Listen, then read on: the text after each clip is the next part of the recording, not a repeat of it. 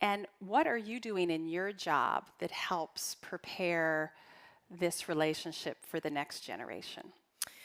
Well, first of all, thank you for the invitation. It's wonderful to be here at Brussels Forum with such a distinguished panel, and great to see old friends and join the debate again.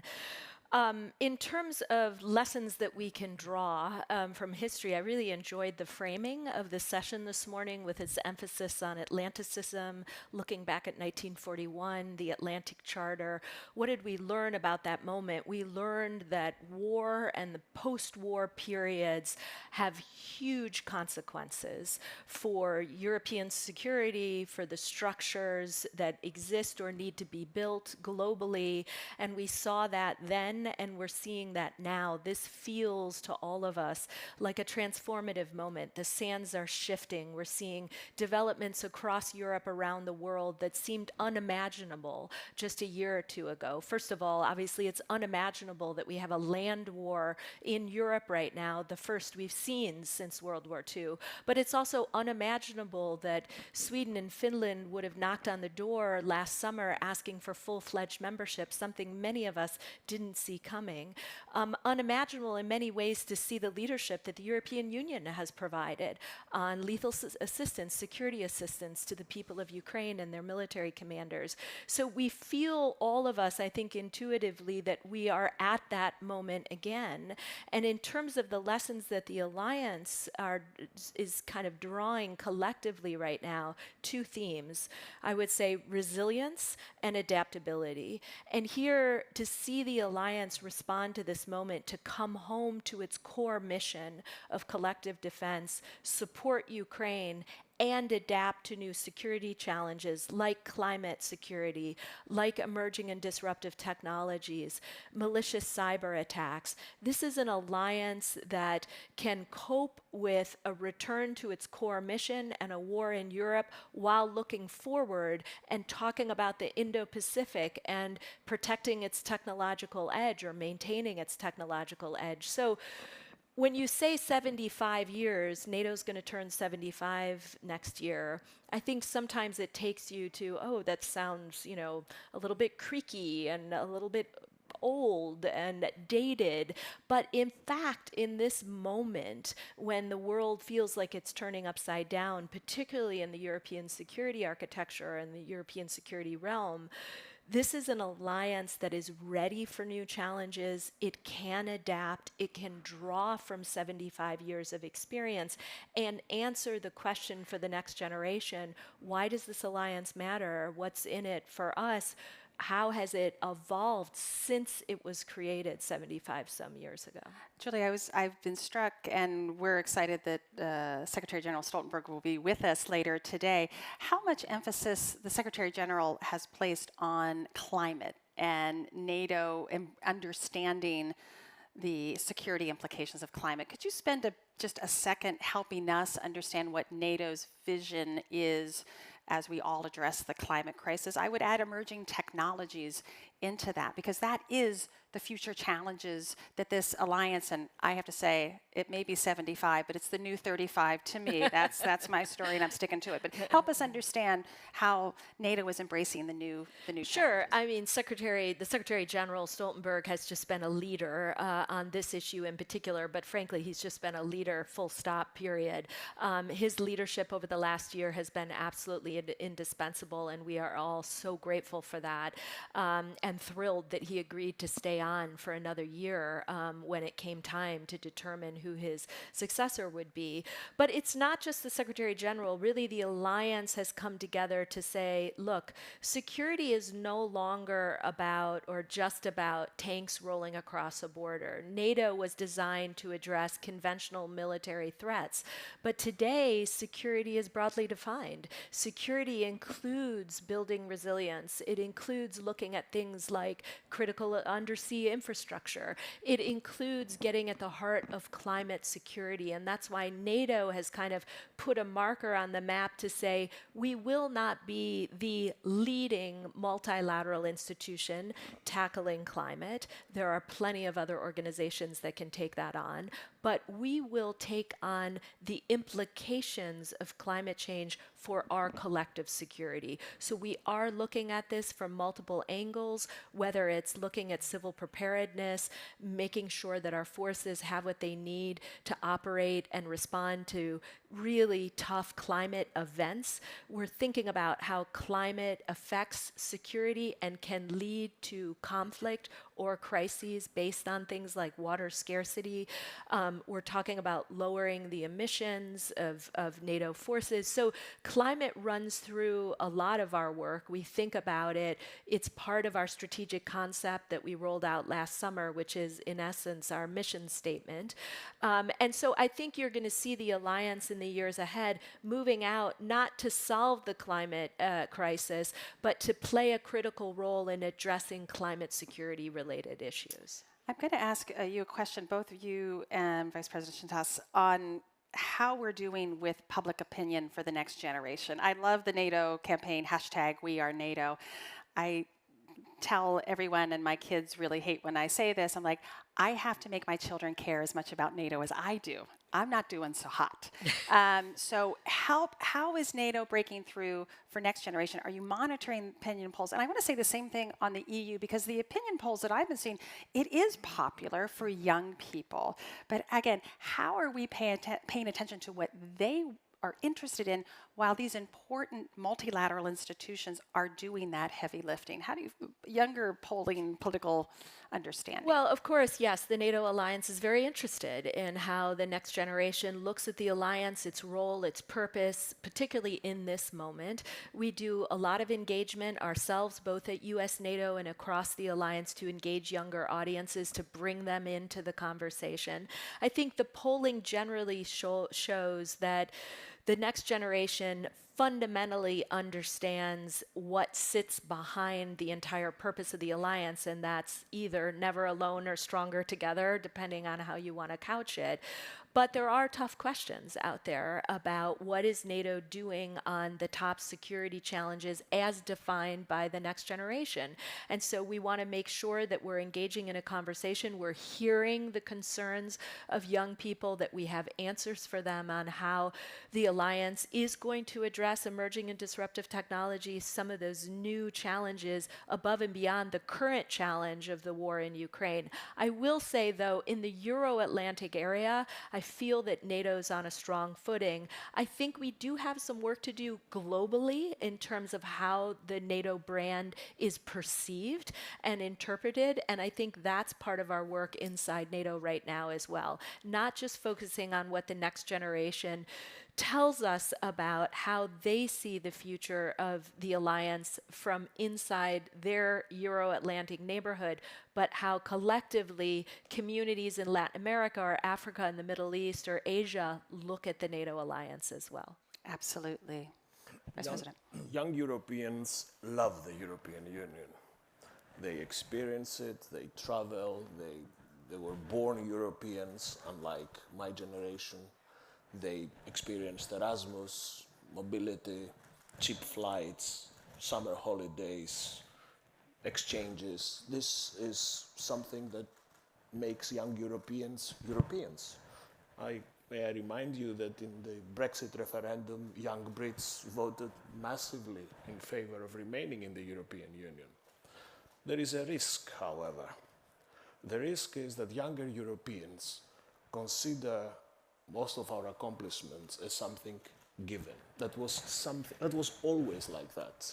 They do not have experiences of a borders Europe, of checkpoints, of passport controls.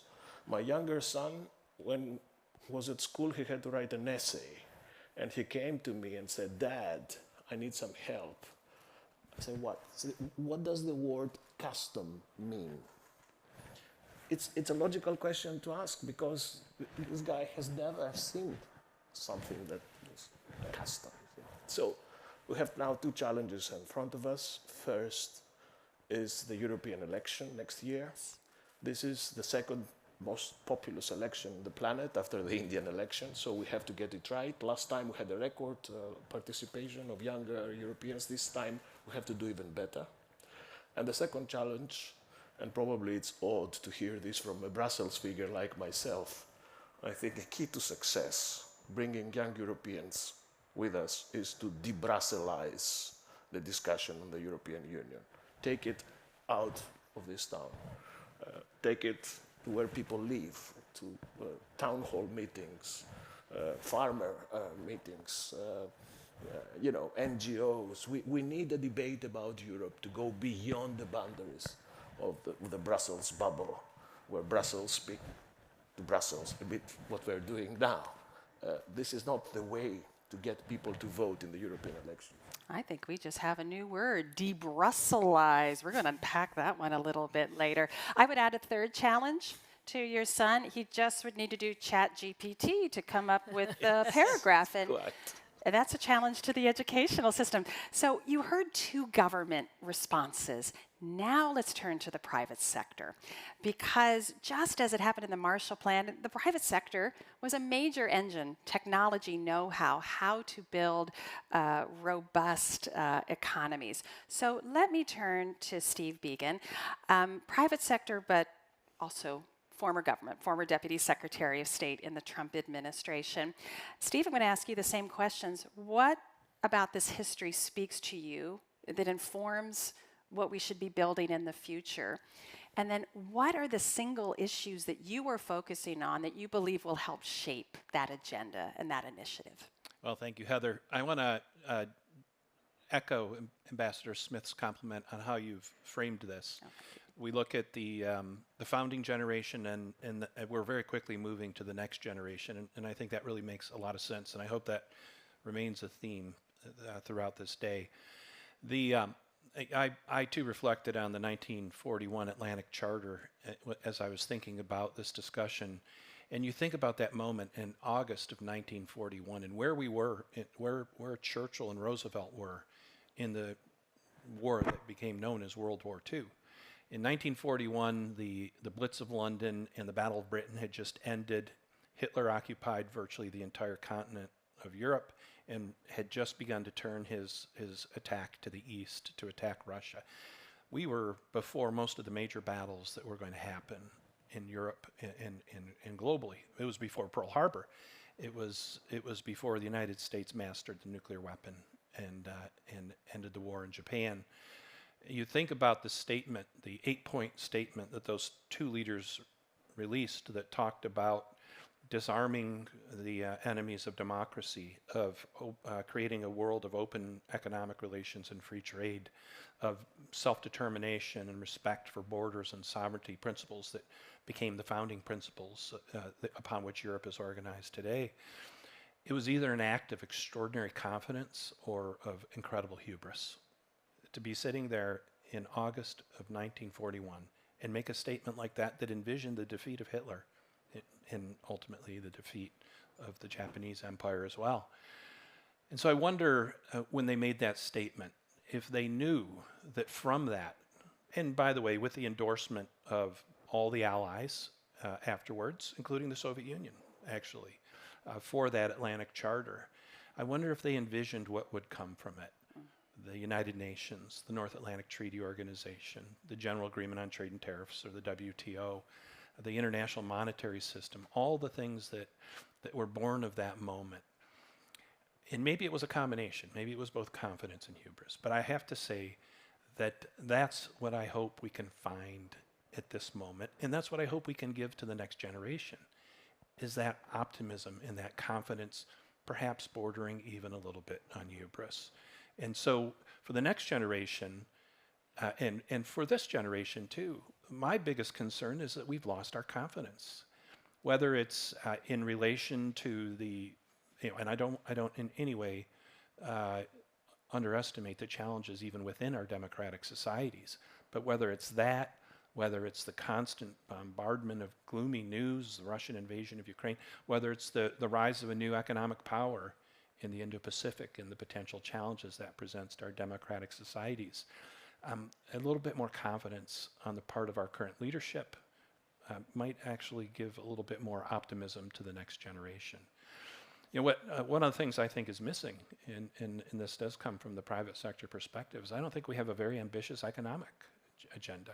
We seem to be balkanizing our economies, and I really hope that we can rise above this moment and look at ways to breathe life into that very important part of the Atlantic Charter, which is opening markets around the world, reducing tariffs, creating free trade and economic interdependence.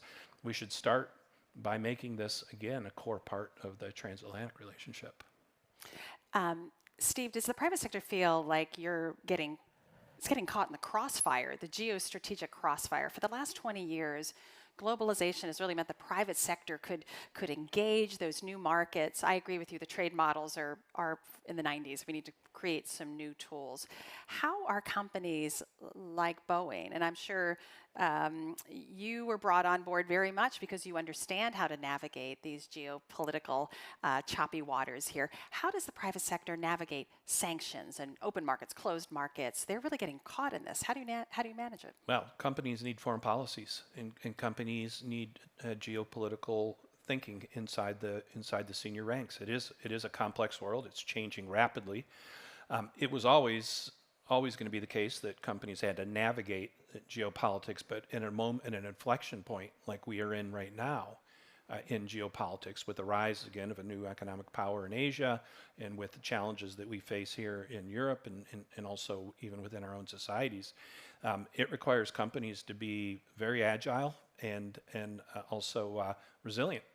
And so it isn't easy. Most of the world's companies, major companies, grew up in a world from the 1980s to just maybe the last decade, where it was exactly that permissive world that I was describing, that I think was very much the vision of Churchill and Roosevelt when they met in the North Atlantic off the coast of Canada in 1941. But it comes with challenges, and without a doubt, the companies like Boeing, companies like Microsoft have to be agile to be able to address that and still maintain the successful businesses that they've developed over, in our case, over a century.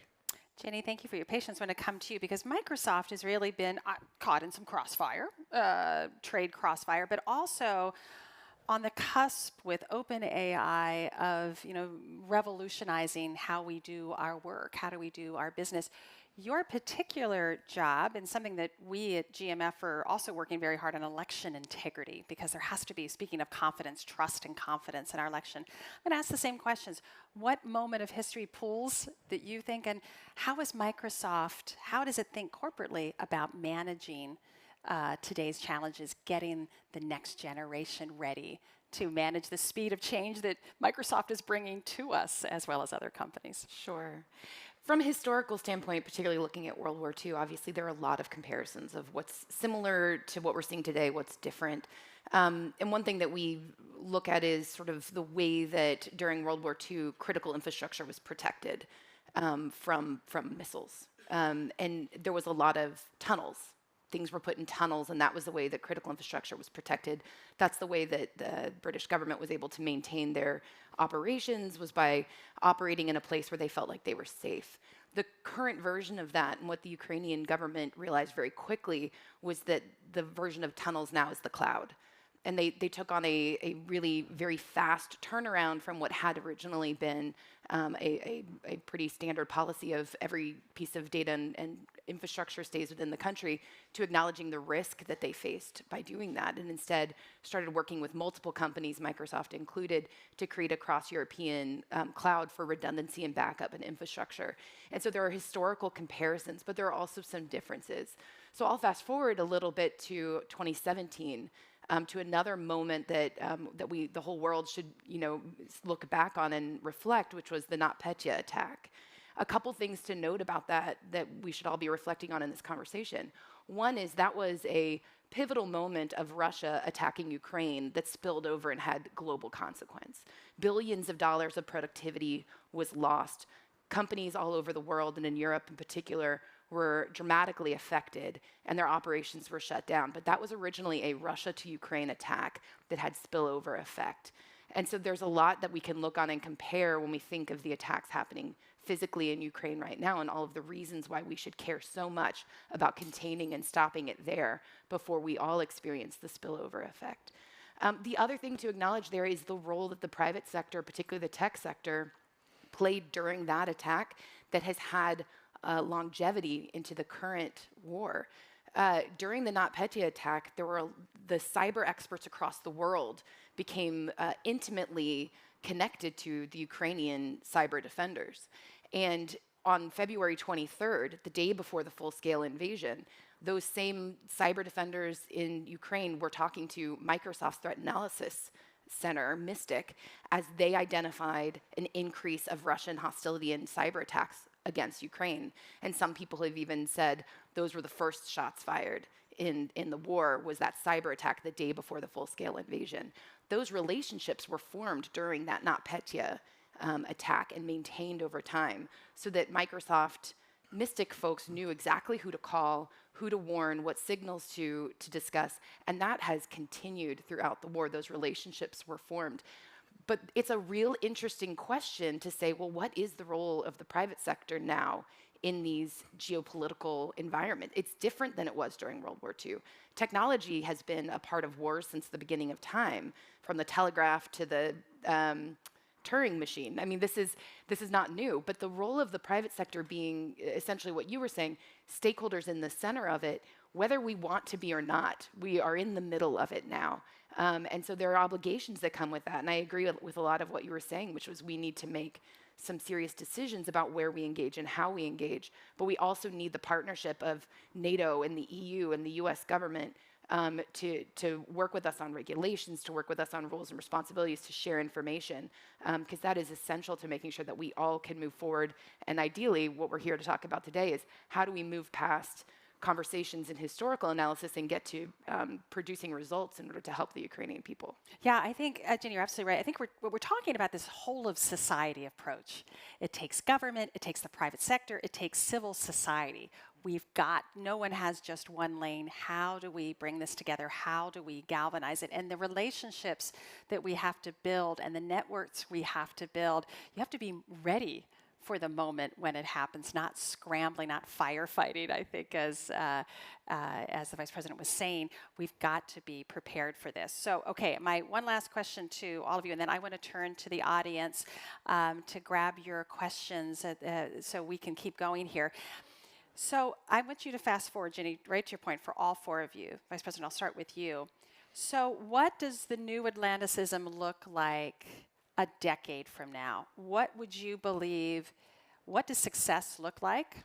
Is there a challenge that you're afraid of? So fast forward to me 10 years, where I'll be a little older and a little wiser, not in our current positions, probably, maybe. You'll be there. I take it as a compliment. Thank you. What is it going to look like? Look, I think that the key for the success, the future success of the transatlantic relationship, I would say it's double-fold. Twofold. First, to make sure that this is, as I was saying earlier, an anchor of stability for the world, but a rules-based anchor of stability.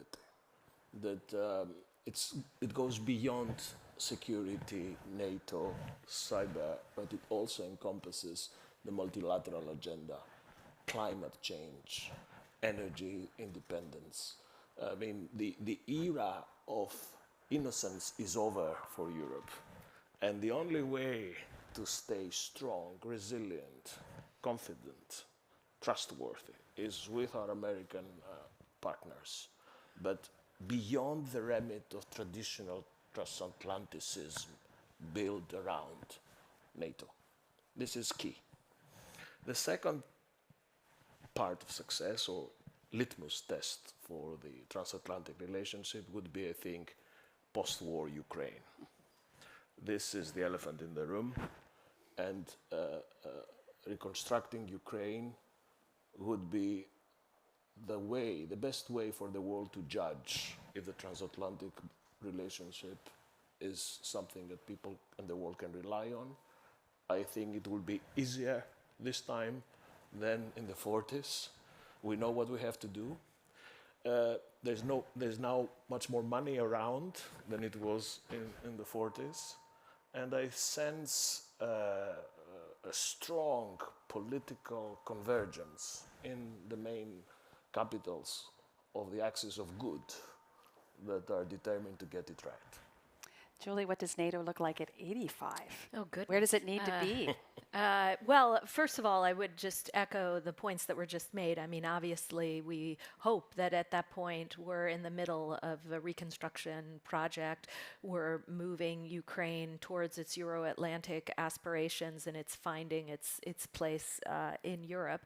But broadly, I would say, I think ensuring that we don't continue to have a literal interpretation of Atlanticism, that Atlanticism need not reflect only the values represented by the countries that border the Atlantic, that Atlanticism, and we're seeing this inside the NATO alliance right now, Atlanticism is about working with other countries around the world, wherever they sit, on protecting the values that we all hold dear. And the way in which the alliance has enhanced its relationship with the Indo-Pacific just over the past 4 years really has been remarkable and a turning point in NATO's history. Not that NATO is going to become a global alliance and we're going to have members in the Asia-Pacific, but that both the countries in the Indo-Pacific and the NATO alliance see utility in breaking down the silos that normally separate America's traditional Pacific allies from our Atlantic allies. And I think defining Atlanticism in a new way that doesn't necessarily have to run through the Atlantic will be part of our success going forward. Yeah, Julie, I like to say Atlanticism is not a geographic indication. It is a purpose-driven, confident state of mind. Steve, are we going to be able to get our confidence back? What would a confident policy look like in 10 years from now? So let me emulate the confidence bordering on arrogance, hubris of Churchill and Roosevelt in 1941. It's a Euro-Atlantic area that's whole and free. In 10 years, a Ukraine that isn't just a NATO member, but is several years a NATO member, not just an EU member, but several years an EU member. A vision for a Euro-Atlantic whole and free that doesn't stretch just to the border of Russia, but into Russia. Very much along the lines of some of the comments we heard last night. A Euro-Atlantic area whole and free from Vancouver to Vladivostok, as impossible as that may seem today. We should set our aspirations high. A free and democratic Russia as part of that, but a free and democratic Ukraine soon. The Euro-Atlantic area in that context can also be a critical mass, a convening influence, an attraction to other countries around the world. It's exactly the kind of balance we need against the rise of China, where we aren't seeking to contain or get into conflict with China, but rather creating incentives for a country like China to move our way, because we've built a scale around the free markets, around the democratic societies that serve as a counterweight or even an attraction to countries. Today, by being divided in so many areas between the United States and Europe, we absolutely divide the most important part of our power, which is the attraction of the ideas and the principles on which the transatlantic relationship stands. Absolutely. Ginny, what does your work look like in 10 years where Microsoft, and we're seeing where the private sector, the commercialization, I would say, this is a war in Ukraine dominated by commercial drones, by Starlink, by other Amazon's work, your work. What does this look like in 10 years? Private sector that involved in geopolicy? That's a big question. And the 10 years out question framing can either be the magic wand of like, this is what I would like it to be versus this is what is likely to be. You can do both. Sure. And if I were able to predict what 10 years from now looked like from a technology standpoint, I'd probably in a slightly different job than the one I'm in.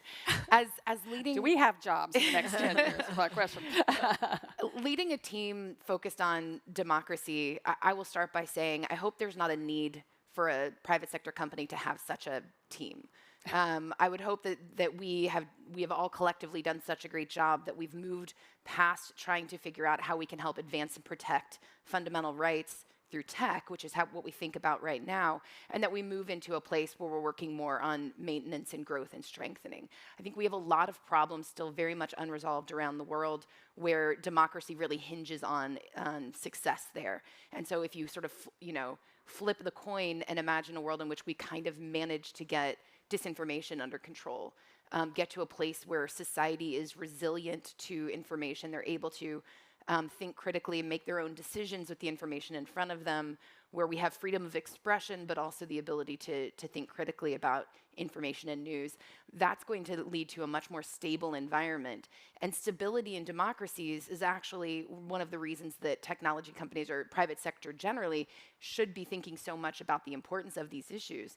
To the point of rule of law, companies do better in environments where there's rule of law. Democracy is good for business.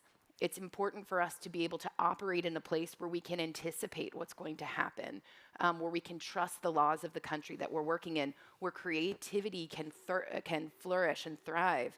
And these are all the reasons why we're so invested in trying to push democracy forward and protect it where it exists. So 10 years from now, I hope my program doesn't exist. I hope we're thriving, and I hope that we're dealing with a free and independent Ukraine where they continue to innovate with their technology as they've done. We've seen them year over year continue to innovate even during a war. Their tech sector is the one sector that seems to continue to improve and increase. And so that's sort of the vision that I have for 10 years from now. And the role of Microsoft in that is to be consistently a partner to those who are looking to innovate and build on top of technology. I like these visions. Okay, let's bring in your visions. Who has some questions for our great audience? We're going to do rapid questions, and then we're going to. Oh, good. I'm going to hop into your chair. I'm going to take a load off. Thank you. Please give you a warm round of applause for Vice President. Thank you. Thank you. So we'll take the two questions over here. If we have a microphone runner, please, right here. Introduce yourself, and I mean crisp, crisp, crisp, and then I will take two over here, and then we'll come back. Me first? Okay. This is a quick one. And I please introduce yourself. Yeah, sorry. Steve Lewarne, a partner from Deloitte. We have to remember the Marshall Plan was one country helping many, and now we're in a position of many countries helping one. So my question is about the virtue of patience. The Americans and the EU need to work together on this, and from my experience in Reconstruction, the US can often become impatient with the real issues that the European Union have to handle. The best example is accession. My question, actually, I'm looking at you because the question is really for NATO. Is it possible that NATO could be a bridge to impose patience on the Americans for what really has to be done with Ukraine? Because Ukraine is joining, hopefully, the European area. They're not joining necessarily the United States, obviously, maybe in a trade agreement, but it's an important issue. If patience isn't there, then the alliance to rebuild Ukraine could begin to crack a bit. Thank you. I think we'll take one more back there, please. Just real quick, we're going to go speed. Hi, Ali Atalay from Koç Holding Istanbul. It's great to see an ex-boss sitting at the panel. Hi, Steve. And my question is definitely not to you. We had good relations. My question is to Ambassador Smith. You mentioned Indo-Pacific at the beginning of your speech when you said looking forward. And Indo-Pacific is definitely not unrelated to transatlantic relations and Atlanticism anymore. So how do you see the role of NATO and general transatlantic cooperation looking forward? Thank you. In the Indo-Pacific. And we'll take the two questions over here, then I'm going to come back to the panel. Thank you very much. My name is Olena Halushka. I'm from Ukraine, International Center for Ukrainian Victory. And Vice President made a very important remark that transatlantic values and security helped rebuilding Europe after the World War II. Right now, over the last year, we speak a lot about Ukrainian recovery. We had conference in Lugano last year. We had number of forums in Berlin, Paris, Rome, in London is coming, and everybody speaks obviously about businesses, about investment, a lot about transparency and fight against corruption, which myself as an anti-corruption activist, I definitely consider to be a very important thing, but that is just one leg. The second leg, the second important pillar, and let's be honest, for businesses to join Ukrainian reconstruction and recovery market, they have to have effective security guarantees. We've seen already Budapest Memorandum, we've seen already Minsk deal, and I'll definitely say something which is an elephant in the room, that anything short of Ukraine's NATO membership will not be a sustainable security guarantee. That is why I have the question, probably mostly to the ambassador, but other people also here, why allies are reluctant to accept, to recognize this, and to welcome Ukraine at the Vilnius summit to issue official invitation and start the accession process, which will obviously take time, because even for Finland it took 1 year. And what can we as Ukrainian civil society, Ukrainian actors do in order to convince partners to accept this reality and start implementing it? Thank you. Let me come back. I know, Julie, there was some fire towards you, but we're really talking about the strategic patience versus strategic urgency. I'm a little more on the urgent part of that, but how do you manage that? NATO Indo-Pacific, and this NATO security guarantees question, would love thoughts from Steve as well, but handle any of those as you wish. So the first question, I mean, I don't know that NATO will have the role you're envisioning in terms of bridging the divide between the US and the EU. I mean, no doubt the way in which the United States with the EU, with NATO have come together in this moment to respond to this unprovoked war inside Ukraine has been amazing. And it starts a new chapter in transatlantic cooperation and NATO-EU cooperation. But on the reconstruction part, it's harder for me to get there, in part because of what NATO's core mission is. And I think when we get to reconstruction, the crux of that will be with individual institutions, individual nations, but also the European Union and other multilateral institutions that are built for those types of tasks. NATO, no doubt, will have a role in Ukraine's recovery, and particularly its longer-term modernization. But the degree to which it can play some sort of bridging role between the United States and EU, I guess it's hard for me to lay that out in concrete terms. What I can say on the Indo-Pacific question on how does NATO look at the Indo-Pacific and its role vis-a-vis that region. I mean, first and foremost, NATO allies put the PRC in the strategic concept for the first time last summer because of what the PRC is doing in and around the Euro-Atlantic area. The way in which the Chinese are relying on an array of hybrid tactics, whether it's economic coercion or disinformation, malicious cyber attacks, the list goes on and on. These are challenges for which the alliance desires to be ready to address. So we are building resilience. We're building stronger tools as it relates to protecting our technological edge and protecting against cyber attacks. But the reason we're partnering with some of the countries in the Indo-Pacific is because their lessons in coping with China's hybrid toolkit are directly relevant to some of the lessons we across NATO have drawn from responding to Russia's hybrid toolkit. And in fact, what we're finding is that toolkit looks more and more as a mirror image of each other in terms of what those two countries are using to try to divide Europe from within and divide Europe from the United States. So we believe there's plenty of good work to go around, but no, we are not talking about expanding NATO into the Indo-Pacific. It remains a Euro-Atlantic military alliance. On the question of enlargement, I mean, we've been clear on this. Obviously, NATO has taken the decision. It took the decision in 2008 to state that Ukraine will be a member of the alliance.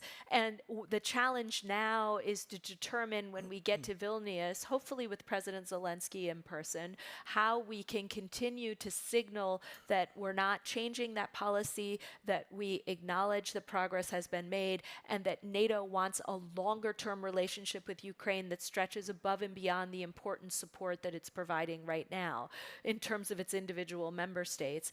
But for the United States, the focus does remain on the short term. The focus is very much on ensuring that the practical support that Ukrainian military commanders require to succeed on the battlefield is flowing rapidly as possible into Ukraine so that they can prevail on the battlefield. So practical support is the first priority, but yes, when we get to Vilnius, we'll be talking about NATO's longer-term relationship with Ukraine. Thank you, Julie. This was really a great session. Thank you so much for your insights. I really much appreciate, Steve, thank you for reading the Atlantic Charter. I feel like I should have given homework for this assignment, and you completed the homework and wrote the essay, and ChatGPT didn't do it. It was never produced in print. It was telegraphed from a British ship, and that's the only written form that actually exists. I will say, only in Brussels Forum will you get that level of detail. Please join me in thanking our fantastic panelists for a great conversation. Thank you.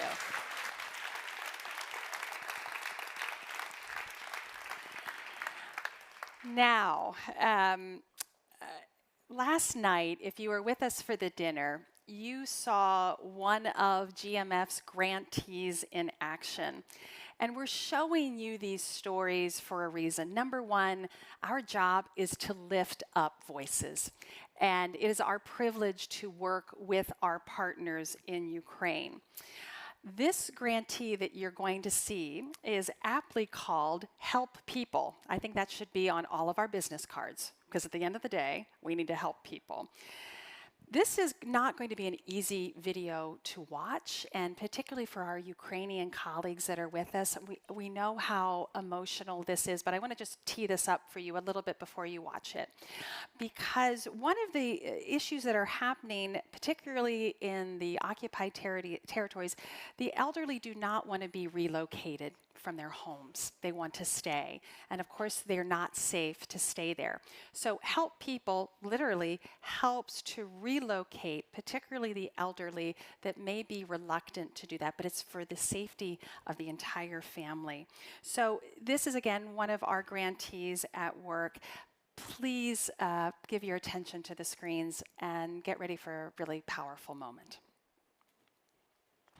Я смотрю, хлопец, у него аж лицо изменилось.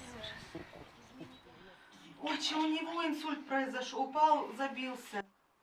А ничего мне не дает. Мы сейчас едем с вами в больницу. Пойдемте, пойдемте. Вы же теперь слышите, да? Куда? В больницу. Я в больнице, я был. В больницу. Меня завезли раз в больницу. Я волонтер. Смотрите, это вот со мной напарник, тоже волонтер. Мы сейчас вас будем везти в больницу. Вместе с дочкой. Я не слышу. Слышите? Пойдемте, пойдемте. Пойдем. Пойдемте. В больницу едем, пойдем. Дочка, Пойдем. буду драться. Пойдем. Давайте А спустимся потом в будем машину, драться. а потом, да, будете В драться. машине драться будем. Спасаем тебя, спасаем. Бомбы на улице рвутся.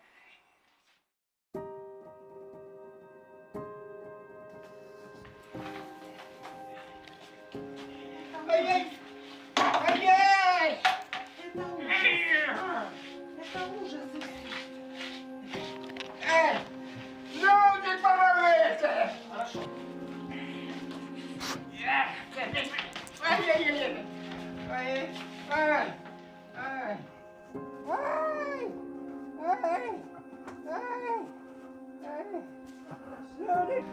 Ну, мы вас будем сейчас класть. Вы понимаете? Если вы не хотите идти.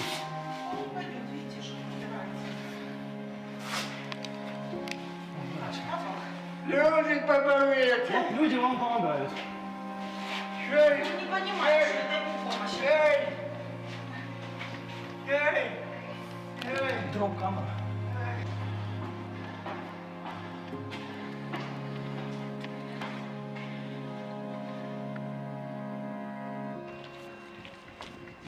Я вам покажу.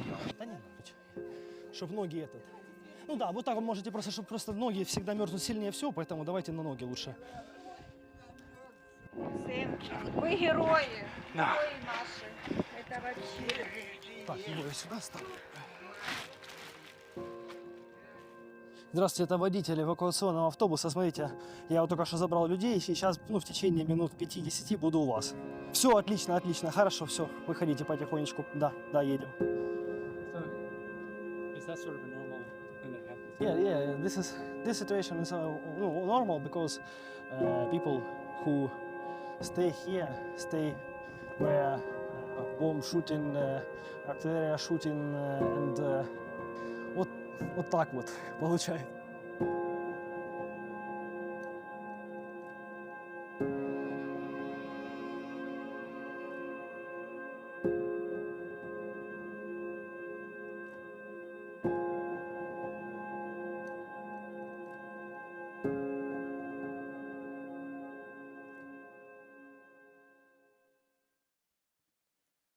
Please welcome the Executive Director of the National Association of Media Ukraine, Katerina Maniskova.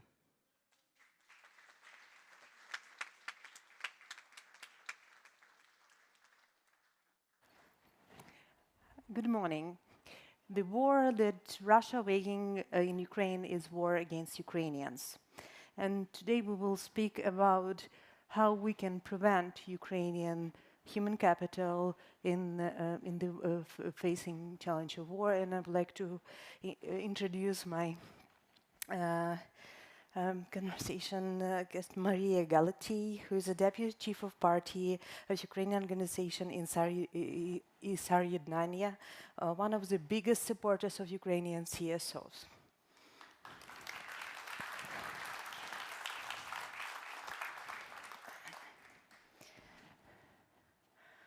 Good morning. Maria, we have hundreds examples and evidence that Russia in this war trying to exterminate Ukrainians. So on your point of view, what now are the main challenge to preserve our human capital in this war and after our victory? The war and security, it is the biggest challenge for Ukrainians and for Ukraine and, in my opinion, for entire world. Why it is important? Because this war, it's not only about against Ukraine. It is against the humanity. Russia attacking Ukraine, one of the biggest country in Europe, also show that it can attack any other country. It can attack Poland, it can attack Estonia, Latvia, it can attack also other countries in Europe, but also beyond the Europe. And therefore, we have to, as international community, as Ukrainians, we have to think how to ensure a stable peace. We should not talk about quick peace. In such war, it is impossible. It is impossible just to put sides on the table and negotiate about something. We have to think about solution which can bring stability, peace, and also show the world that aggressors always be punished. We have to build on our institutions, security institutions. We have to accept that maybe it's time to include Ukraine as a member to NATO. Maybe it's time to move very fast with EU membership of Ukraine and other countries which potentially might be a target for the Russia. Therefore, I think we have to focus on security first, because without security in Ukraine, there won't be security in Europe, and there won't be security in the world. And it will also always impact human capital in Ukraine, human capital in other countries, because it is something what we cannot just restore. People who died, people who can bring to our countries, who can develop something, who can invent something, actually, if they die or they receive severe injuries, they would be never returned back. And we would not be able to have other people to replace them. Yeah, and after victory, after we will stop this war and our people will not dying anymore. The main resource that we need is Ukrainians who will be ready to support the recovery and have enough strong and enough knowledge to support our country in every step of recovery. So what do you think it's important to do to support Ukrainians to face the problem of the trauma that all Ukrainians have now, and to have enough skills and knowledge to go through recovery process by themselves and for their businesses, for their country, for their communities? As I mentioned, first we need peace and security. Our people should know that they would never be attacked again. It means that Russia shall pay reparations to Ukraine. It shall cover all losses which Ukraine received during this war. It shall be demilitarized. It shall be maybe led by international community to the new governance, and maybe it shall be somehow cut on smaller countries. But for human capital in Ukraine, of course, we have to start to work with these issues now, because psychological trauma, because injuries which civilians and veterans in the war received, they need to be worked now. We also need to work with skills of people, because challenges which Ukrainians face today and Ukraine faces today, it is some challenges which we never faced before, and maybe international community also didn't face since the Second World War. Therefore, we have to work on these issues and develop the skills, particularly in urban planning, in engineering, in environment and clean energy. Also in rehabilitation of people with disabilities and psychological trauma healing. We also need to help Ukraine and Ukrainians, a particular civil society, to develop policies necessary for the EU integration and also for recovery. And here it is possibility first to open courses in the universities, in the leading universities, for Ukrainian civil society organizations, but also for public officials and citizens, maybe for free or with smaller fee, to allow our citizens to get these knowledges and skills and to ensure a fast recovery of Ukraine. Because without skills and resources, it would be difficult to do this. Also, we would appreciate financial support to Ukraine, because of course, after this damage which Ukraine received, we would need a lot of resources to rebuild our cities, to help our people to recover and actually to recover our economy. And we have more than 6 million people who left the country. And it's also the big part of our human capital. We are, of course, we're very grateful for all those friends who host our citizens in your countries. But what do you think should be done to have these people back, or what the role they could play in the recovery process? I think recovery of Ukraine, it is a very complicated task. And here we have to look at a few things. First, we need resources and opportunities. Second, we need skills, as I mentioned already. We need peace and security. And also, we have to look how to bring human capital to Ukraine. And I will start from human capital, because when we talk about human capital or returning Ukrainians to Ukraine, it is quite a difficult task, and sometimes not necessarily it is a task which is possible. First, we have a lot of people who left Ukraine as a refugee. We have a lot of people who were deported to Russia, and it's about 1.2 million people, including kids. We have people on occupied territories, and it is all human capital of Ukraine, but it is different capital of Ukraine. Those people who live in Ukraine, they would need, for sure, to be psychologically rehabilitated and to be able to continue with recovery. Refugees, potentially, they might return to Ukraine to work, and for sure, if they have opportunities to work in Ukraine, therefore it's a task for all of us to create opportunities and, of course, to engage investments to Ukraine. Particularly, we can do, for example, some tax exemption for the investments, for example, for 3 years when they come to Ukraine. And actually, some investors can come to Ukraine already now, for example, in some oblasts where security situation is more or less stable. They can invest in these areas and already create opportunities for citizens and also for the income of the country.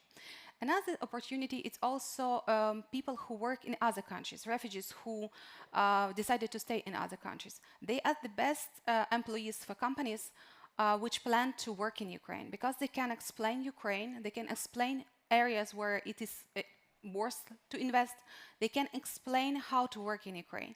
Actually can help to develop this relationship with Ukraine and actually help the companies to establish business in Ukraine. Another resource, it is people deported to Russia, how to return these people, and also people residing on occupied territories. We need to work with this resource to help them to be back to Ukraine, because after occupation, some areas, it's like 8-9 years, they would need a lot of effort to bring them back as Ukrainians and to actually integrate them into our life. And I would not focus like that only on Ukrainians, because I'm sure that there are a lot of people who would like to come to Ukraine and contribute to this recovery process. For us, all it is task how to bring those people who would like to be a part of the recovery process to work in Ukraine or to work from outside Ukraine, but for Ukraine. I think we all together can do this, and it would be the most beneficial, because after such war, it would be impossible to recover Ukraine quite fast without a huge number of people, and sometimes maybe it's not enough Ukrainians to do this job. So, stop the war, support the trauma healing and the education of Ukrainians, fast knowledge and very modern knowledge, and create the opportunities inside the countries and outside for refugees and Ukrainians to support the recovery. What else can be done to support Ukrainians? I didn't really like this human capital, Ukrainians in the recovery process. We have to help Ukrainians now, because the recovery has been started. I know there are different opinions. Some talk that a recovery would be started after the war, some talk that recovery has started. Recovery has started. We started to recover our infrastructure. We started to recover our energy plants, because it's impossible to live without electricity, without heating. And Ukrainian winters are a bit severe, you know. But we have to look for opportunities, what we can do now. As I mentioned, I believe that we can start already investments to Ukraine. Particularly, we can do this to Western Oblast. We can, if we be afraid of these investments, whether they would be secure or not, we can ensure them. It is possible also to support Ukraine with the air defense system to protect these areas better. And actually, when we start to do this, we would create jobs. We would help Ukraine to generate income. We would reduce your expenditures, actually, because then we will have more funds to fund the recovery process. Do support Ukrainian civil society organizations. They are amazing. What they are doing, actually, I think sometimes it's more brilliant than other stakeholders. Civil society organizations were the first who came to help people and country and army when the war started. I mean, the large-scale invasion. They did it in 2014 the same. Civil society organizations are very fast in mobilizing resources. They can collect funds. They have trust of people. They can do reform. They can draft legislation. They can provide social services. They can also support army. And we know we have a lot of organizations, even quite famous, like Come Back Alive or Foundation of Pratula, which procure a weapon together with the Ministry of Defense and support army. And this collaboration is super efficient.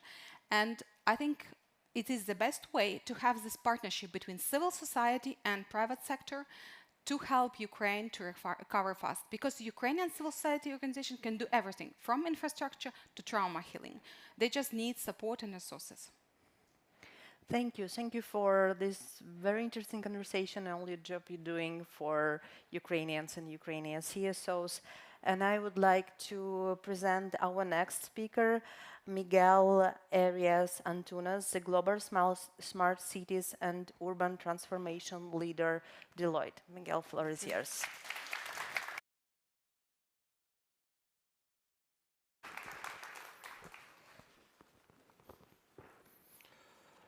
Hello, everybody. Good morning. My name is Miguel Arias Antunes, and I lead both public sector in Central Europe and the smart cities and urban transformation global practice at Deloitte. It's a real honor for me to welcome you all to this relevant and timely session on a Green Marshall Plan for Ukraine. Even though uncertainty remains about the duration of the Russia-Ukraine conflict, it's time to join forces and prepare Ukraine's reconstruction, understanding the social needs, fostering economic growth, while ensuring that this growth is green and sustainable. In times of war, budgets go for immediate priorities, namely defense, security, and to rebuild critical infrastructures that have been destroyed. Even so, according to the World Bank, impacts from climate change are making Ukraine increasingly vulnerable to droughts, high temperatures, heat waves, heavy precipitation, mud flows, and floods. Taking that into consideration, we may ask ourselves a relevant question. How can we, private sector, EU institutions, governments from all over the world, international donors, civil society, academia, and investors best help Ukraine to plan and to provide the country with the resources needed to lead a green recovery?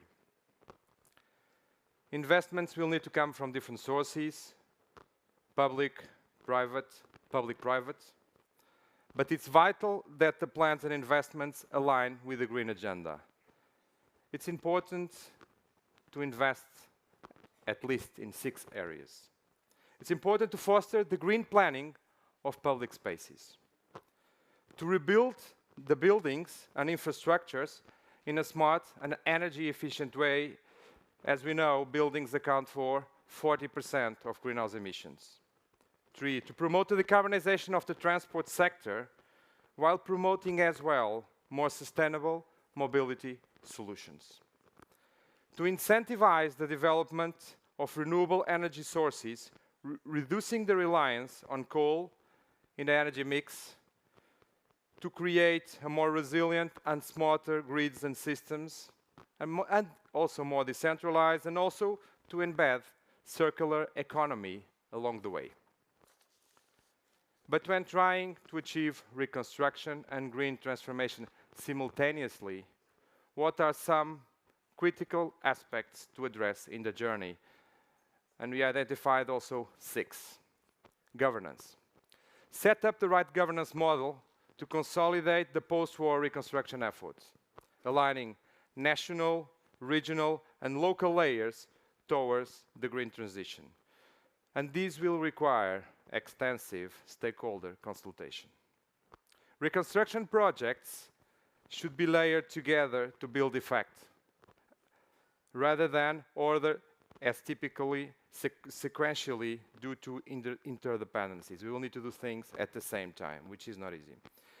Second is to raise the right level of funding to match this comprehensive ambition, and to bring in the public, but also the private sector at scale.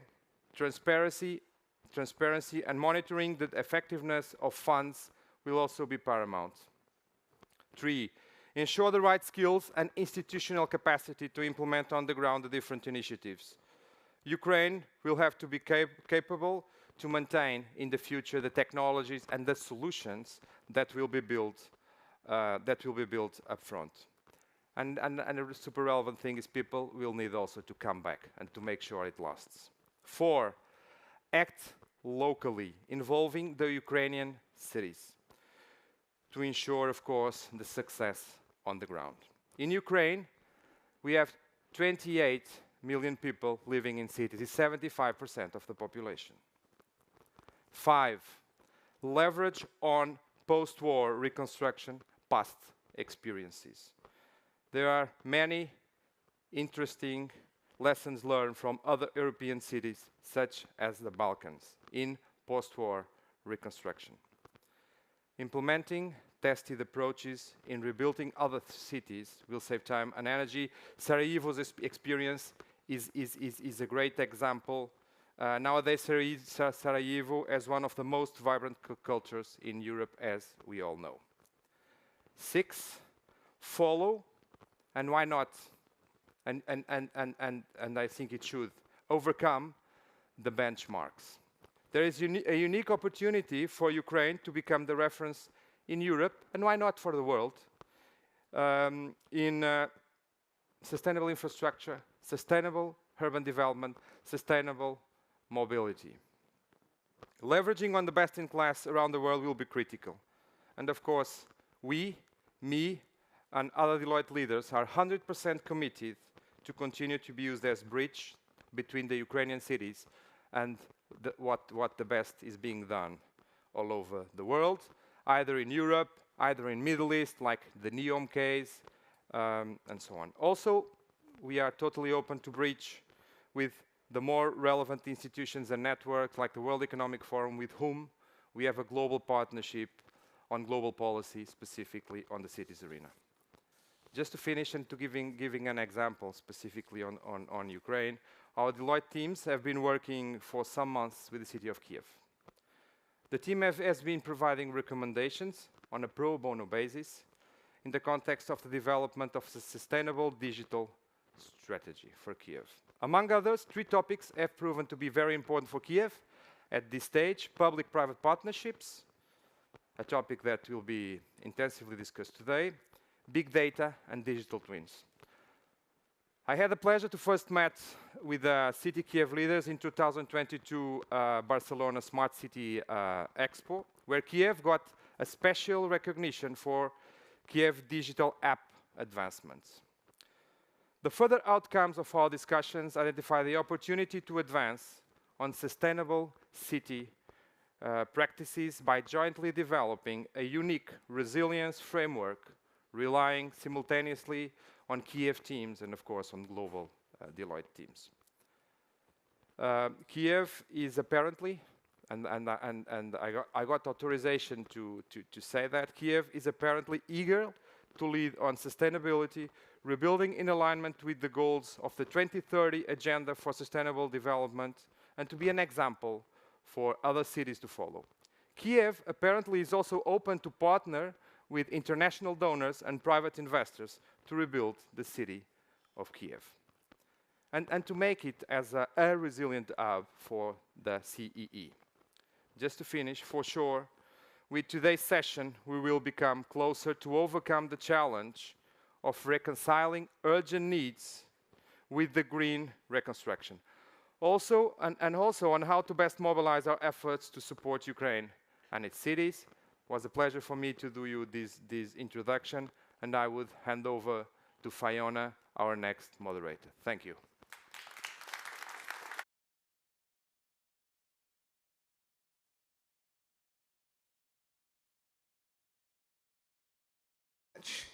Thank you all for being here today, because we've got a fantastic panel for you. I am Fiona Harvey, Environment Editor of The Guardian, and I'm going to welcome onto the stage people who are coming from the front line of rebuilding Ukraine to talk to us about how to do that rebuilding in a green and sustainable way. So I'd like to welcome Oleksandra Azarkina, Deputy Minister for Restoration of Ukraine, who's in charge of rebuilding some of the damaged infrastructure. I'd like to welcome Olena Pavlenko, who's the president and co-founder of the Ukrainian think tank Dixie Group, working on managing projects with the World Bank, OECD, USAID, EU, and various others. Gulnara Roll will join us too. She is secretary to the Committee on Urban Development at the UN Economic Commission for Europe. And we've also got Alexander Sienkiewicz, who's the mayor of the city of Mykolaiv. There we go. Thank you. Thank you very much to all of our panelists. Thank you to our audience here. We're going to talk about the idea of a green Marshall Plan for Ukraine, how that could work. So, Alexandra, perhaps you could tell us, first of all, really, what does that vision mean to you? Thank you very much. So, first of all, we need to understand that the restoration of Ukraine, as green as it is, shouldn't be the consequences of the victory. It should be the way to it. We understand that we need now to build by fighting. We want to seize this war as soon as possible, but we need to survive first. Practically, the green restoration of Ukraine means proper framing. And I think the Ukrainian government is doing maximum to make sure that we prioritize the investments with the underground sustainable development goals on it, when we are counting not only on the legal framing, but also on the necessity to engage private businesses motivated to be greener, which means financial tools, and the municipalities, because we understand that the restoration, first of all, need to be the inclusive process when the municipalities, communities playing the leading role in this process. But also we need to work also with our citizens to make sure that they are included in this process. They understand and share the same approaches that the world, progressive world, has to. Thank you. Thank you very much for that. And I'm going to move on to Elena now to ask, really, what are the big ideas coming out about how we can rebuild Ukraine? What are you working on? Thank you very much.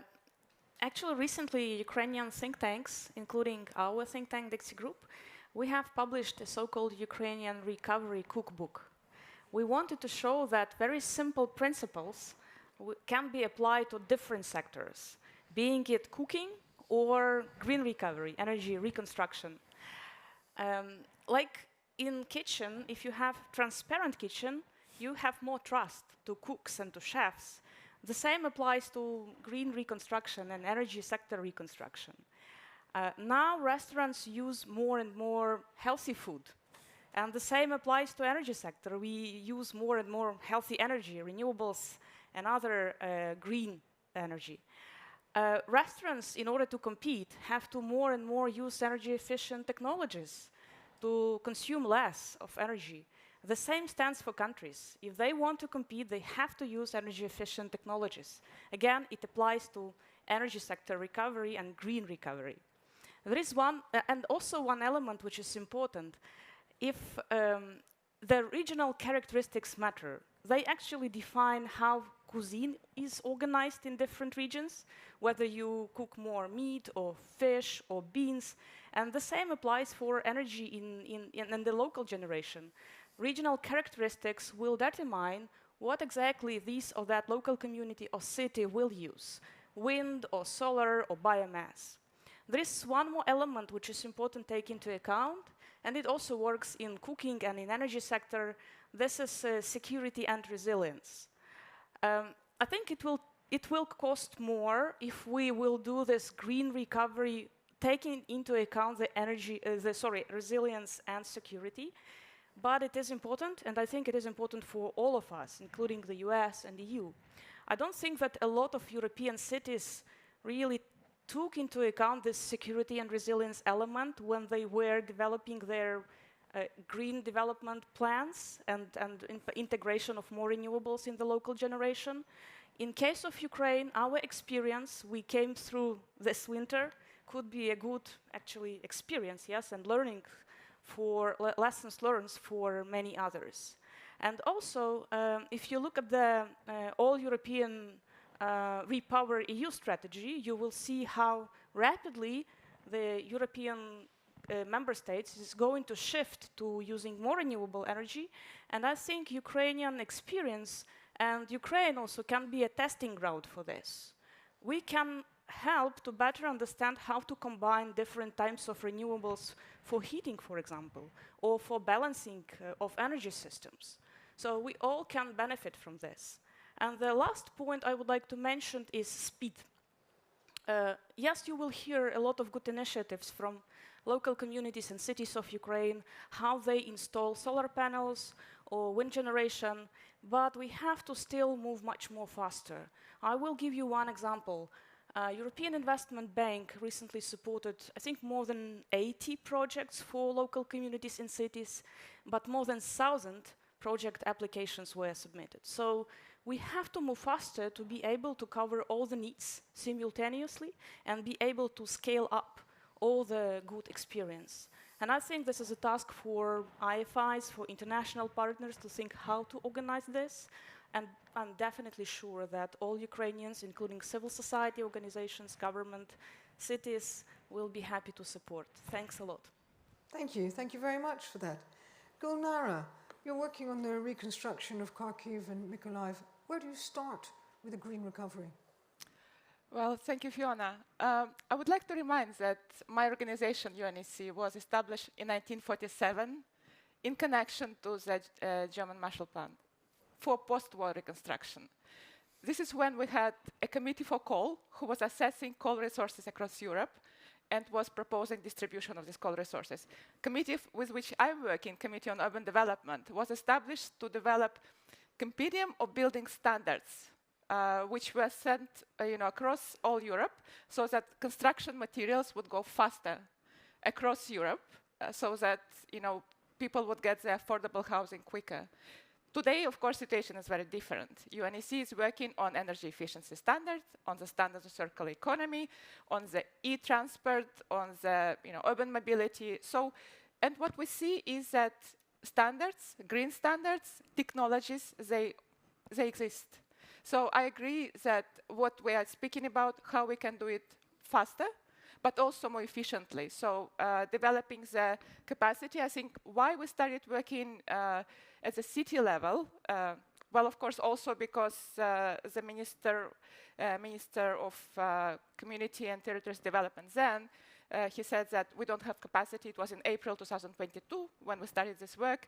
And he said, listen, we don't have capacity to work with you as we did usually with you on the standards, on the standards, on the convention and the national level. Go to the cities.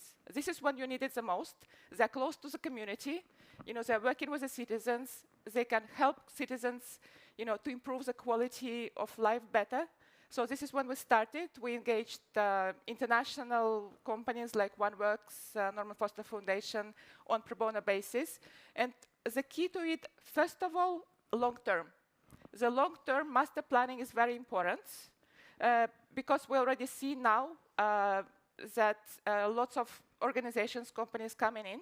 So it's very important that we develop the long-term priorities for building back better using the existing technology. I mean, the technologies, standards, guidelines exist.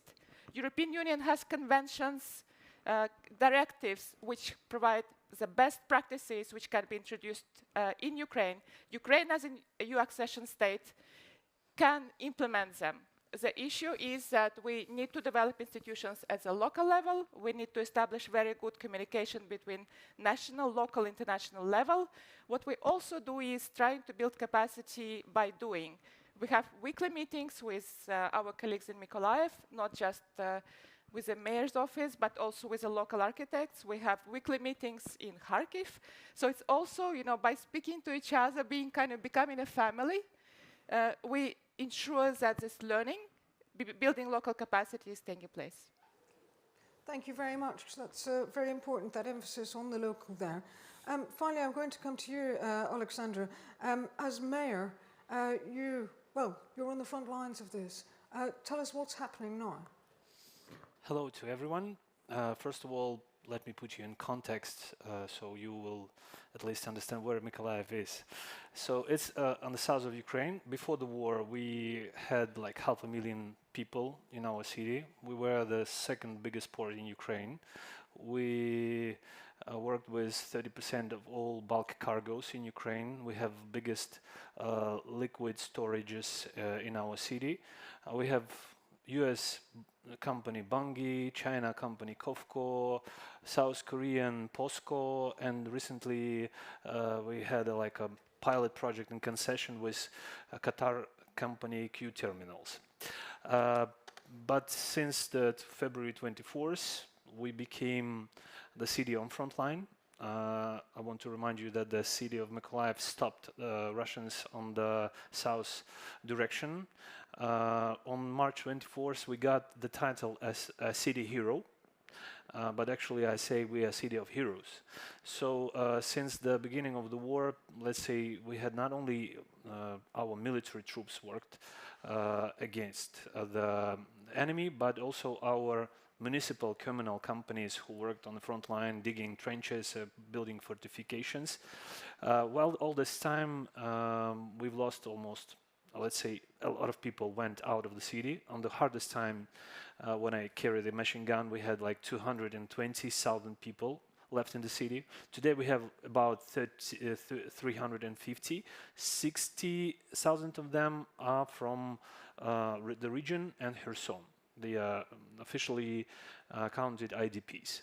While all this time we provided people with the services like heating, water supply, and public transport. Even after the act of Russians, of terrorist act, which happened on April 12th, 2022, when they destroyed pipes that pumped the water, the raw water from Dnipro River, from Kherson region to our city. So almost 10 months we lived without raw water source. So we distributed water from boreholes to people by bottles, by everything, and we pumped the salty water from the Salzburg River, which our city stays on. So today we review this war. Altogether, we were bombarded about 290 days for all the war, with the amount of rockets at least 4, at most 38. This is a record. So average is 8 rockets per day. We've lost 157 people. 2 of them were children, but this amount is really small comparing to what we could have, because a lot of people left the city after continuous bombardments. And today we are viewing the war as a chance to become better. So we, in cooperation with UNECE, we work as a pilot project on development or reconstruction of our city, renovation on the Build Back Better basis. Also, we were the pilot city, and we created, before the war, we had a GIS system in our city, so we created another additional layer where we put all the damages. We do damage assessment evaluation, and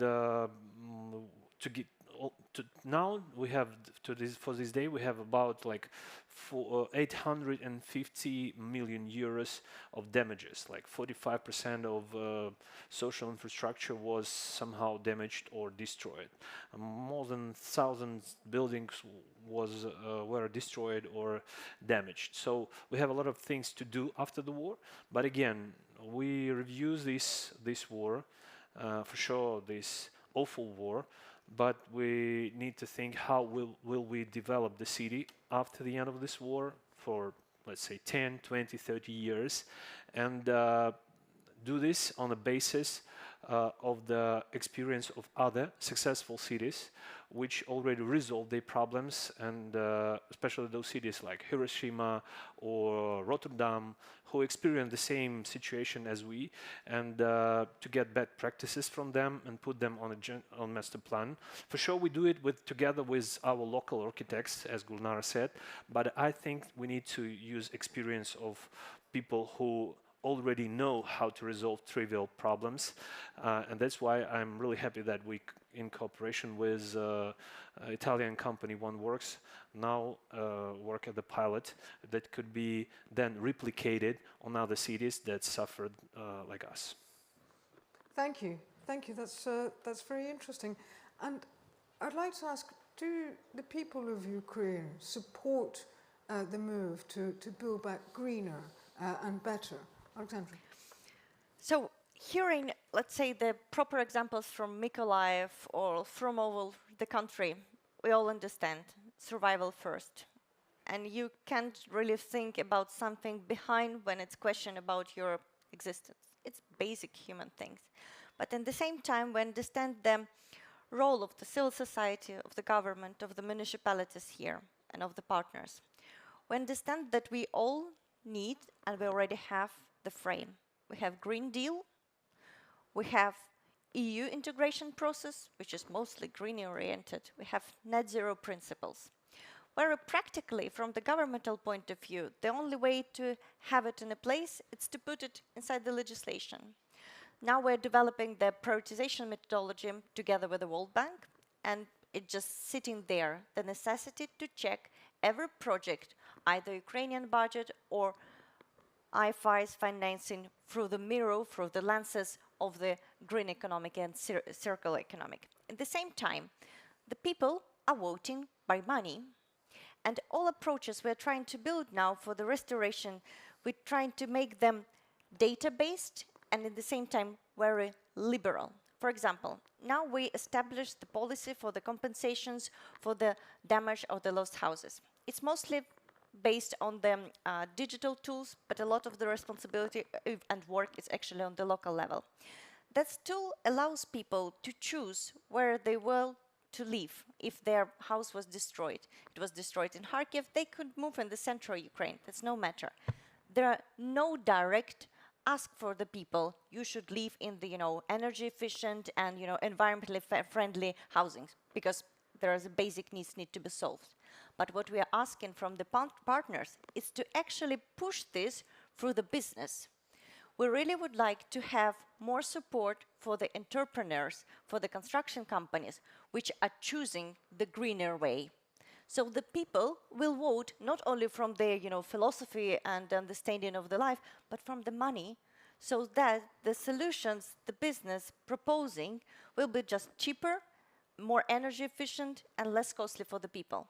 At the same time, Olena mentioned the energy.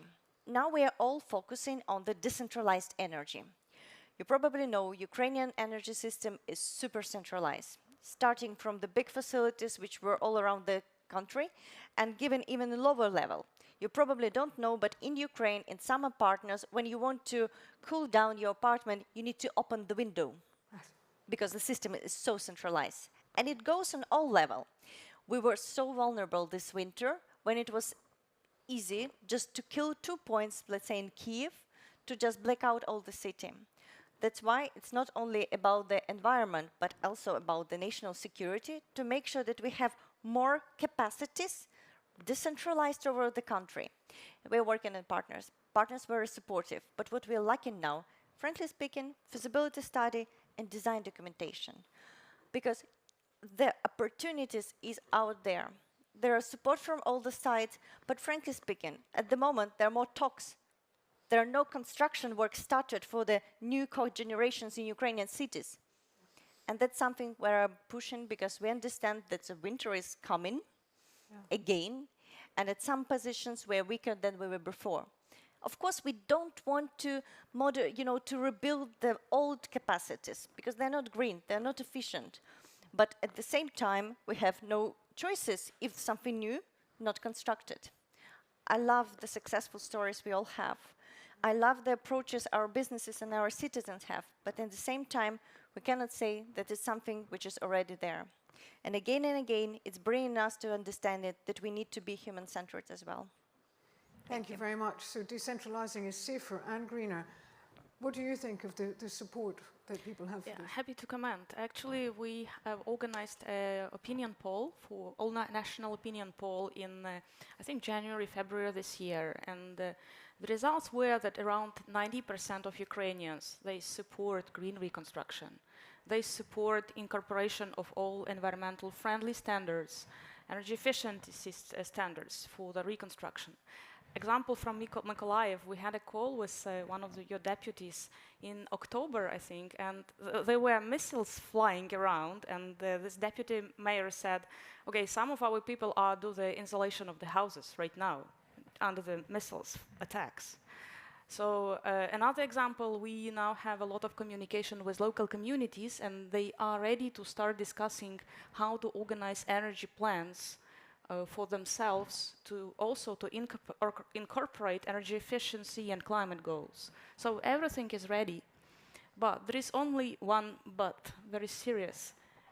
There will be a huge poverty and energy poverty in Ukraine after the war, and coming back to the opinion poll, around 80% of people said that it will be very hard for them pay additionally for their housing, for the reconstruction, if it will have this additional requirements and it will mean additional payments.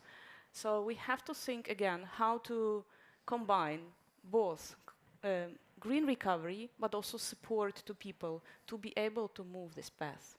How to make it economical in the first place as well as economical in the longer term. Yes. Yeah, that's a key question there. I'd like to also talk about Ukraine's landscape, because biodiversity has taken a hit as well. We've lost a lot of forests and landscape and so on. Is there some effort going on to restore that? How can we draw that into a new plan? Would you like to take that, Gulnara? Yes, well, I would like probably to continue what the Deputy Minister said, that about the design documentation and need to bring the private sector as well.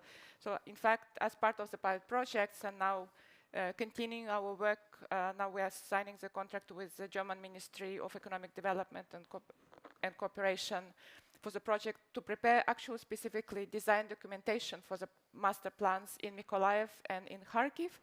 And we are also looking into pilot project on kind of using circular economy, using the rubbles to refurbish the housing, for instance. So looking into different approaches, innovation centers, but also, as Fiona, you mentioned, the green and blue corridors. So urban forestry is one of the rather inexpensive but very effective way to improve the quality of life and also make people wanting to come back. So people are looking for better quality of life. It's possible to get also kind of a cheaper solutions through the urban design, for instance. So it's all possible. But another side of the model of this medal is education of the population, because I think one of our concerns is that we bring the top-level world architects, you know, to build better in Kharkiv, Mykolaiv, and other cities. But are people able to use it? So, for instance, we also conducted, the cities conducted actually surveys and trying to really bring this two-way communication between the citizens about where and when and how they want to do these pilot projects. But also we need to educate them and using them, because at the UNEC, I saw so many pilot projects across the region when we developed pilot energy efficient buildings and people are not able to use them. So one of the activities that, for instance, already developing in Mykolaiv between our Italian partners to develop connection between universities. So to develop environmental education at university level, probably at school level, to bring capacity to use those innovative technologies also, especially with children. Thank you very much. We can take some questions from our audience also. If you have questions, if you put your hand up or wish to make a comment. Doesn't have to be a question, you can just make a comment. There is a hand over there. Fiona? Yep, sorry? There's a question. Where? The hand? What? There. Oh, yeah. You have a question too. Thank you very much. Heather Graby from Open Society and Bruegel. So we have the London conference coming up, in which donors will talk about the kind of reconstruction aid that they are interested in supplying, even while the conflict is still going on. What would be the main things you would like them to include in their commitments to Ukraine?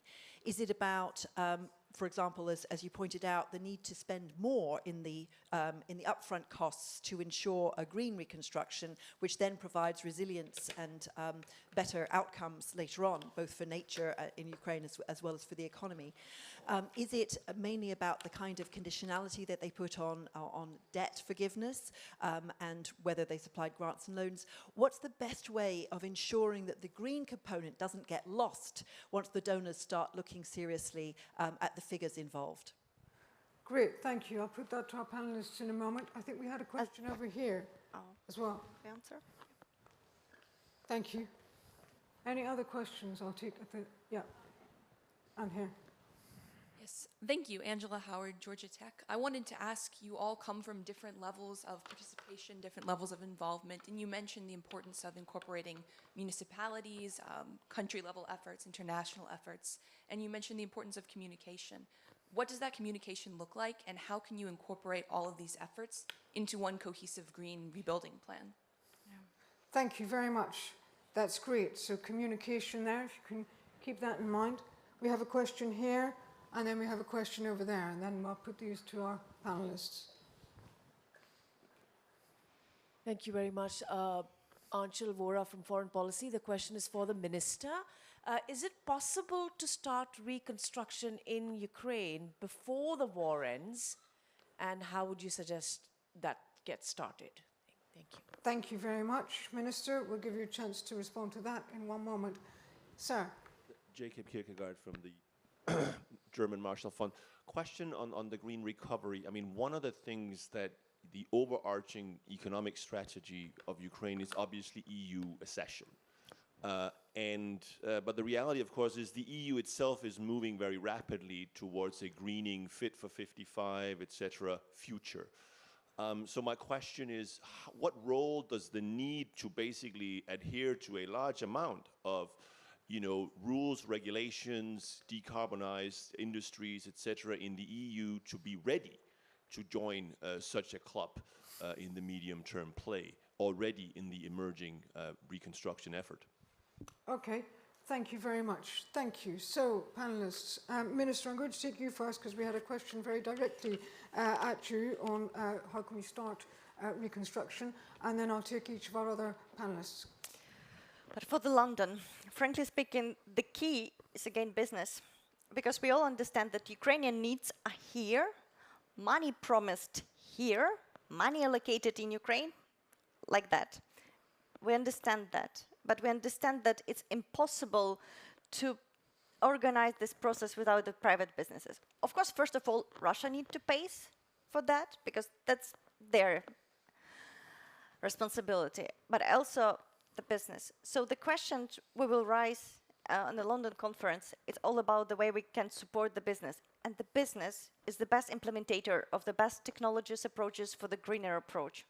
And that's the way to transform better and organize better. Our economic survived somehow. We still have operational businesses. And let's say energy decentralization. It's still not very fast, as I mentioned, but let's say the businesses, Ukraine has quite a strong agrarian sector already developing and building their own capacities to produce the energy from the biomass. That's the way how it can be more efficient. And also, it's very important for us, and we can probably answer this question for the how to start the restoration right away. During the last year, we already repaired or rebuilt 33,000 objects. Of course, these are objects of different scale. But for example, we have totally destroyed 360 bridges, and that's only on the main roads. From this, like a 360 bridges, it's incredibly big amount. And from them, we established the temporary passages nearly on 100, and we're now constructing 42 of them. Because it's again question of the survival. We need to evacuate people, we need to deliver the food to the people, and in the same time, the bigger picture, export. Ukraine economy is export-oriented. We know what's happening with the blockade of the seaports. The situation with Mykolaiv is even the worst. At the same time, our businesses are trying to build additional routes. And frankly speaking, now the Danube River became one of the life-saving ways for us. And yes, we are keeping our eyes how to make sure that our infrastructure answers the necessity to export Ukrainian tools. And that's about the world security. Food security is also here. That's why we understand that the reconstruction is happening now already, because it's for the people who stay living in Kiev. I'm living in Kiev with my 5-year-old son. It's happening only because we have a good air defense. But in the same time, we understand that the zero question for all our reconstruction questions, it's the defense. The Black Sea Grain Initiative had a chance only because we recaptured the Zmyny Island, the Snake Island. That's why the idea I would like to bring in everyone's head that the only way actually to see this war is to provide the security guarantees, because to make our transition greener, we just need to stop the pollution by the weapons. And actually, one of the additional thoughts, and I think it's a good platform to mention that, it's a NATO membership. We need political invitation for the NATO, because it's way cheaper than to put Patriot systems all over the country. Just no one has such money. Thank you. It will be, yes. Thank you very much. Thank you for that. And may I combine all three questions? So first of all, sorry, I'm sitting with my back to you. But in Ukraine, we say after you there should be a wall or the person you trust. So I trust you guys. First of all, if we speak about restoration, we need to understand that we need businesses to come to Ukraine, because Ukraine by itself doesn't have any money or to renovate itself. For sure, if we speak about business, business is about money. Money is about risks. The bigger risk, the bigger margin. The less risk, the less margin. So we invite all the people to invest in Ukraine now, but I'm not sure if anyone will come today in Mykolaiv and start their business. But at least on a level of feasibility study or design study. So for sure, we review as city of Mykolaiv, for example, not as a place for investments for our city only, but as a door for investment for all other cities ruined in Ukraine. And for sure, if we speak about new standards of building, like the question you asked, for sure, we need to build new enterprises, new factories on the green transition rule. So to make them more greener, more efficient. But if we speak now about Ukraine, it's not about efficiency. So I was in Hanover Messe, where people discuss how to move from gas to hydrogen. But today in our country, in our city, there is a plan to cover the destroyed windows with the plywood provided with from Denmark to heat buildings at least for the minimum temperature to live there. So for sure we need to end this war, and after that we will be able to speak about green transition, electric transport and everything. Now it's about survival. Thank you very much. Thank you. For a short comment about the forest. So one of the cities not far from the Mykolaiv, they cut all the forests around the city and inside cities parks as well, because they're building fortification. That's, and again, like I'm just like a supporting to the mayor words. Unfortunately, we need to focus on that. And I think one of the worst things Russia did, that they turned our attention from the green transition for the better world to the weapons again. I'm an expert now already in all types of the air defense. I don't want to be. I want to speak about nitrogen. But unfortunately, and that's another reason to stop it. Thank you. Sorry. No, that's a very important point. Thank you very much. Thank you for making it. Gulnara, your final words on the answer to these questions. Just maybe on the communication. I think digital and green are going together. And one of the key aspect of work in terms of communication using digital tools. I think Mykolaiv is really the pioneering city in the using these online tools, and thanks to that, this long-term master planning was possible really to do very fast in Mykolaiv. For instance, OneWorks, the company and the city government is using even communication with local people using the online platform, saying like where you want to have your park or when you want to have your road. So it's done using digital platform. The digital platform is also important to ensure transparency, because the positive image of Ukraine will remain very high if transparency is maintained. There is no duplications, because we see from Syria or Iraq, there were duplications in activity of the donors.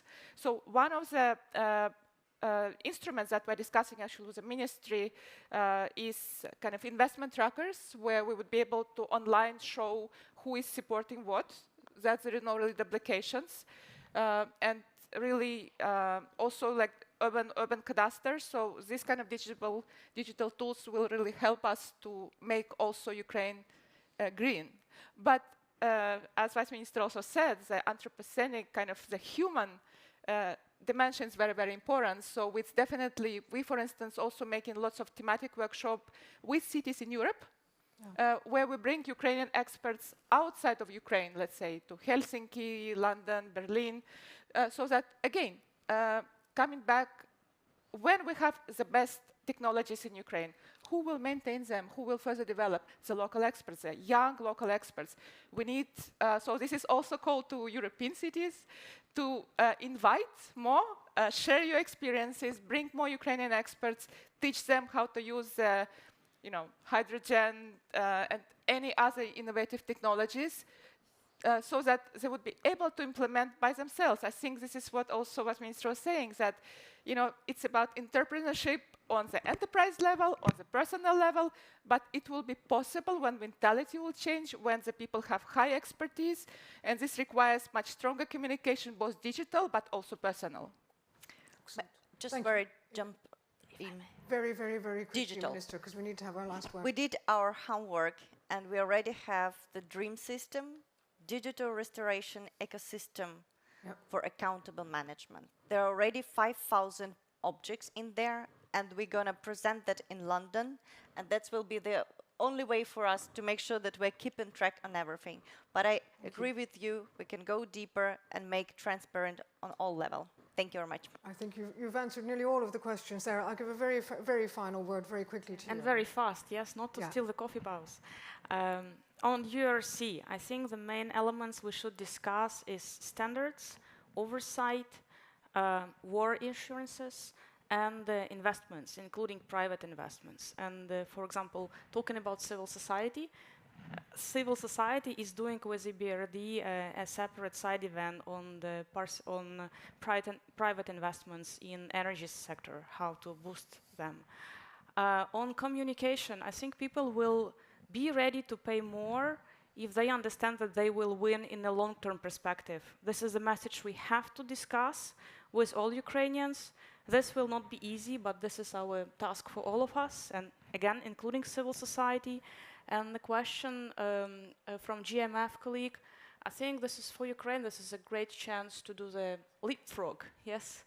To use everything which is already implemented in Europe, use new technologies, implement something new in Ukraine, and then probably, as I said, it could be a good testing ground for European cities than to use there to increase their capacity. Thank you very much. Thank you. Well, thank you all very much. It's been a great privilege to have you all here with us today. I'm sure we all wish you the best of luck with your efforts. Thank you to our audience. I hope that was all of your questions very thoroughly answered there. And now it's time for your coffee break. So please join me in thanking our panel. Thank you.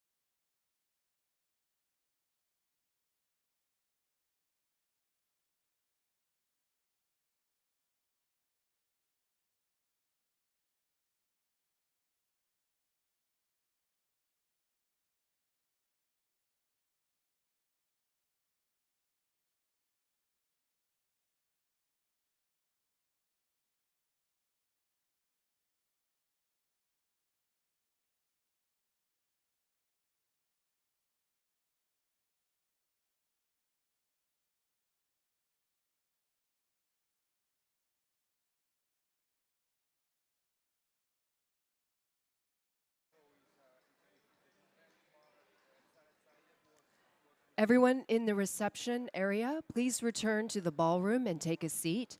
The next session will begin in 4 minutes. Please return to the ballroom. The next session will begin in 4 minutes.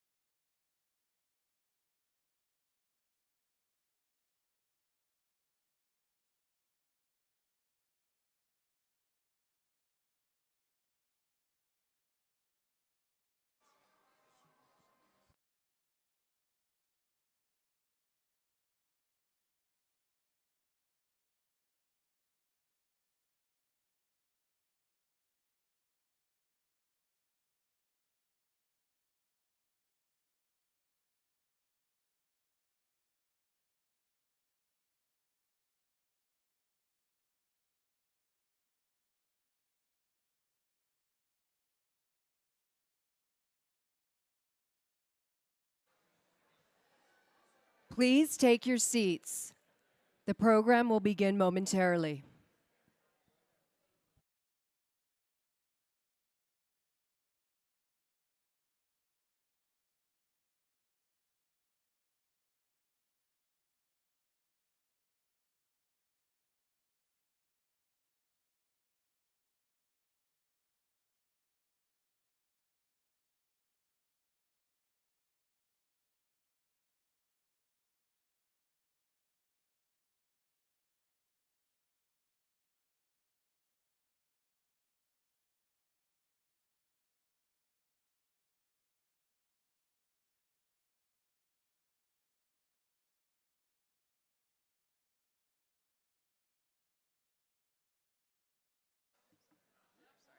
Music down.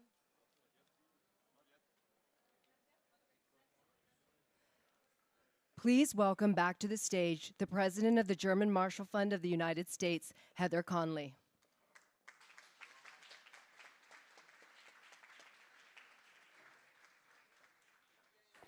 Well, thank you so much. I am delighted to bring a great guest with me. Please, with your round of applause, welcome Senator Cory Booker, Democrat.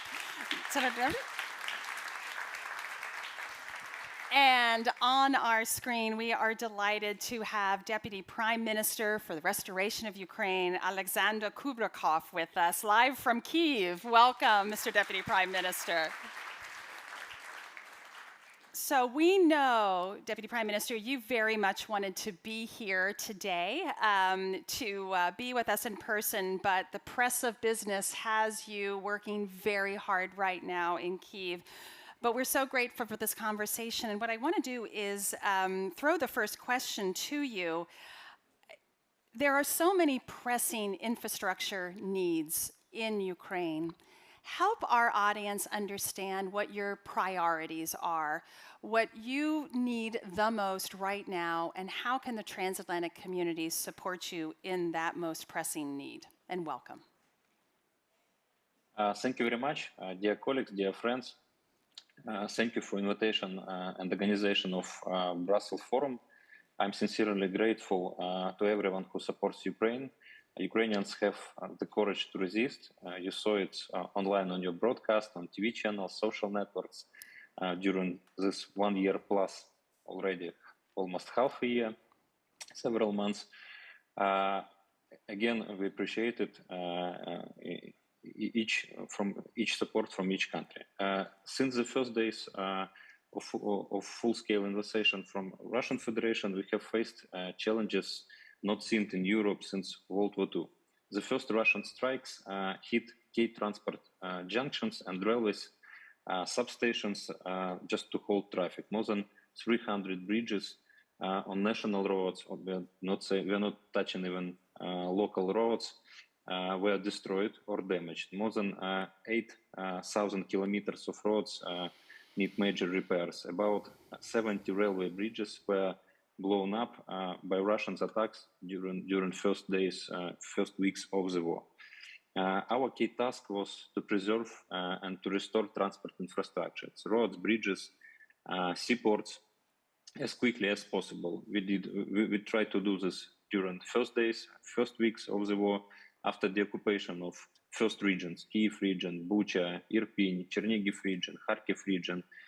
We were able to restore first like 130 artificial structures, mostly bridges, railway bridges, road bridges, during days, weeks, because it was critical for military supply, it was critical for humanitarian support, it was critical for our economy as well, because export issue is still very important, and it's important not only for Ukraine, because Ukraine is world's largest supplier of agricultural products, and in first months of large-scale invasion, the only route which was available for us was Danube, our seaports on Danube. After liberation of Zmeiny Island, we were able to open our channel to the Black Sea from Danube, and it's increased our export capacity, and we were able to export during last year through these channels, through our seaports on Danube, more than 16 million tons of cargo. It's mostly agricultural products. to this day. But again, it wasn't enough because normal figures for our economy were before the war, it's 150 million tons of different goods, and mostly it's agricultural products. Thanks again to all leaders, to all countries who supported grain initiative. It's United Nations, Turkey, European Union, and USA. So it was critical, and for this moment, we already exported through this channel about 30 million tons of agricultural products. Again, just to send to meet needs of the world. We hope that this support will be continue, and we will do this. We will continue to do this as well. Solidarity lanes, it was also critical project, in spite of all problems which we faced with our neighbors during the last months, I would say. Currently, our ministry focus on the projects which will return Ukrainians to home and stabilize situation in communities. One of the key focus is energy infrastructure, and since first attacks on our energy system last year, we were focused on passive protection of our electricity substations. We covered more than 100 different objects. It's mostly electricity substations and generation stations with big bags, with different, very simple but cheap solutions. We were fast with this, and definitely it helped us. However, I will be honest, passive protection is not enough, and I have to say again to thank you, our partners, for the air defense equipment, which saved many lives of our people. At the session of the summit of G7 countries, President Volodymyr Zelensky said that patriots in the hands of Ukrainians showed what democracy is capable of. However, the air shield can be complete only when ground-based air defense systems are supplemented by modern aircraft in the air. And again, we are grateful for the just decisions which we received in last several days. I think when our pilots trained on F-16 and when these machines appear in our sky, it will be important not only for Ukraine, because it will be a historic moment for the entire security architecture of the world. Again, if try to simplify, our Black Sea channels, our Black Sea waters can be protected by ourselves without any initiatives in case if we will receive F-16s, in case if we will receive enough air defense systems. So we don't need any initiatives. In this case, we can restart our economy, because still a lot of industries, they're suffering with the problems of logistics. Again, if I may, just a few words, just in order to, okay, and finish here. Just the war faced us to look at protection, not only energy infrastructure objects. We already designing tunnels on important logistic routes, because we see that there were a lot of attempts to destroy the key bridges, the key tunnels, the key objects, and the president also signed a law according to which every house must have a bomb shelter. So we already taken this in our recovery plans and working on this.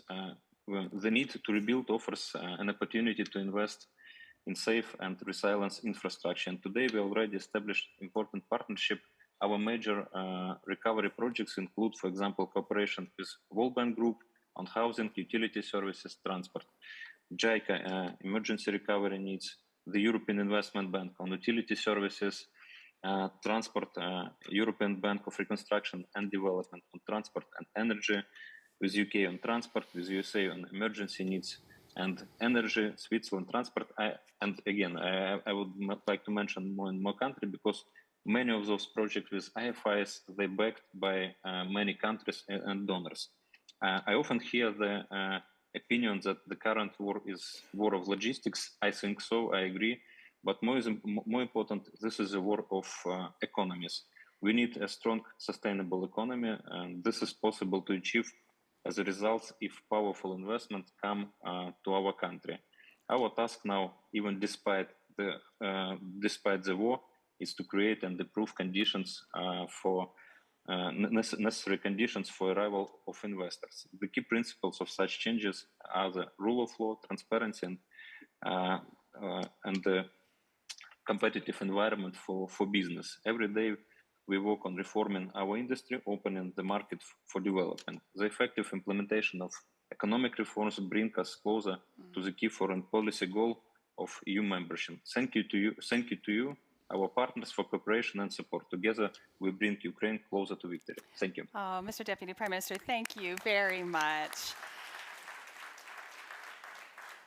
Senator, I have to say, hearing that a requirement of every house has to have a bomb shelter is something that is quite unimaginable, I think, to most of the American people. You're a member of the Senate Foreign Relations Committee. You have visited Ukraine previously. How does this look from your vantage point, not only where we are in the war, but the imperative of reconstruction? Well, first of all, let me say thank you to everyone at the GMF for having me here. This is extraordinary to sit not just with you and your leadership, but Deputy Prime Minister, what an honor to be virtually in your presence. I had the privilege of, after the Russian invasion of Crimea and the attacks along the line of contact in the Donbass region around 2017, 2018, to be there with a lot of your military leadership in one of those bunkers, discussing the critical relationships between our countries and supporting you in the efforts then.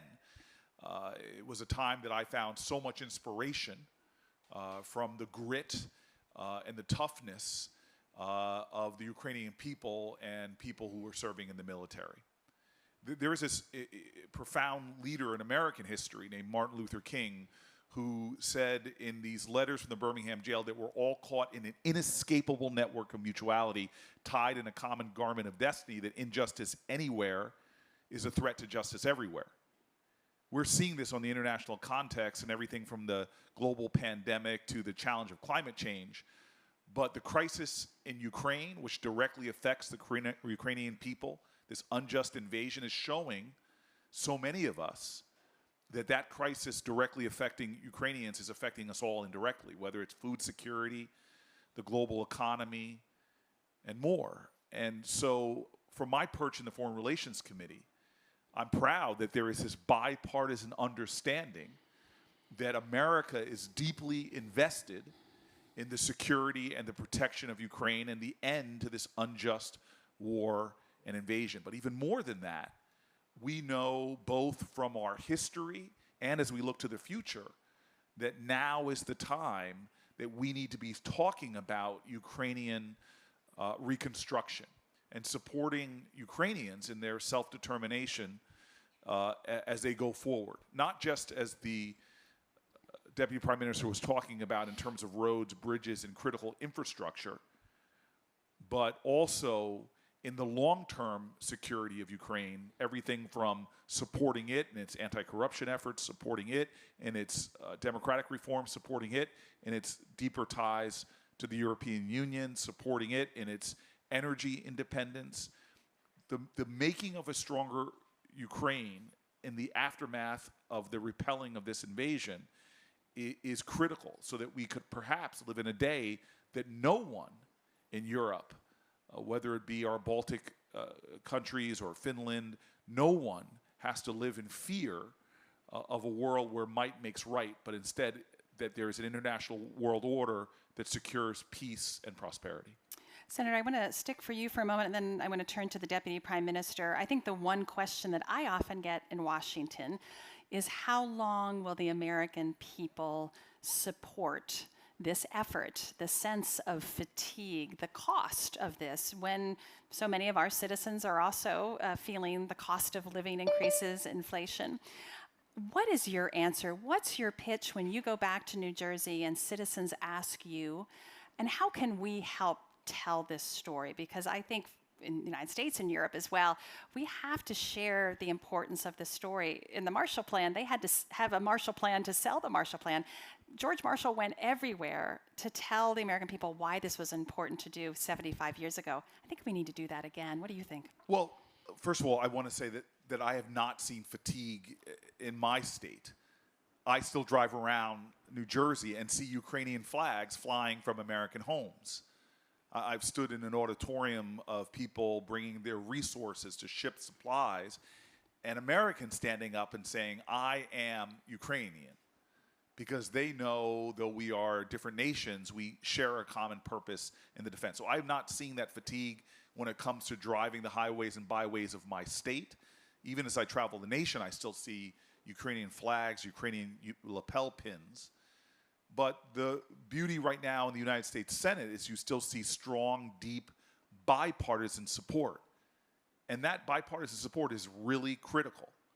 Because as much as we want to talk about the Marshall Plan, Marshall, part of a Democratic administration, it was Arthur Vandenberg, that's right, as the head of the Foreign Relations Committee, the Republican, that made it possible.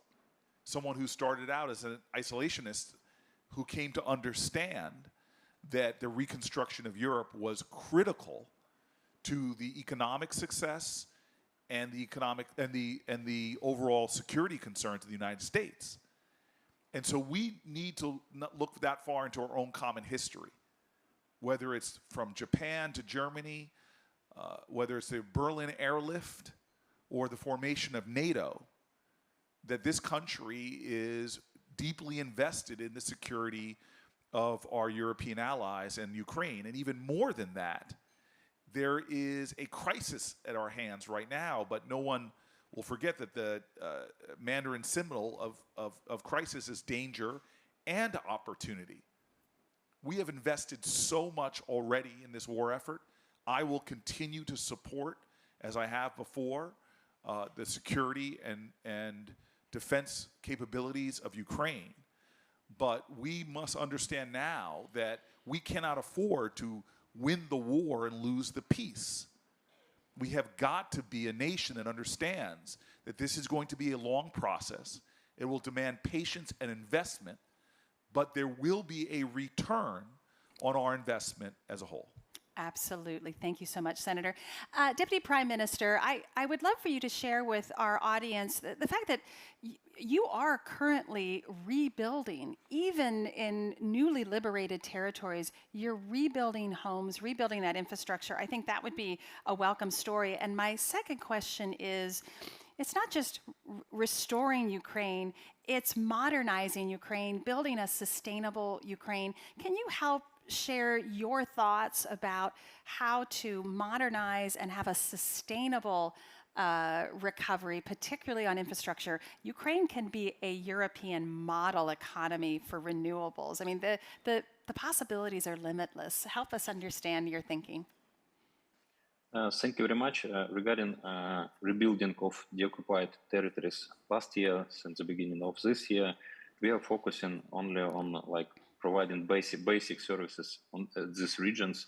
First of all, we're trying to restore transport connectivity just of these regions with the rest part of Ukraine, and at least some minor basic services, social services. First of all, healthcare, some education services. This is our priority at this stage. And recently we started providing financial support for our people, who received, whose apartments, houses received some minor damages during this war. This is, at this stage, I mean, this is probably the most critical. Almost all projects we are implementing with support of IFIs, and this is our priority. In terms of rebuilding and more long-term vision, I think it's important to say that I hope that very soon we will start accession process to EU membership. And I think those two projects, if you're talking about modernized Ukraine and new country, new economy, will be combined with accession process. I mean, it will take investment. I mean, it will cover all aspects. First of all, reforms, and as a result of reforms, investments.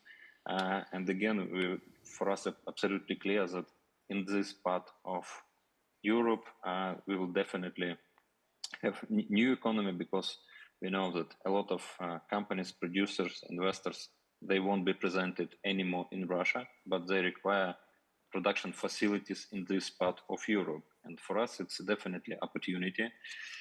For us, we definitely have to use this opportunity to provide required conditions, guarantees for the investors. again, we will talk in more details. We'll present those plans during London conference. Definitely, energy sector will be the key element of new economy of new Ukraine, because first of all, many of our very old and very inefficient power generation stations were destroyed last year, and definitely we will focus on new projects, on new decentralized model of energy system, which will be more reliable, more green, and it will require huge investments from private sector. But again, in order to receive these investments, we understand that we need to finish our homework. In parallel, if it will happen in parallel with accession process, with required reforms, which already some of them, many of them, I would say, were implemented last year and this year, I think we will succeed. Deputy Prime Minister, the one question I do hear often is, do you have sufficient absorptive capacity and human capital to be able to implement these massive projects? I mean, it's on a scale that it's hard for me to understand, and understanding where 10 million Ukrainians are outside Ukraine, IDPs. Are you worried about absorptive capacity to be able to fully implement this restoration program?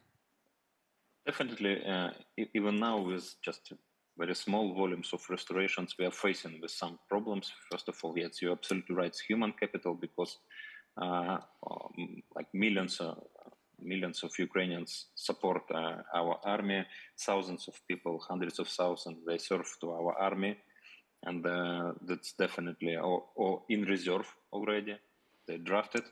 So it's problem number one. Second, it's logistic problem, and third, it's definitely building materials. A lot of productions were destroyed in first region during first year of the war. So it will have problem. For example, all steel for bridges in previous year were produced in Mariupol and Azovstal. Now we understand that it's not available for us. But anyway, I mean, all those challenges we will overcome. Senator, building is a shared responsibility. We've just heard from the Deputy Prime Minister how they're preparing the way. How do you envision the U.S. playing a role in Ukraine's reconstruction? We certainly are focused, and we heard earlier this morning, we're focused on providing the military capabilities that Ukraine needs to liberate those occupied territories. But there feels like there's some hesitancy about going to the next step, which is committing the United States with our European partners for this shared building. What do you think needs to be done in Washington to help with a modern Marshall Plan for Ukraine? Well, again, we are a democracy that things have to be sold, and you have to make sure there's a shared understanding. I actually am confident that we will see the bipartisan support of reconstruction, and we need to follow some very basic principles and many of the lessons learned from the Marshall Plan. So first and foremost, Ukrainian-led and Ukrainian-centered. It's really important that it is something that the Ukrainians are leading. You heard the Deputy Prime Minister talk about transparency and accountability. That is really critical at a time where nefarious forces thrive on corruption. It's no coincidence that just days before Putin's invasion, he was giving a speech maligning Ukrainian efforts to root out corruption because it undermined the kleptocracy's ability to influence Ukraine. So that's the second principle I would say that's very important, is supporting efforts to make sure that there's a lot of transparency and there's anti-corruption efforts. Another critical principle is private sector has got to be at the center of the effort. And yet, private sector has to have some kind of assurances that help to de-risk the investment of capital. And this idea that we could provide many of the Western nations a fund to help with insurance, for example, is going to be very, very critical to attracting the kind of private capital that's ultimately very necessary. In addition to that, we need to be bold and creative, and that's what excites me about this opportunity. It is an opportunity for Ukraine to be a leader when it comes to certain areas. Creating a energy a model for the future of Europe could happen in Ukraine. In integrating new technologies and new opportunities could be critical in Ukraine. And so I see a lot of possibilities if we can reimagine and dream along with the Ukrainian people about what is possible. And this is the thing I'll end with. I have watched now, over the last 2 years, the Ukrainian people continually being underestimated by the larger global population. And time again, you have seen Ukraine define one of the principles of this conference, ideas. The last word I saw was hope as I walked in here. And Ukraine has shown what hope is really about.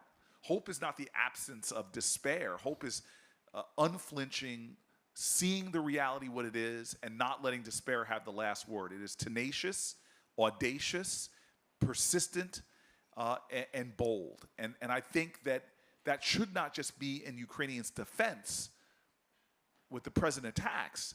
I think we need to have that same kind of Ukrainian hopefulness leading us into the reimagination of a better, more secure future for Ukraine and for our transatlantic alliance. I'm so glad you mentioned the role of the private sector. That will be predominantly featured at the London Ukraine Recovery Conference. The Deputy Prime Minister mentioned that. And in fact, the original Marshall Plan was led, Paul Hoffman was the former CEO of Studebaker, one of the great industrial of the age at the time. Does the United States need a new Paul Hoffman to lead this effort, sir? Well, again, I would like to see the ideas of recovery become more centralized now.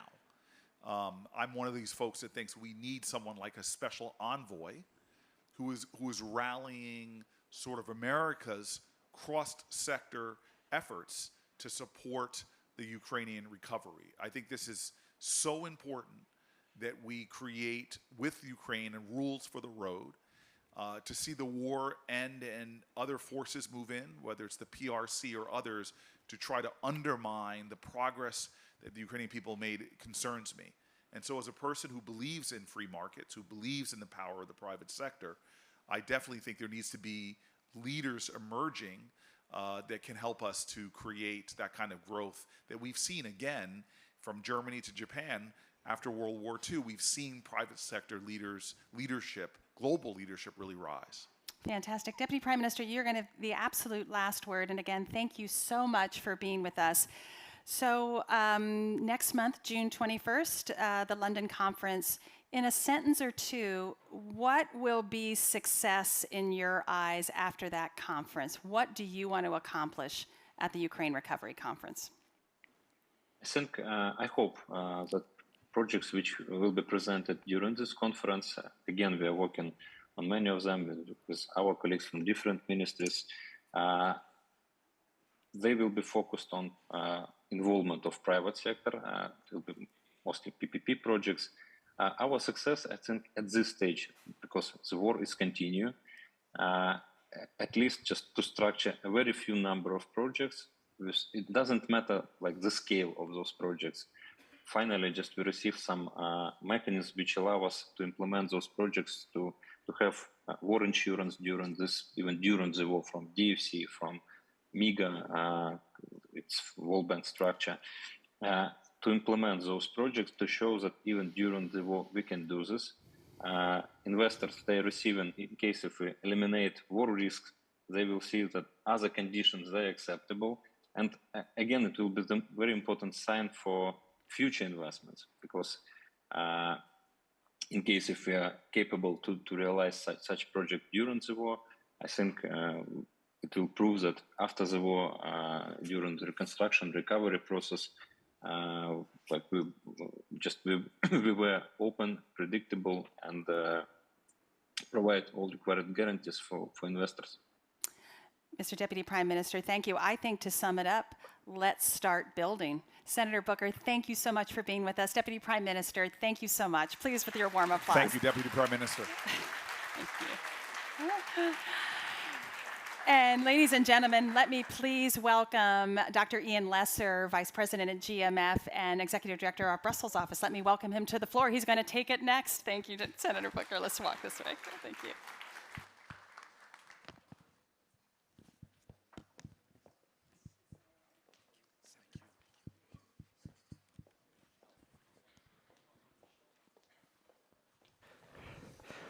Heather, thank you very, very much.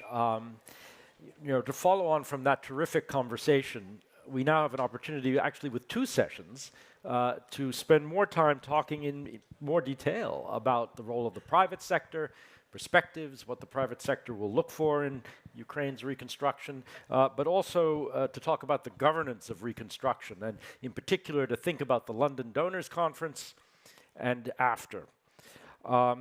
You may notice on the agenda that we framed these 2 conversations as the Odessa debate. And there's a reason for that, actually. Several good reasons for that, in fact.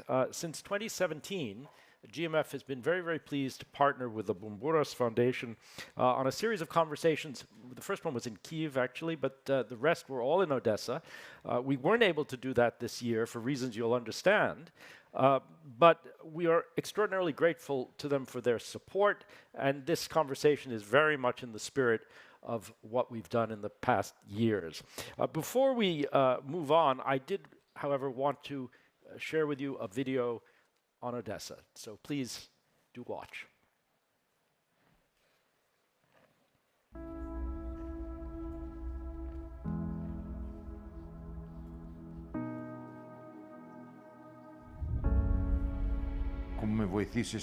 Over the years, and especially during the war, my foundation has supported numerous hospitals in need of aid. Additionally, for the past 5 years, together with the German Marshall Fund of the United States, we organized a successful conference that focuses on the security of the southern region of Ukraine. Despite this war, we observed change in Ukraine. I think that at the end of the conflict, Ukraine will be in a better position than before the war. Mr. Zelensky is leading this change. He is a symbol of freedom and democracy.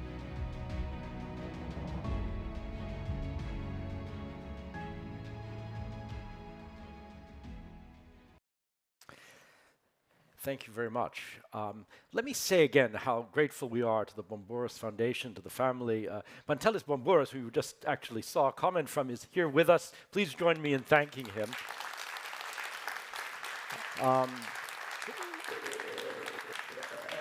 Odessa is a very special place for those of you who are familiar with it, and it's emblematic of a very long cosmopolitan history and, in fact, a long history of globalization for Ukraine and for the Black Sea region. So very appropriate in that sense. We're now going to move on to the first of our conversations on the private sector and its perspectives. And I'm very, very pleased to moderate this conversation, to welcome my colleague in Brussels, Jacob Kierkegaard, who's Senior Fellow, actually, with GMF and also the Peterson Institute in Washington. Jacob, over to you. Thank you. Thank you very much, Ian.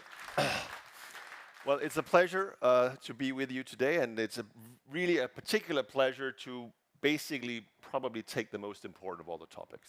Because we know most countries, I speak as a Dane, it's really the private sector that takes the lead in all reconstruction. And that's really why we are here. We want to find out not only what or how we're going to do it in the future, but equally important, what we are already doing to rebuild Ukraine. And I'm happy that we have a very exciting panel to help us with, guide us through that today, bringing us both perspective directly from the private sector, but also some of the key policymakers from the public sector who will shape the business environment that private sector investors in Ukraine will be faced with or are already facing, and will be faced with in the coming years. First, I would like to introduce to you Lucy Cronin, who comes with us, she's the Vice President of EU Public Affairs for Amazon, which is obviously a company that needs no further introduction. I say that as a recent father of small children, where certainly Amazon Prime came in handy. But it's also, of course, a company that does a lot of business services for other companies. It facilitates what other private businesses do. Then we have Andy Hunter, who comes with us as the president of the US AmCham in Ukraine. He represents more than 600 American and international investors and businesses in Ukraine. And then we have from Washington, Dorothy McAuliffe, who is Joe Biden's special representative for global partnerships at the US Department of State, where she is tasked with advancing precisely the kind of public-private partnerships that we want to talk about now. And then last but not least, we have a very special guest with us from Kyiv, the recently appointed director of the National Anti-Corruption Bureau of Ukraine, Mr. Simon Krivonos. Thank you very much for joining us today. And as we already heard, the mayor of Mykolaiv actually said it, private sector investment is always about risk and reward. It's about really mobilizing animal spirits. It's about figuring out the business climate, etc. So what I asked the participants of the panel to do was basically come up with a concrete example, an inspirational idea, something that their businesses are doing, their offices are doing to promote the goal we all want. So we will hear initially from each of the panelists, and then we'll have a moderated discussion, and then I will go and call upon any of you in the audience who would like to have a word as well. So without further ado, we agreed, Lucy, please take it away. The First Lady first.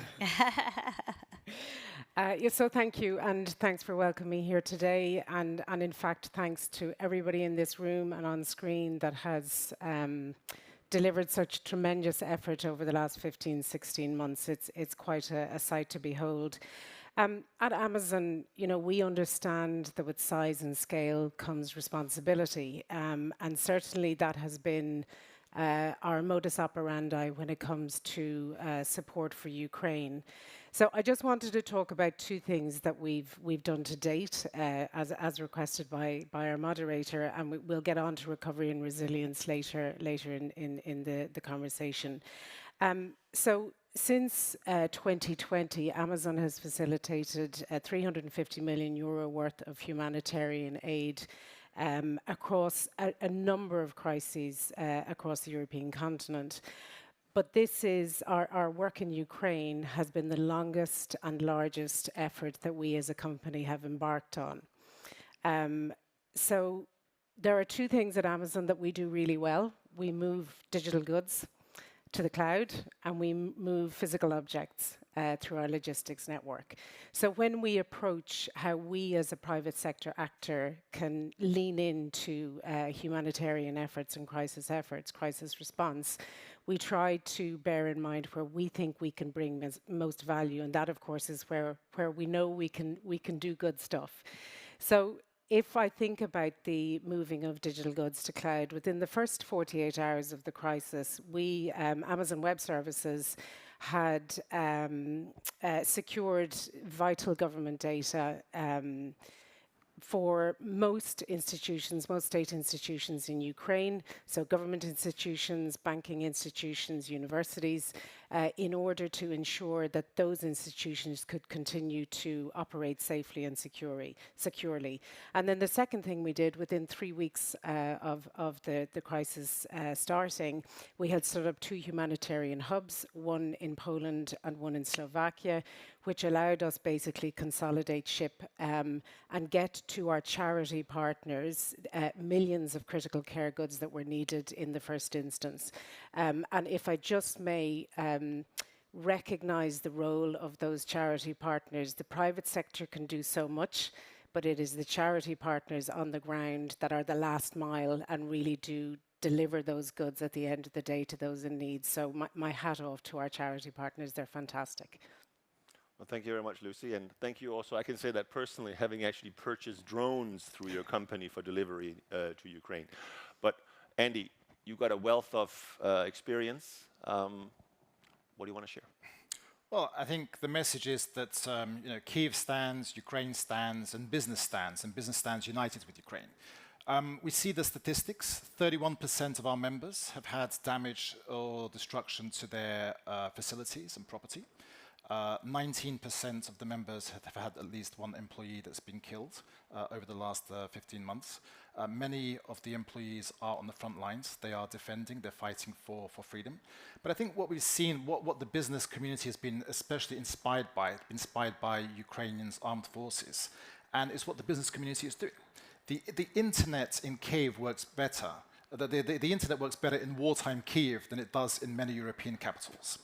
And that's thanks to companies like the infrastructure, the IBMs, the Ciscos, the Microsoft, and I think companies like Amazon. The banking sector, it works seamlessly. Thanks to again like Visa, MasterCard, the payment systems. But the fact that Amazon gave the banks the opportunity to move, like we had this analogy about going into the tunnels during the Second World War. Now we're going into the clouds, and that's where the safety is, because the data centers, they were at risk. They were the targets, because the plan was to hit out the banking system, and the country, the economy would be pretty much dead. But that's working.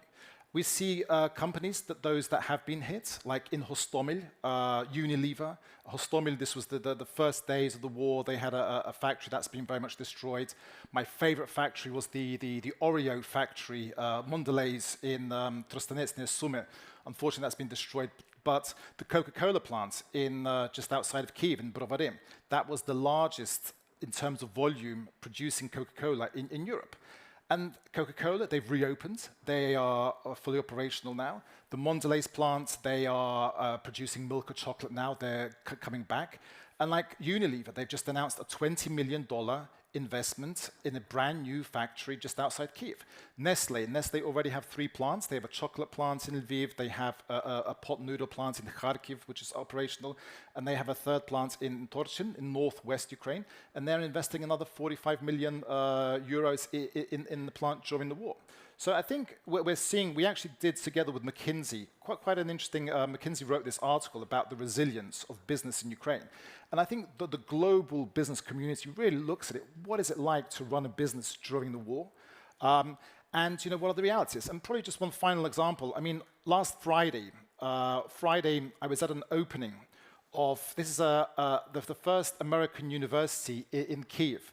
And this was a launch and the opening, a private sector investment in a new university in Kyiv during the war. And this was the Friday, this was the week when we had missiles flying over Kyiv. And one particular evening, we had both the cruise missiles, ballistic missiles, we had the kamikaze drones, we had the hypersonic missiles, all being brought down over Kyiv, a really noisy night. And then the next morning, we go to the beautiful, on the river, Dnipro, with the sun shining, the river port, which was actually built under Khrushchev in 1961. And in 2023, during the war, a brand new American university funded by the private sector opens. So the business sector is there, and the big business sector, the private sector is there to stay. Dorothy? Yeah. Any views from the Office of Global Partnerships? We've already heard a number of examples. So thank you for the opportunity to be here. This is an incredible gathering, and it's just a real honor to be in the presence of so many great minds who are tackling one of the greatest challenges of our times, our lifetimes, honestly. So from the Office of Global Partnerships, I just want to first state what we do and how we think and how we approach private sector. We are the office at the U.S. State Department that leverages the private sector. So we work, and we think of private sector as a broad definition of both civil society, business, academia, and so on. Anything that is not U.S. government, we look to see how we can leverage the resources of the private sector to bring solutions to the foreign policy challenges and national security challenges that we face as a country. One of our highest priorities, of course, is recovery, rebuilding Ukraine, commitment to the fighting the war, full-scale war of invasion by Putin, and bringing the resources, the full resources of the U.S. government to bear, and as well as working with our allies and international partners. And so I can think of, you asked us, the challenge was think of, one idea. An important part of what my colleagues have worked on, and State Department has been the lead on, the energy sector, because we know the energy sector undergirds the complete reconstruction and rebuilding of Ukraine. We saw great success with, as Putin tried to weaponize winter in Ukraine, we saw great success with public and private sector internationally coming to bear on, being creative around finding solutions to help shore up the energy grid. We know that will be an ongoing source of opportunity and need as Ukraine looks to reconstruction. So I would say thinking together with private sector and public sector together, platforms around the world, that is a huge opportunity for private sector risk and reward. As we see the war continues, sadly, and we hope for the day that it ends, we have to, as has been stated many times, continue to think and to work today on reconstruction and rebuilding. And I think the opportunity for the climate ambition and the green rebuilding is certainly in the best interests of the world and in Ukraine, as has been stated, in terms of shifting their reliance, creating their energy security, and the opportunity to build a model for the world on what that kind of transition looks like. I led a delegation to the Western Balkans on energy security and climate ambition. And, the goals are very much the same across the world. How do we look towards a secure energy future and rebuild and divert away from reliance on Russian supply chain in the energy sector? So I think there's great opportunity there. Also, we have many tools. The U.S. government, the DFC has been very active. They have over $800 million now of exposure in terms of debt and equity financing, and as well as political risk insurance. We know the world needs to come together around building the pool of risk insurance, war insurance, and then also Exim Bank as well, looking for a pipeline of projects. So there are these tools of U.S. government, the private sector. We are looking for pipelines of projects open for business. That's our message. And then looking to these platforms of multilateral cooperation and how the private sector engages with those multilateral opportunities, of course, has been noted, anti-corruption and opportunities to reflect and model best practices for the rest of the world going forward. This is not just a Ukraine issue, right? This is a whole of world issue as we look to democratization and the rise of autocracies in the world. So I think there are lots of incredible opportunities for best practices to come out of what is so necessary for Ukraine and the free world in terms of looking at this rebuilding opportunity. The only last thing I'll say is I think we need to be thinking broadly about sectors. So yes, technology, obviously, agriculture, energy opportunities, but also we need to be aware of the challenges around, as Dari mentioned last night, 700 NGOs on the ground, and where can the U.S. government, working together with other governments, help leverage and support those efforts locally around mental health, veterans, rebuilding families and public health systems. And I went to a conference with the National Academy of Sciences in Washington recently, thinking about PhDs that have been interrupted, science and research, all of these sectors that need support and awareness, the cultural heritage piece. So there is no shortage of opportunity and need. And one last thing is that, as Senator Booker mentioned, the United States, the government and people are 100%, 150% behind this effort. And I just want to underscore that so much is at stake for the world in this incredible moment that we're in, and I'm just grateful to be here to have the opportunity to talk with all of you. Thank you. Now, There's only one person on this panel who probably has a direct hand in the general business climate in Ukraine. And that's you, Mr. Krivonos. So we look very much forward to what you would like to share with us. Dear ladies and gentlemen, thank you for inviting me to take part in this event. And now I would like to tell you why is NABU role is main in the future reconstruction of Ukraine. Is important. Is not main and is important in the future reconstruction of Ukraine. Our soldiers, our country, all of us fight for a better future. And in this future, corruption has no place. Once Ukraine wins the war, and a lot of international assistance funds and investments will come to Ukraine. So investors must be sure in the protection of their rights and freedoms and to count on the same rules of game which work in all civilized world. One of the main elements of the fair play is a systematic and efficient fight against corruption. NABU and the Special Anti-Corruption Prosecutor Office SAPO are the leaders of such fight. Our task is to detect and eliminate top corruption. We are the part of anti-corruption infrastructure created with the support of international partners. NABU makes pre-trial investigation in different spheres. The judicial system, the land resources, it's a defending industry, and many others.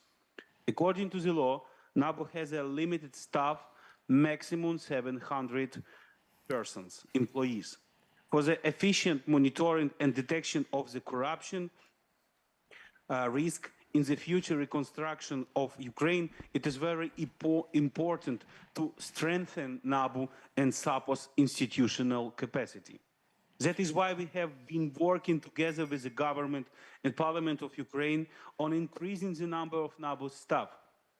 Recently, the draft law was submitted to the parliament, and I do hope that it will be voted soon in full.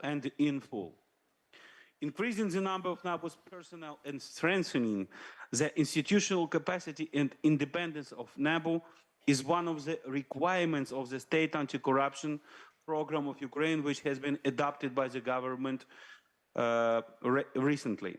In parallel, we work with our internal capacity, and we have already optimized administrative staff and business processes to strengthen those units who investigate criminal cases. NABU was established 8 years ago. Since then, we have been gone through a lot of challenges, but with your support, with the support of our international partners and the European Union, our challenges became our opportunities. Together with SAPO, we revealed the biggest scheme in the judiciary. Working undercover, we detained the head of Supreme Court red-handed. The bribe was $2.7 million. This situation is a perfect example which proves that Ukraine has built an independent and autonomous anti-corruption system able to hunt down any top corruption officials. It was mentioning that the NABU pays a lot of attention to international cooperation. More partners you have, the more efficient your investigation is. We use mechanism of mutual legal assistance, knowledge exchange with foreign partners. We appreciate the opportunity to cooperate not only with 27 EU member states, but also with EU institutions. So we invite you to Ukraine, to Kyiv. Kyiv stands, Ukraine stands, and we are ready for your victory, for our victory and our reconstruction. We have been efficiently fighting with the external enemy with your support, and I believe that with your support we will overcome the internal one. Thank you, ladies and gentlemen. Thank you very much.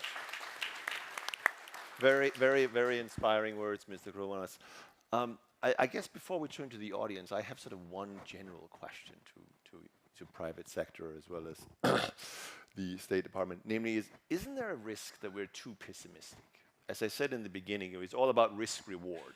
And the risks are fairly obvious. We see that on the news every day. But at the same time, there is a lot of reward. I mean, we just heard the Deputy Prime Minister say, well, look, there's a lot of businesses that will leave Russia but still needs to be in the region. We are in a general global environment where companies are looking to reshore or diversify out of China, whatever we used to call it. Ukraine, with the association agreement already in place, has virtually unfettered access, even in agriculture, to the EU market. It has, I think it's fair to say, very competitive wages. And once it has its territory reintegrated, and through the efforts of Mr. Krivonos and his team, have a far better record also on anti-corruption, why wouldn't the private sector come rushing in? Yeah, it's risky to invest in Ukraine, but it's more risky not to invest in Ukraine now. And I think that's the message that we are trying to deliver, that Ukraine is open for business. And we see real, tangible examples. I've been living and working in Ukraine since 1996, the last 27 years. I've seen a lot of good, I've seen bad, I've seen ugly. But I think now this momentum, Ukrainians are united more than ever. I think there's an understanding that now is the time to really rebuild the country. I think Ukraine geopolitically is facing the West. And I think business is also facing the West. I think it's cutting ties, the business ties and the geopolitical ties they had with Russia. I think Russia always wanted to see a corrupt Ukraine because that's the way they did business. And I think now it's really for the private sector, and the private sector is showing the way already. And I believe this is what's going to be. It will be the place to invest. And I think what we need for that, I think our members are showing the two key issues. Firstly, it is the security. So in terms of what will the security guarantees be? Will it be NATO membership, or will it be another sort of some sort of security guarantees? And then secondly, rule of law. I think having the rule of law in place gives the reassurance to the investors that your investment is safe and it's the place to do business. Yeah, I think from our perspective, we would look at it in terms of, there are a couple of things that we think are very, very important and necessary to the rebuild of Ukraine. I mean, as a private sector actor, obviously a stable regulatory environment is always important, regardless of the territory. So that would be something that we would be obviously looking very closely at in terms of investment in Ukraine or elsewhere. I think there are things like, and it was mentioned in the last panel, sustainability and the green transition. We're the largest corporate buyer of renewable energy globally. We know a little bit about the green transition and how important it is, and how important it is to companies like Amazon when they're making investment decisions. So that is certainly something that we would, like to see across all territories, including Ukraine. But, I share your optimism. We have seen, we know that across all countries, SMEs are the backbone of the economy, no matter where you are. They are really the backbone of the economy. And obviously, as Amazon, we work with lots and lots of SMEs. And the doggedness of our Ukrainian SME partners is truly impressive. And I think if they are the future, and they are the future backbone of the Ukrainian economy, then that certainly gives rise to optimism.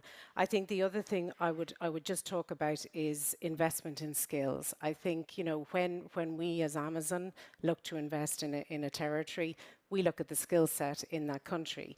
So any of the efforts that ourselves through IT Skills for You, in terms of cloud computing skills that we're delivering to Ukrainians, both in Ukraine and outside Ukraine, but there are many, many other efforts ongoing in Ukraine that I think will certainly be helpful to making well-informed and comfortable business decisions when it comes to the future investments in Ukraine. So, not speaking for the private sector, but a very important role that we play in our office is to be a listening and sounding board. We created, where I first met Andy, was the Ukrainian Partnership Forum in Washington, D.C., which was hosted by our partner, the U.S. Chamber of Commerce. We partnered with Department of Commerce as well as USAID and the State Department, and we brought together 250 both business, Ukrainian officials, U.S. agencies. And I think it's really important that we can say, oh, another conference, another talking session, but actually it's really important. It's really important that government listens to what the private sector needs, and we listen to how those needs evolve over time, given the status of war, where we are in recovery, and then also plugging into, as we say, these multilateral conferences. So the London Recovery Conference coming up in June. Our series will continue on, and we'll be offshooting other conferences around science and other sectors, human capital, workforce training. So that's all I'll say. I don't want to talk too much on that point. But the point is, I do think we need to keep these conversations going. And as we can tell by turnout here today, there is big interest in the private sector in making sure we move forward and we find those opportunities. Mr. Krivonas, in your initial remarks, you also talked about staffing issues, the need to scale up your office and other authorities in Ukraine. Basically, do you think you're ready for a potential, if not likely, significant inflow of foreign investors, which will come with their own requirements that as we heard from Lucy, for rule of law and anti-corruption in Ukraine? We're always ready. We're almost ready. We are ready. We have enough power, we have a good legislation we're ready, and we are waiting for investors, for recovery of Ukraine, for reconstruction of Ukraine. To protect investors also, and so on. Very good. So we have about 10 minutes left. Time for the audience to weigh in. I have a swirling chair here, so we have a question right here in the front. Over here. Over there. 4. All right. We'll stick with the first 4. Hello, thank you so much. My name is Darina Onishko, European Democracy Youth Network, originally from Ukraine. It's a very interesting session that we just had. And yes, so of course we understand the challenges of rule of law in Ukraine, the concerns that potentially international community may have, and the private sector specifically. But to be honest, also in the EU, there are some of countries that don't have perfect indices about corruption or rule of law, right? So there is also a feeling that to some extent it's as well a Russian narrative that Ukraine is so corrupt country. And my question is, what should change except the wonderful reforms that we just heard about to change this perception of Ukraine, this negative branding? Thank you. We'll take the next question there. Yulia Kozankevich, also from Ukraine. I was really enjoying this topic, also because, in Ukraine, especially in the western part, we were talking a lot about corruption, and we were talking a lot that we were trying our best to overcome it. But on the other hand, we are looking so much for investment to be possible to move with our economics issues and to go through the VAR. But on the other hand, we see how much experience we have from our partners, as you, from the US and European Union. And I believe that my country also would like to become a good partner for you. And my question is how we can use experience of our partners from USA, European Union, private sector, to be a great partners for you in a business in the future, for example, in 10 years. Because we are speaking a lot right now about rebuilding in the next few years, but also in the long scale that also could be involved such young people as me, that in the one day we could also help you a lot. Thank you. I don't know who wants to weigh in. Are we peddling a Russian narrative by focusing too much on Ukrainian corruption, not on corruption elsewhere in the West? And how can Ukraine become a great partner? Well, I think I'll answer the second one. So, I think what's really important from the private sector perspective in answer to your question is we need to continue to listen. We need to continue to work out what it is that is required in Ukraine, and then match where we can help and where we can't help. You know, so I talked earlier about, you know, Amazon leaning into its strengths. You know, we have over 100 SME sellers, Ukrainian SME sellers. In that instance, we listened to their concerns early last year, waived all of the fees that are required for them to sell on the Amazon stores. You know, so that's just a very small example of where I think the really important thing for companies is to continue to listen and then to continue to communicate and engage with government to work out where can we best assist with the rebuild.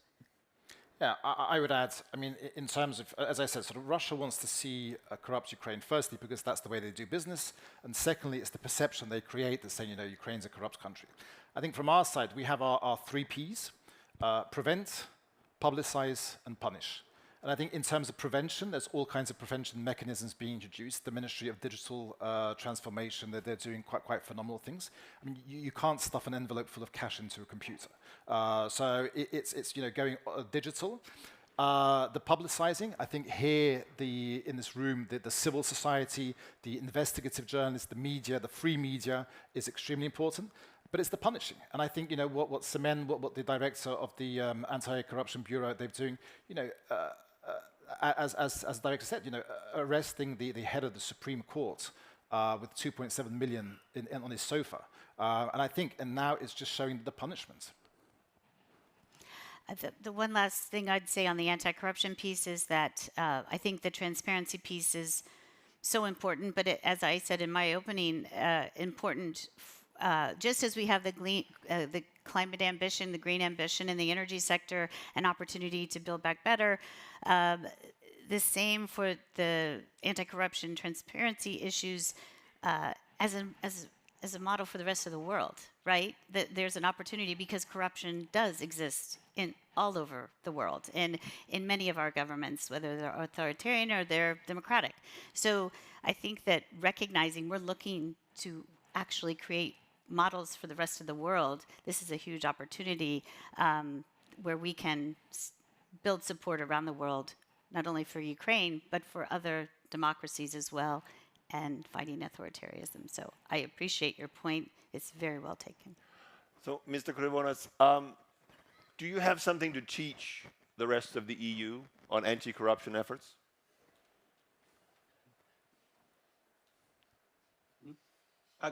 Can you please repeat? Yeah, sorry. No, I was going to ask, I mean, the initial question was, are we focused too much on corruption in Ukraine and not elsewhere in Europe or the West? So my question to you is, do you feel that you have something to learn? You have, something to teach the rest of the world, not least the donor countries, on this issue? I think it's, if I correctly understand your question, we have to fight the corruption and together, and that's it. So, yeah. Okay. We have a question down here in the front. Can we have a mic up?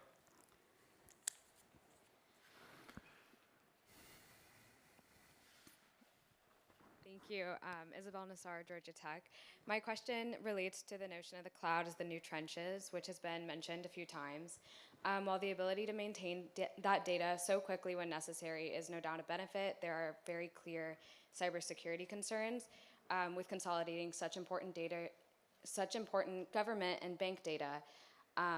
As data privacy is such an integral part of European policy and Ukraine moves more towards integration, what is being done to ensure that this data is not compromised and that the government and especially the people are protected? Thank you. We'll take the other question over here. Hello, thank you for your remarks. My name is Shivani. I'm also from Georgia Tech. My question is in relation to private sector engagement and investment, particularly in relation to current systems in place to monitor and evaluate the utilization of investment and aid, particularly in relation to the progression of recovery and reconstruction related to sustainability and rule of law, and how that can be mobilized and institutionalized to increase private investment and cohesion. Well, Lucy, I think the first question was probably mostly for you. So if you start with that, and then we can progress out. Look, you can be brief. I'm going to be brief because it's a very brief answer. You know, we take security very, very seriously. Our colleagues at Amazon Web Services, that is, you know, the number one priority in terms of how it operates its service. And that's really where it is in terms of how we operate. Yeah, I would add, I mean, we have a committee on data protection, and I think it's pivotal. I think everything that's been done around sort of cybersecurity, because the attacks are daily, but I think it is something and it is a priority. So, anybody wishing to weigh in on the last question? Yeah, I'll probably add. So, I mean, Shivanya, if we're looking at like where's the money going to come from? Yes. So we see 5 sources. Number 1, this will be the loans. Number 2, it'll be the loans. Then we'll have the grants. So the government's giving grants. We'll have the Ukrainian budgets, which at the moment is a big deficit. We'll have Russian assets, which may not happen tomorrow. I think it's a very complex issue, but I think that is something definitely on the table. And then it is the private sector. And I think, you know, the private sector, we believe that's going to be the majority of the money coming in through the private sector. And it is getting everything ready. I mean, we are already talking about, you know, things in terms of all sustainability. We're already talking about proper recycling, energy efficiency. I think the whole energy system, sort of moving away from moving towards de-oligarchization. So when the oligarchs controlled certain energy sectors, I think it's really opening it up, going green. I think, you know, we see already in terms of solar, wind, and other sort of energy sources. So I think this will be a massive recovery. This will be the biggest reconstruction of a country in Europe since World War II. There's just as recently as I think 11 days ago, the G7s, all the development finance institutions came together to create the Ukrainian investment platform, which will provide an opportunity to give some organization around these financing opportunities, the tools of donor countries in terms of financing, like XM, like DFC. And so I think there's real opportunity there. Of course, you know, the scale of this is close to $1 trillion, perhaps, that we're talking about. So it will take an all-of-world effort, private, public coming together. And I think these opportunities to continue to come together, the multilateral opportunities, that's what we'll do, is we'll have to figure it out together and try to create opportunities around financing, because private sector can't do it alone. It will not, the assurances aren't there. It just will be difficult. So there is a government role here. We have about 3 or 4 minutes left. I have one question here in the front. If there are any more, it is time to speak up or remain. We have one here as well. I think we will stick with that. Brief, please. Thank you very much. Michał Baranowski, GMF Warsaw. I wanted to ask about the security assessment on the business side. This war is unlikely to end in a sort of clear line. I think we'll be in a gray zone for a while. We, of course, all hope for quick and decisive victory, but it might not happen this way. So how would we, what has to be I guess it's a question to you mainly, Sarah, but also to you from the American perspective, what has to be the security situation on the ground for businesses to be able to invest in a relatively, with a relatively right level of certainty? Thanks. And then a final question over here. There's a mic behind you. Thank you. I'm Sam Matheny, a former Marshall Fellow and currently with the National Association of Broadcasters. We've talked about roads, we've talked about bridges, we've talked about other forms of infrastructure, but I'm wondering if you could speak to the importance of rebuilding the communications infrastructure, especially in the context of trust, because so much of this conversation is about trust, and at least in the United States, the #1 most trusted source of news is local television news. And I'm wondering about the broadcast infrastructure or other communications infrastructure and where that is seen, because that is so much of an anti-corruption campaign as well when you have that strong fourth estate. Thank you. Well, maybe Mr. Krivonos, maybe you could weigh in on the last question. Politics, trust, anti-corruption, media is a key part. Is this a specific topic or a specific area of relevance for your office, a priority? What kind of topic do you mean? Communication is important. Yes. Yeah, I mean the media sector. I mean, we all know that oligarchic control of media is a broader political problem. So, is this a priority area for your office? Yeah. Yes. Yes, it is. Yes, it is one of our priorities. Also, yes. Yeah. Okay. Thank you. Yeah, I would add, probably very briefly on the media. I think, over the last number of years, the media has been owned by the oligarchs, mainly or many they weren't generating profits. I think it was a method to control the hearts and minds of the electorate. I think that's going to change. Free media, as I said, the publicizing is so important, building the trust. I think in terms of the question regarding the security, it's what we see today. I mean, we go to bed at night and the missiles are flying over. Luckily, the Ukrainian patriots, together with American patriots, are bringing them down and keeping the skies sort of safe. But I think we still see, and the message is that the companies are continuing to work even today. McDonald's have reopened 86 restaurants. McDonald's have reopened the restaurant in Bucha. So this is continuing across Ukraine. And I think it must be, the economy must go on, because if the economy stops, it's just that's so important to keep that economy running at the moment. And I think what the business community are doing is quite phenomenal, keeping their employees safe, but at the same time keeping the economy going during a full-scale war. We're at our witching hour, but Lucy, Dorothy, any absolutely final brief words? No, that was a good last word. Yeah, very good last word. Okay. Well, thank you very much. And not least, thank you for Mr. Krivonos from Kyiv. I would like to declare this panel over, and then I would like to introduce my colleague, Thomas Kleine-Bochhoff from GMF, who will moderate the next panel. And as you will see, there is a reason why Thomas is colloquially known as the other of the Twin Tower at GMF.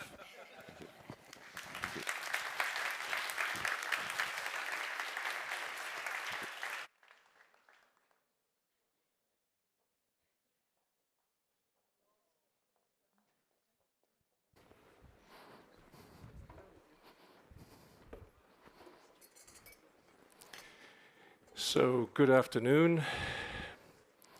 4 weeks from now, the British government is going to host the International Recovery Conference for Ukraine, the third of its kind. Purpose of it, and we've heard this before in this conference, is to lay the foundations for a large-scale reconstruction and modernization of Ukraine. And of course, Ukraine will definitely need large-scale reconstruction. Size of the country, the size of the destruction, also the attempt by Russia to turn this into a failed state that it can better control needs to be addressed and countered. Ukraine, I would say, needs help to help itself.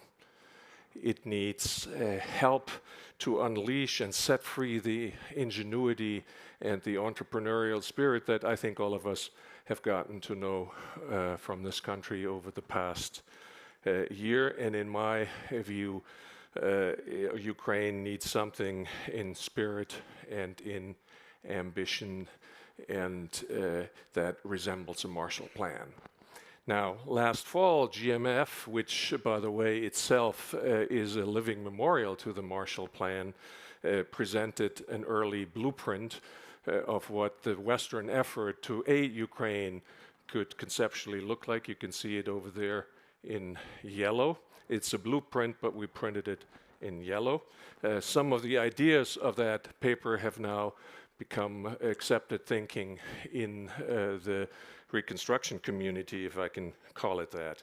Now, today, here and now, we're launching the second piece of work that GMF presents on reconstruction of Ukraine. You can see it here and there. printed 48 hours ago. Again, it contains a number of ideas, policy recommendations, and I'm not going to bore you with walking you through that. I just want to focus on a couple of highlights on priority issues from a donor perspective. The first is war insurance. We've heard from the Deputy Prime Minister just a few minutes ago how important an issue that is. No country can be rebuilt on public funds. Certainly not a country the size of Ukraine. So investment is needed, private investment, foreign direct investment, and for that to happen, some investment security needs to be there. Security, predictability, we call it the security recovery nexus. There needs to be security assurances in order for large-scale reconstruction to happen. And on the other hand, we need to de-risk investment, and for that reason, GMF proposes in this blue paper a multilateral investment trust fund to help, at least initially, to make it easier for investors to invest in Ukraine. The second element is energy transition, and again, we've heard from the Deputy Prime Minister how relevant this is to Ukraine. Infrastructure, as we know, is damaged, is shattered, and it would be good to rebuild it in accordance with EU decarbonization goals. In that way, destruction can be turned also into an opportunity by leapfrogging toward a net zero future. In our paper, we propose that Ukraine enter some of the EU flagship climate programs and policies sooner than its EU accession process would success in order to jumpstart this process. Third, Russian assets. Difficult topic, frozen public assets around 300 billion. We suggest that the Europeans do what they're currently discussing, which is temporarily invest this money with the proceeds going to Ukrainian reconstruction, and at the same time prepare an international claims conference to make Russia pay, but in a legal and in a transparent way that directly aids those most affected by the war and the aggression. Fourth, accountability, pretty clear. Continued aid must be conditioned on continued reform, especially anti-corruption reform. And to ensure that, I think it's paramount that we find a way for civil society to sit at that table. They somehow need to participate in this process. Hasn't been the case so far, so we suggest a civil society advisory board to this process. Final point, donor coordination. Western countries have made significant progress over the past few months. The G7 has established a donor coordination platform. Now it is time to better equip this mechanism, to make it stronger, to add a strategic center to it. I think there's work to be done for that donor coordination process to be successful. So to sum up, 5 points: war insurance, energy transformation, Russian assets, accountability, donor coordinations. That, from a donor perspective, would be a pretty good priority list. We think recommendations that would enable, would work as an enabler to set Ukraine on a path to rapid recovery and to deliver hope, to uplift the Ukrainian people, to successfully integrate into the European economy. Long-term growth is needed, and we hope that will be a contribution to it. So please take a look at the paper. You can access, first you see it over there, you see it here. There is a QR code with which you can access it. And if you're interested in it, have questions, and even better, have suggestions to us what we should or shouldn't do, should or shouldn't say, should do next, then please stop any GMF staff that you can get a hold of. Okay, so with that, it is time for me now to invite to the stage Odile Renaud-Basson. She is the president of the European Bank for Reconstruction and Development, and I have the pleasure to ask a couple of starting questions to her before we enter into the next panel. Madam President, welcome.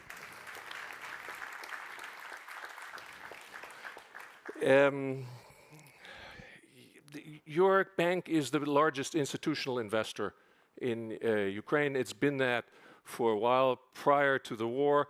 But how has the war changed your institution's approach to Ukraine?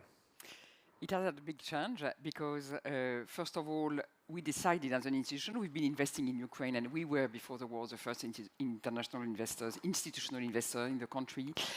We decided that we needed to continue to invest in the country despite the war, and to do that, we thought that the best way forward would be to take some risk on our balance sheet, which was quite a bold decision, but also to ask for coverage and to share the risk with shareholders. So we put this approach on the table quite early on last year, in April, and we got a lot of donor support, starting from the US, who were really very quick in providing us 500 million euros of grants in order to share the risk, and then the EU with guarantees, EU member states, and so forth. So overall, we've got donor support in different form for 1.4 billion euros. This allowed us to step up our financing in Ukraine, and usually before the war, we were doing something like 1 billion of investment. Last year, we did 1.7, so really a clear step up. The focus is, as before the war, real economy. So we are not doing budget support and financing the government directly, but the real economy. But then the kind of investment we've been doing was very different, of course, than before the war. We still had a big chunk of private sector investment, like trade finance, so supporting really, the financing of trade, but also supporting agribusiness, and we see the picture now around us, through the banking sector with risk-sharing facilities with the bank, so in order to keep credit flowing in the private sector. But in the public sector, it was quite different from what we were doing before, because we provided first a lot of liquidity support for public companies, like electricity, railway company, that didn't get revenues or enough revenues, and then shifted in the course of the year more towards urgent repair and so forth. And we did something which was very exceptional, which was helping Naftogaz to buy gas in order to ensure that people could have enough storage to heat homes. Now, last week you had an annual meeting, a donor meeting, a governance meeting in Samarkand, Uzbekistan, of all places. Thank you for inviting me there. I was there. Thank you for coming.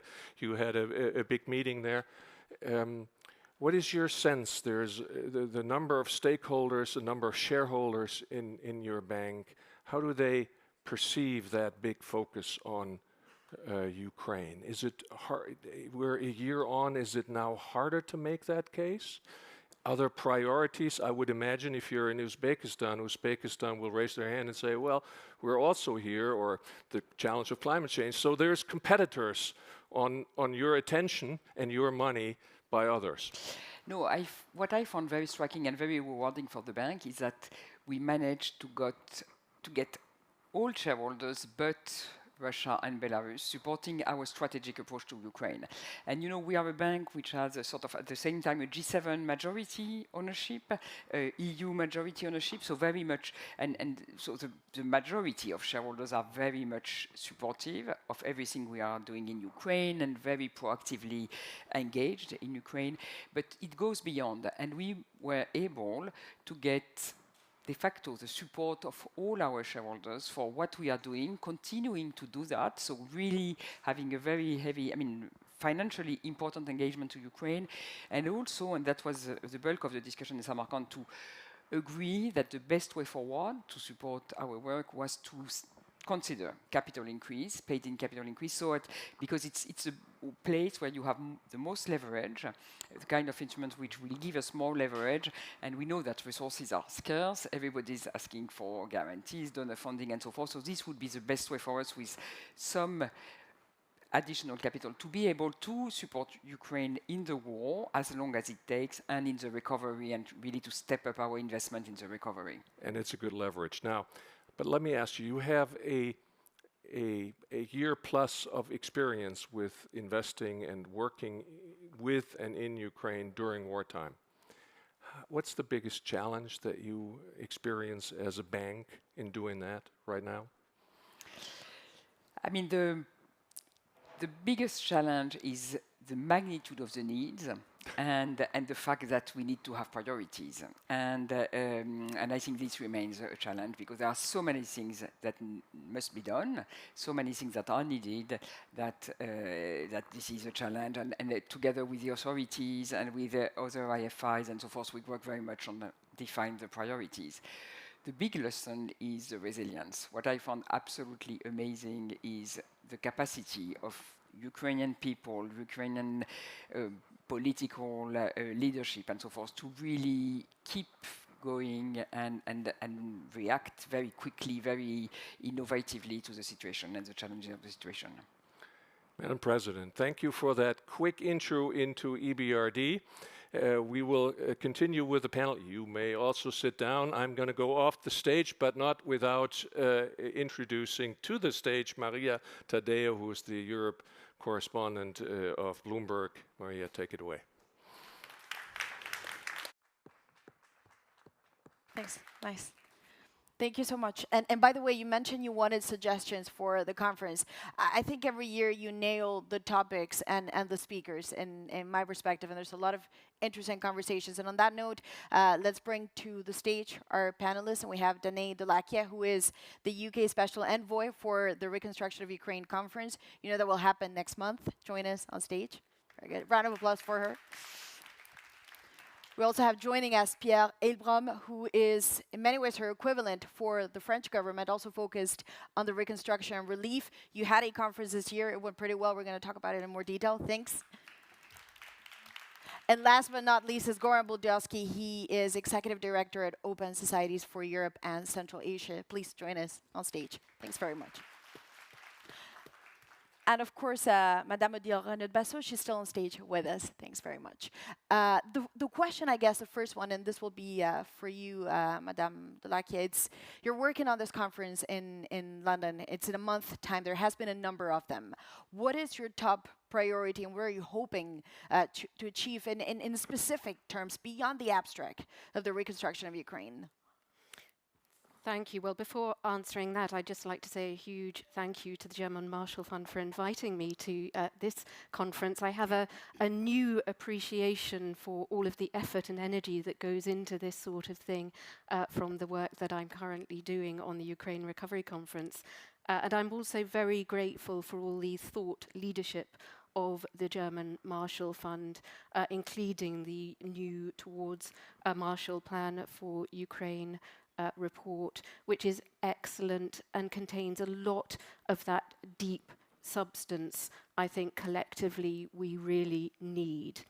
So the sort of the headline-y way of describing the Ukraine Recovery Conference would be that we're drawing together the international community, the private sector, and civil society in support of Ukraine's long-term recovery and reconstruction, breaking down the barriers to business investment and showcasing Ukraine's reform plans. But as you rightly said, that's just headline-y stuff. What does that mean in crunchy detail? Well, in crunchy detail, we've got through this conference really to build the tools and the mechanisms and the long-term delivery means of ensuring that this is a proposition that has short-term horizons, medium-term horizons, and long-term horizons. We've got to be thinking about Ukraine's immediate early recovery needs, whilst at the same time thinking about the foundations we need to have in place to support the medium and, of course, the long term. So in practice, we want very much to get the business sector deeply involved and enmeshed in engaging properly now in this endeavour that we governments and international organisations, EBRD, that we've all been working on, because this proposition is too big for governments, it's too big for the banks, it's too big for the donors. We need to ensure that we're all collectively working on this proposition in a very concrete way. So we will continue to build the enablers for that long term. That includes development finance institutions working together to make the best use of concessional capital to invest where the risk is highest. It means aligning ourselves on insurance, and I think during the course of this conference there's been a lot of talk about war risk insurance, and we absolutely need to work collectively as one for war risk insurance and de-risking initiatives, so that together we're coordinating our efforts and unlocking that private investment needed to support Ukraine's reconstruction needs. And we've got to work together. And again, this has been a subject of this conference. I've heard the words energy recovery repeatedly during the course of this event. We need to, not just take Ukraine as it is, but take Ukraine as it wants to be in the future. And that includes a resilient, efficient, decentralized and clean energy system as a foundation for the economic revitalization and long-term growth of Ukraine. And underpinning all of that, of course, reforms. Absolutely need to recognize the importance of strong reform measures and ensure that Ukraine feels like an attractive and transparent investment environment. So we're working as co-hosts with the government of Ukraine and with all of our wonderful international partners to really use the Ukraine Recovery Conference to tell that reform story, to build that business confidence and to showcase progress in the areas I've just mentioned, but in so many more. So I'm really looking forward to diving a little bit more into all of that in this conversation just now. And just very briefly, because the conference will happen in London, and by now it's obvious that, well, the UK and Ukraine have built quite a strong relation over the past year. Some will say it's a special relationship, a bond that's been formed between the two countries. What do you think that is, and will that be reflected in the statement and the language that comes out of the conference? Do you want to reinsert that? A lot of the line from the UK is Ukraine has to win this war, and then we'll build it. Well, I think it's important to say, yes, absolutely, the UK and the Ukraine have a very deep relationship, which is deepening by the day. But this isn't a conference that belongs to the UK and Ukraine. This is a conference that belongs to all of us, because it's only by working together really closely as an international community and taking all of these challenges and solving them one by one that we can really make a difference in this situation. So we're not going to be bigging up UK, Ukraine too much in this conference, although we really do enjoy a fabulous relationship with Ukraine. This is really about all of us working together. And it speaks to that unity that has come up repeatedly in these conferences. Pierre, you're obviously the French envoy for the same effort.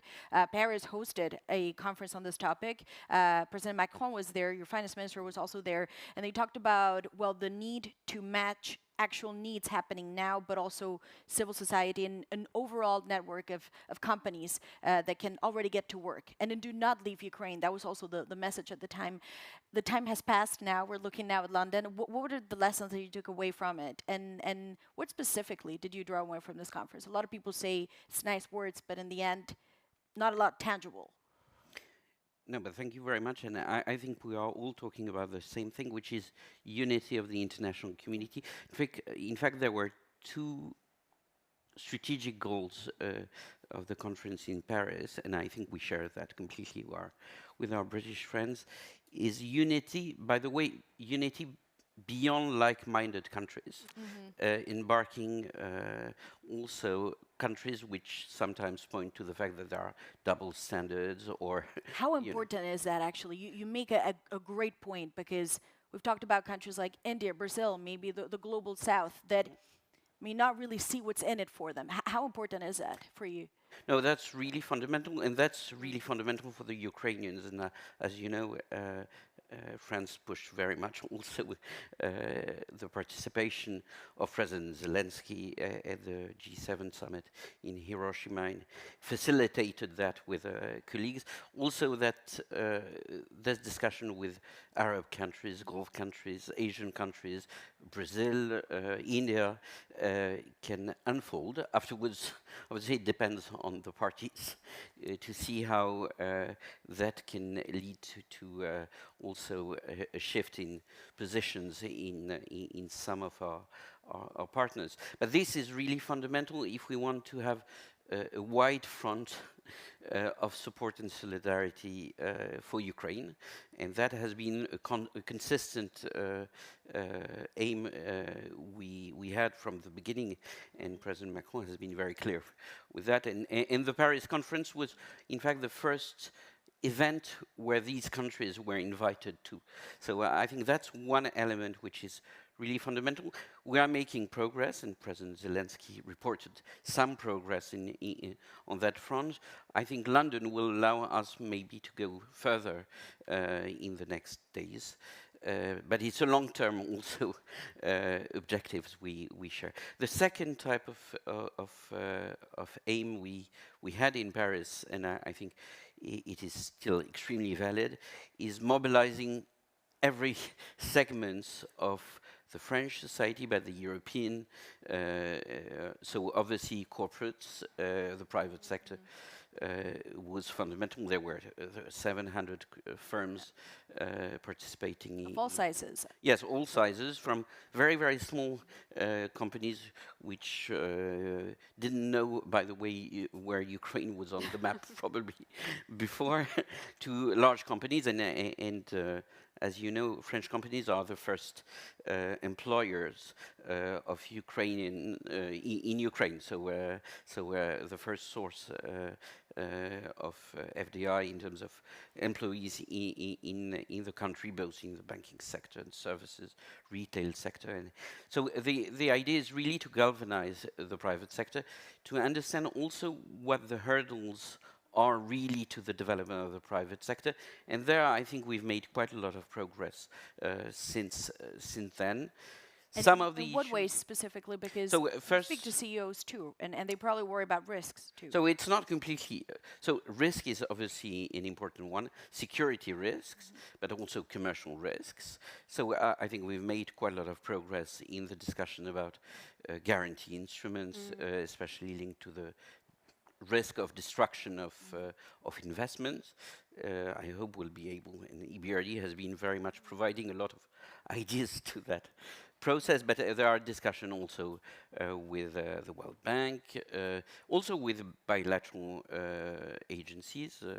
For France, Banque Publique d'Investissement, the Germans have announced also a scheme. So I think at least the international community at all levels have taken that issue seriously. I wouldn't be fair if I was not saying that these are important elements, but from the discussion with a lot of private sector companies, the most important element are the ones linked to business climate and to things which are not new. EBRD, as others, but has invested a lot of energy in trying to improve the business climate, the fight against corruption. It depends on institutions, it depends on people, it depends on also the civil society, and that's a very important element, because the best security or the best guarantee which can be given probably to the private sector that reforms which are done today will not be diluted or reversed in the future is the pressure of an exceptionally vibrant civil society in Ukraine.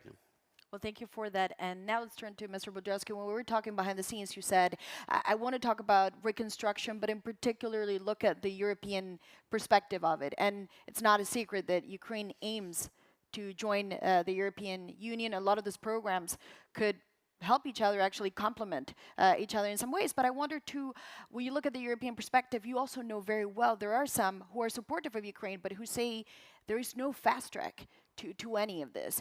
We should not perhaps create illusions that are not there. In your view, how do you see it? Yeah, first, thank you to the organizers for the invite, not only on my behalf, but on behalf of my colleagues of the foundation in Ukraine and the thousands of civil society organizations that we've supported in the last decades. We talk here about reconstruction of Ukraine, but actually when you look, the biggest market where Ukraine will aspire is European Union market. And that one needs reconstruction too. When I say reconstruction, in the sense that, as somebody who has followed the big wave of enlargement in 2004, one knows that actually a lot of things were done in preparedness, or then afterwards there was a political will. I mean, let's take one example, agriculture. Recently we followed the spat, or let's say the minor incident that happened in Poland, but that's just the tip of the iceberg. That was pampered with immediate subsidies. But actually, if you open just agriculture, you will see that the Ukraine of 2021, that business accounts for 1/6 of the entire agricultural production of the European Union. When you open the market like that, you really have to have a systemic solution. So in so many ways, you need to have actually bold thinking of how European Union and how its member states. That was a conversation in Poland, but I can tell you that was not a conversation in Spain, that was not a conversation in Italy, not a conversation in France, and these are big beneficiaries, and these are also countries where there is a lot of voters that could swing the support. So in some ways, to me, it's not a question. It's a question of the sort of what kind of integration we're talking about: economic, political, societal. I think the minimum is probably economic in whatever scenario, because the cost of non-integration is huge. We're not talking about that because we assume that that's something that we would never pay. In that context, I think there is a lot, particularly on European Union, but also others, to look and see more honestly about these policies and see what is the trade-off that they're ready to do also towards them, and what's the future structure of this market. I use agriculture, we could go with energy sector, we can go with a lot of different things. And as well, in doing so, in particular with the European Union, accountability is a two-way street. When we really emphasize the transparency and accountability principles for the Ukrainian partners, we should not forget that there should be the same mirror image of those who are giving the money. And the last thing, colleagues particularly alerted me to this, speaking to the London conference, we speak now billions and trillions, it's a lot of money, we get lost. But not all money are the same. In this type of reconstruction, you have actually support that comes in cash, you have support that comes in equipment, you have also support that comes in a know-how. So it's not only about the total amount, but it's also the breakdown of this, because Ukraine and its partners have to agree of what's the healthy balance and how that will change over time, because we know that if you overdo one as opposed to the other, reconstruction may suffer. And for that, however, just to go back on this topic, you would need a certain consensus on a European Union level. You see von der Leyen's pushing very hard for Ukraine, but then yesterday, Viktor Orban repeated, I don't see Ukraine winning this militarily. They need to find an arrangement with Russia. How do you get to all of those policies without that kind of consensus, and how do you get to it, if you can? Yeah, look, I mean, you must. Because actually, a lot of time, European member states are hiding behind the unpreparedness. And given that I come from the Balkans, I can talk about unpreparedness and the EU fashion for days. I'll spare you from that. But, that's not an excuse for actually European Union knowing very clearly what's in its strategic interest, and then spell it out and then work it out inside. And to be honest, as somebody who actually changed, I moved out because our foundation was undesirable in Budapest, and we moved to Berlin. I would say that's also very important when I talk about these standards and the double standard. That exactly means the conversations have to happen inside. Yes, deals may be made, but also the best value and proposition that the European Union has is also its own democratic setup. And when I say reconstructing, that also means emphasize rather than de-emphasize its own democratic DNA. Well, thank you for that. And there will be questions, by the way, from the audience if anyone has after this round of questions. Madame Ronald-Basso, good to see you. I think you've been in every reconstruction conference so far, from the very first one in Lugano to London, I presume. I remember in Lugano, when we spoke, there was a lot of skepticism as to why are we even talking about rebuilding a country that is at war. It's unrealistic to some extent. How much has the conversation changed in your experience now, after a year now, since the first one? And how much more prepared are you, I guess, would be the question. So I think the conversation on your first point, which is why is it useful to and relevant to think and to prepare now for reconstruction, is I would say the thinking has evolved quite a lot, because with being more than 1 year in the war, we first realize that reconstruction is already taking place. So what we are doing, and that a bit, we started from as an IFI, and starting from very, as I was saying, liquidity support, providing working capital and just cash to companies and so forth for them to survive. But now we see more and more the nature of what is needed and the investment we are doing, moving towards rebuilding. So we call it urgent repair, emergency reconstruction, but rebuilding infrastructure, rebuilding railways, roads, housing, and so forth. So we are already in the reconstruction. The specificities of the situation is that we are reconstructing, it can be destroyed because you have this regular bombing and a risk of being under bomb at any point. But still, this is taking place now. And this is this needs to be, as I was saying, prioritized, prepared, and so forth, because you need to have, to make an assessment about the investment, to get the right procurement processes, and so forth. So it's a bit more difficult than just giving cash to survive.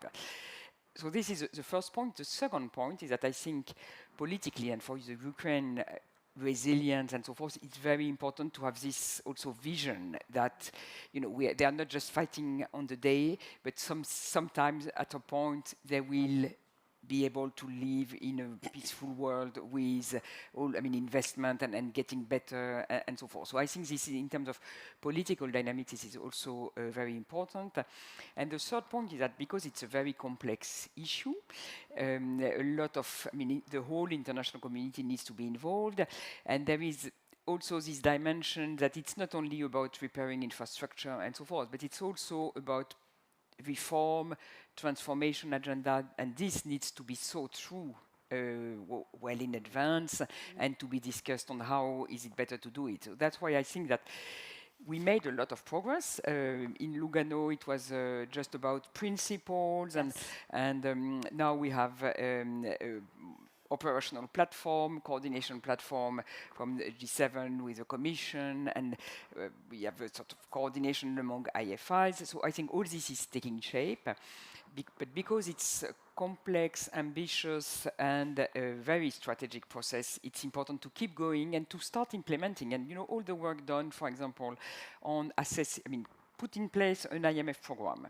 This is absolutely key in order to have clear visibility and financing for the government to keep going, to have resources, external resources, in order to be able to pay the civil servants, the pension, and so forth. So this is a big pillar which has been put in place.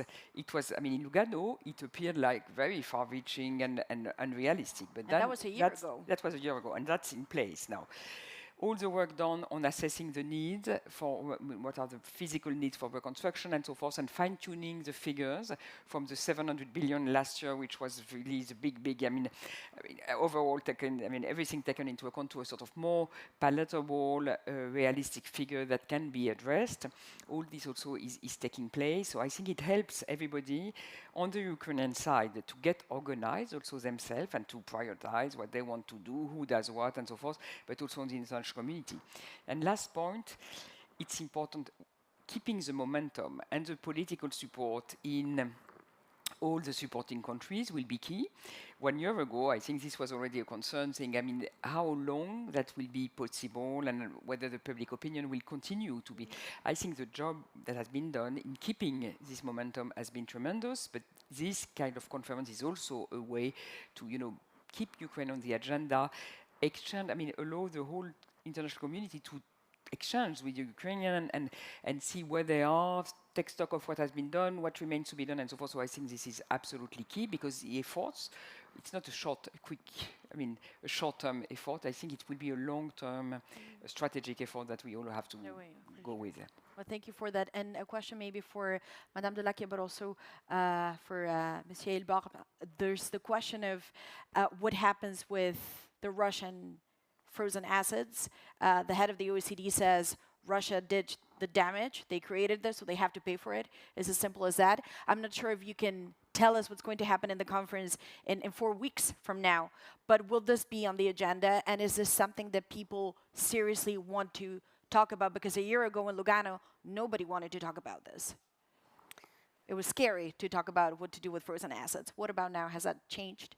It has changed, I think, considerably. There's a conversation between all of our capitals about the issue of these assets, these frozen assets, and I think a general consensus that Russia should pay.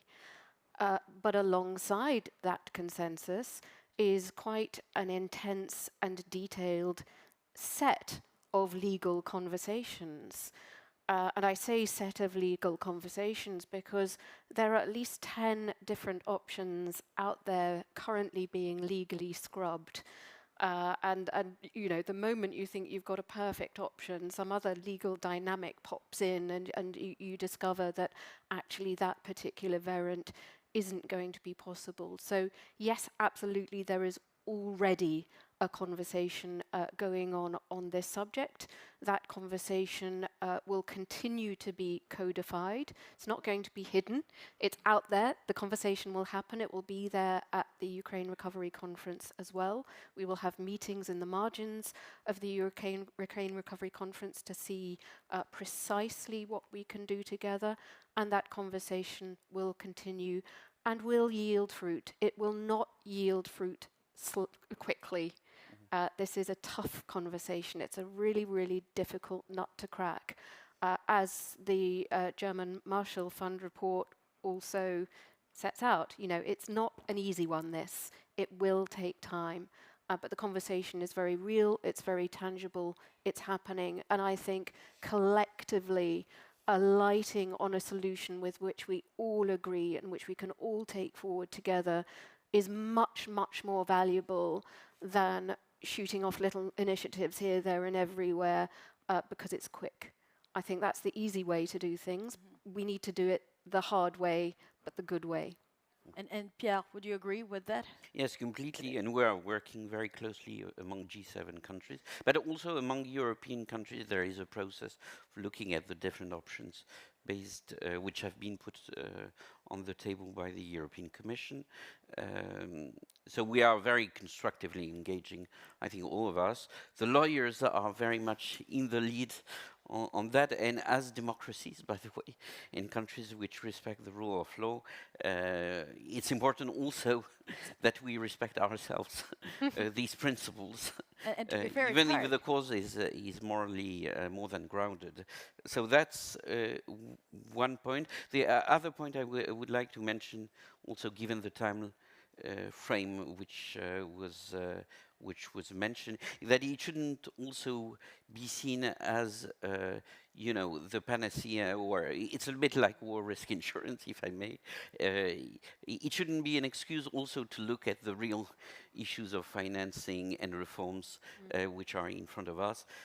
So we are working on that, but I think it's very... It's one of the elements which can finally contribute to some financing of the reconstruction. But I think it shouldn't distract also in the short term from the very important objectives we have to tackle. And now let's go to the audience. There's a lot of questions, so maybe we can bundle them together and put them to the audience because we're running out of time a little bit. We can start with you and then we put them together, perhaps. Sure. Josh Rudolph, GMF, Head of Malign Finance and Corruption. Thank you, Madam Special Envoy, for praising our research that just came out and the concrete recommendations, and for your points, Special Envoy Hildebrand, of the need for business sector, business climate reforms and making them irreversible. If you could just talk about at URC next month, the scope that you have to not only speak to that and tell a good story, but as some of the statements at past URCs in Lugano and Toronto have done, to actually credibly commit to some concrete things that will happen before the next URC, as I think about the recommendations we have around reforms. Thanks. Perfect. And if we could put the... Thank We you. have a lot of questions and little time, so maybe we join them all. Thank you so much. Thank you for this conversation. My name is Alexandra Kudus. Today we heard a lot about people speaking about protecting human capital, but there is one word that I haven't heard nobody says, which is accessibility. And I wonder, because Ukraine, during the last year of the full-scale invasion, got almost 100,000 new people with disabilities. People right now who are protecting Ukrainian borders, protecting European values and democracy on the battlefield say to me that if they get injured, they would rather die than become permanently disabled.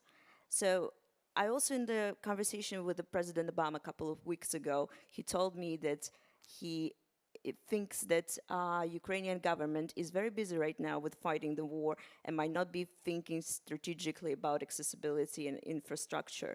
So my question to you would be, who do you think should take this responsibility of thinking of Ukraine reconstruction accessibility? Are you ready to take this responsibility, because Ukrainian civil services also will be exhausted after the war? Thank you. Well, thank you for that. And briefly, if we put them all together, maybe we can, yes. Thank you. Peter Ark, Polish Economic Institute. I'm going to be very brief. Simple question. Do you believe that if Ukraine meets the specific requirements, it's going to become a member of the European Union? It's to all of you, because it's easy to play Orban as the, punchback here. Matthias van Heerl from the KU Leuven America Europe Youth Forum. I'm going to be very brief too. It's mainly a question to both special envoys of France and Britain. Of course, before the war in Ukraine, we experienced Brexit, which was, at least to me as a proud European, an amputation of a very good friend. And my simple question would be, can the reconstruction of Ukraine be the start of a new flourishing EU-UK relationship? It always comes up, and it's always a way to place it in at the back, and then we have to leave it because we'll be running late, and the session continues. Thanks. Thank you. Pavlo Bogachenko, GMF fellow from Ukraine. We have a lot of words of unity, coordination around rebuilding Ukraine right now. I believe short term it works, but we have a long way to go. We have many stakeholders from government, private sector, other institutions. So my question to you is, how we make sure that this alignment between partners and Ukraine who owns the process keeps a long run, and how we probably can engage in this process of alignment, business and NGO sector? Thank you. Okay, so putting all of this together, the challenge now may be to perhaps pick the one that you feel you're better suited to respond, and then we'll call it a day on the session. But a lot of good questions, so worth taking the time. Who wants to start?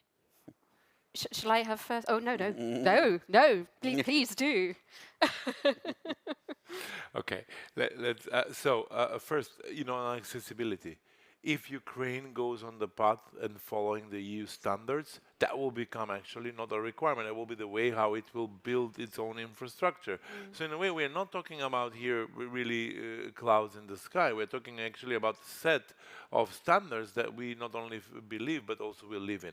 And that's why I think what the issue is can that be at the top of priority? Because also it has a pragmatic need in the country itself.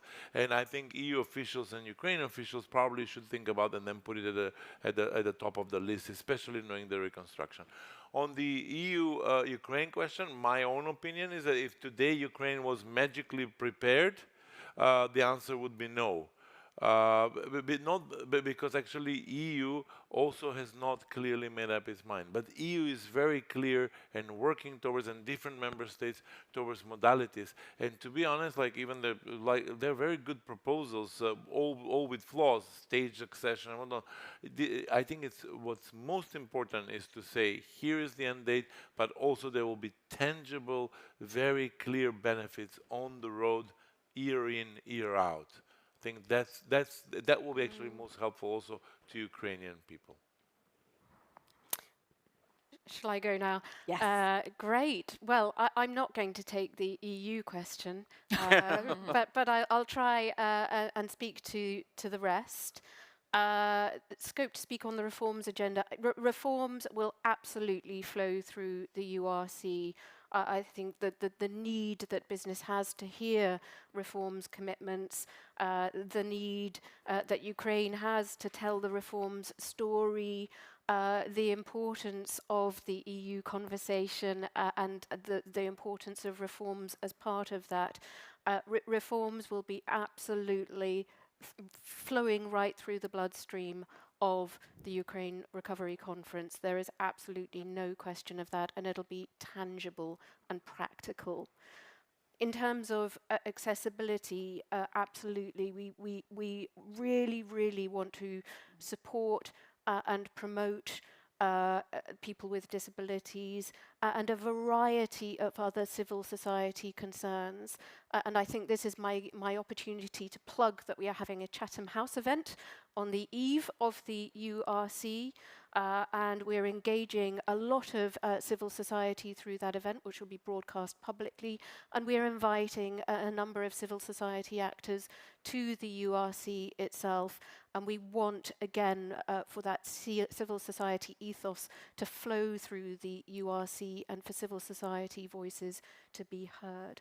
So please do look up on the URC website, the Chatham House event, if you're interested in that. Brexit and the flourishing of our relationship. Well, I think our relationship, it really is very deep, it's very strong, and it is indeed flourishing.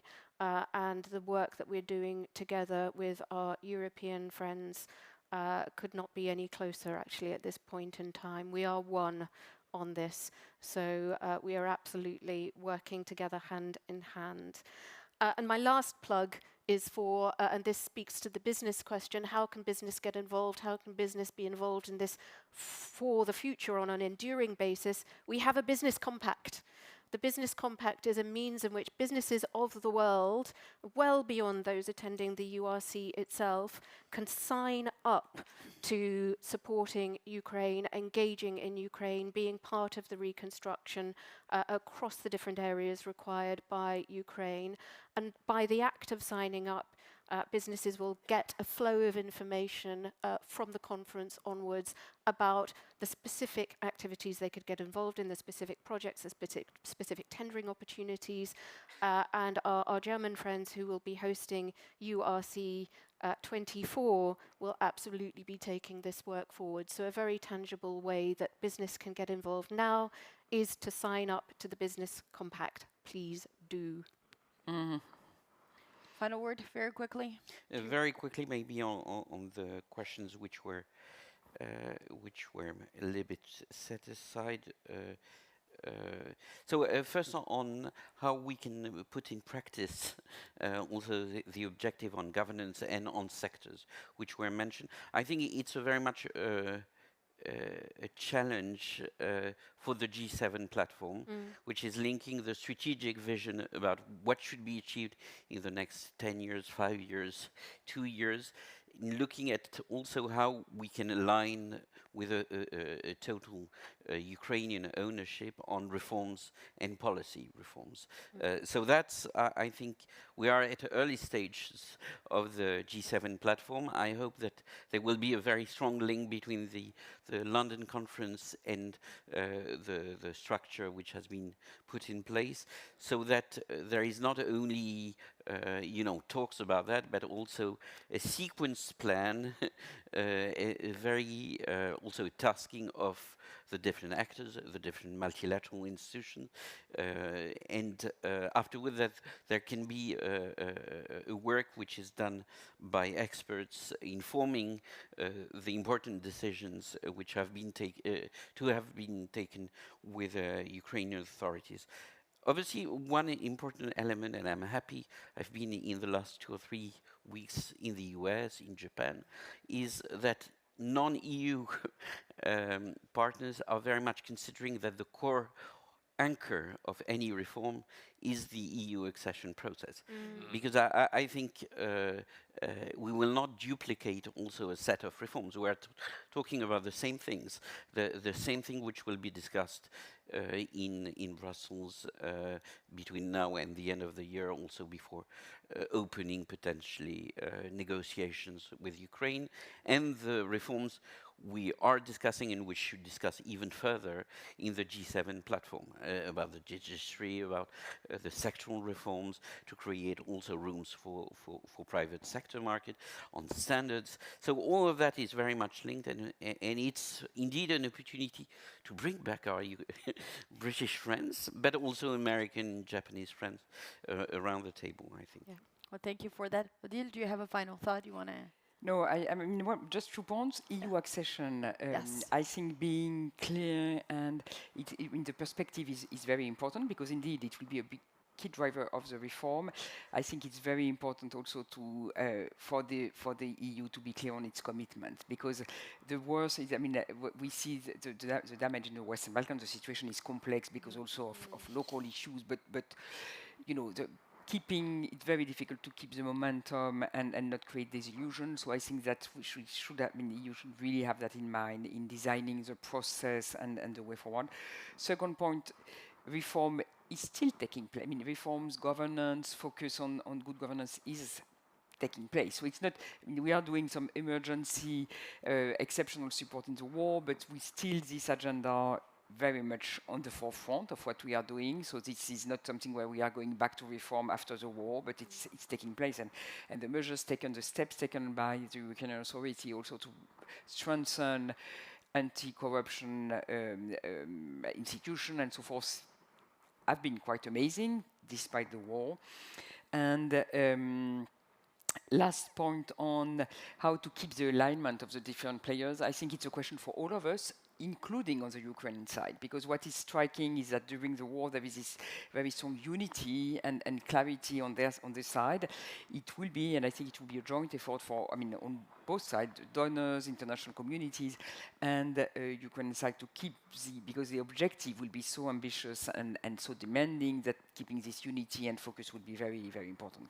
Within the country. Well, on that note, thank you so much to all of you.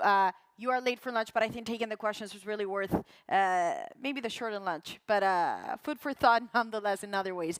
Thank you so much. It's right there. And then after, of course, the Secretary General will be here. Thank you so much. Round of applause. Excellent.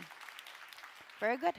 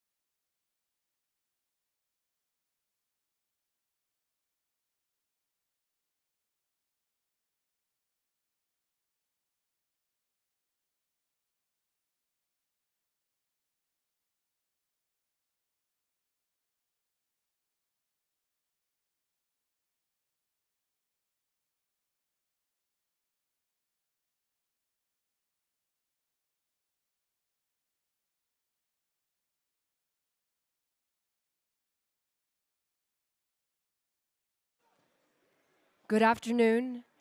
Everyone in the lunch break area, please return to the ballroom and take your seats. The program will begin in 5 minutes. Please return to the ballroom and take your seat. The program will begin in 5 minutes.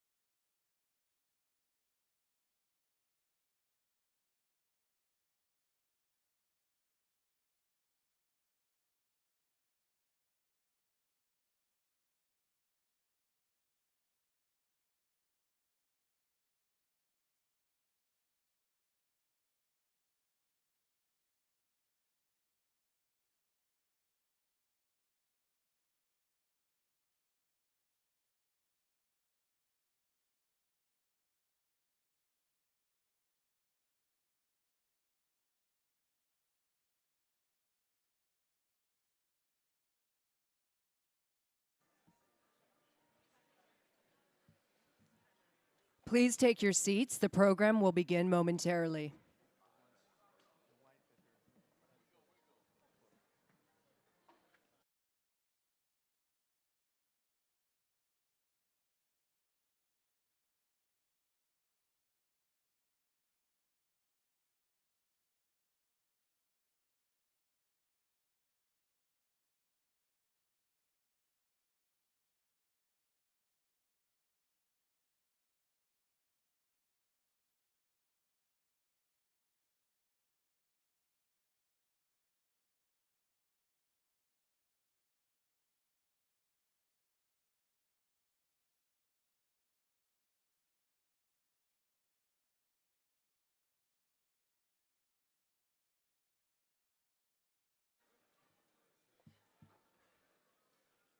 Ladies and gentlemen, please welcome back to the stage Ms. Heather Conley.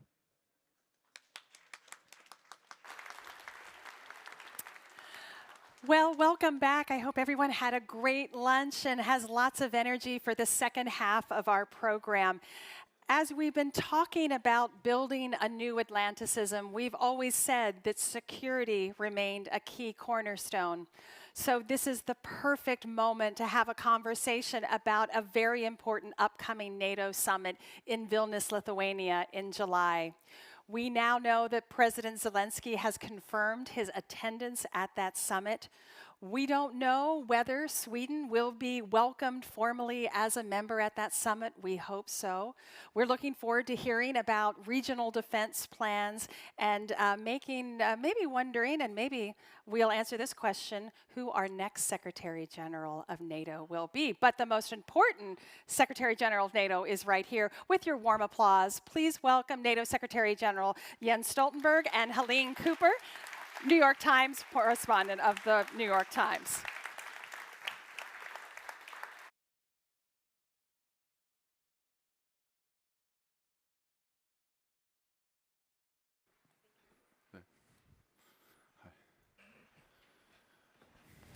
Hello.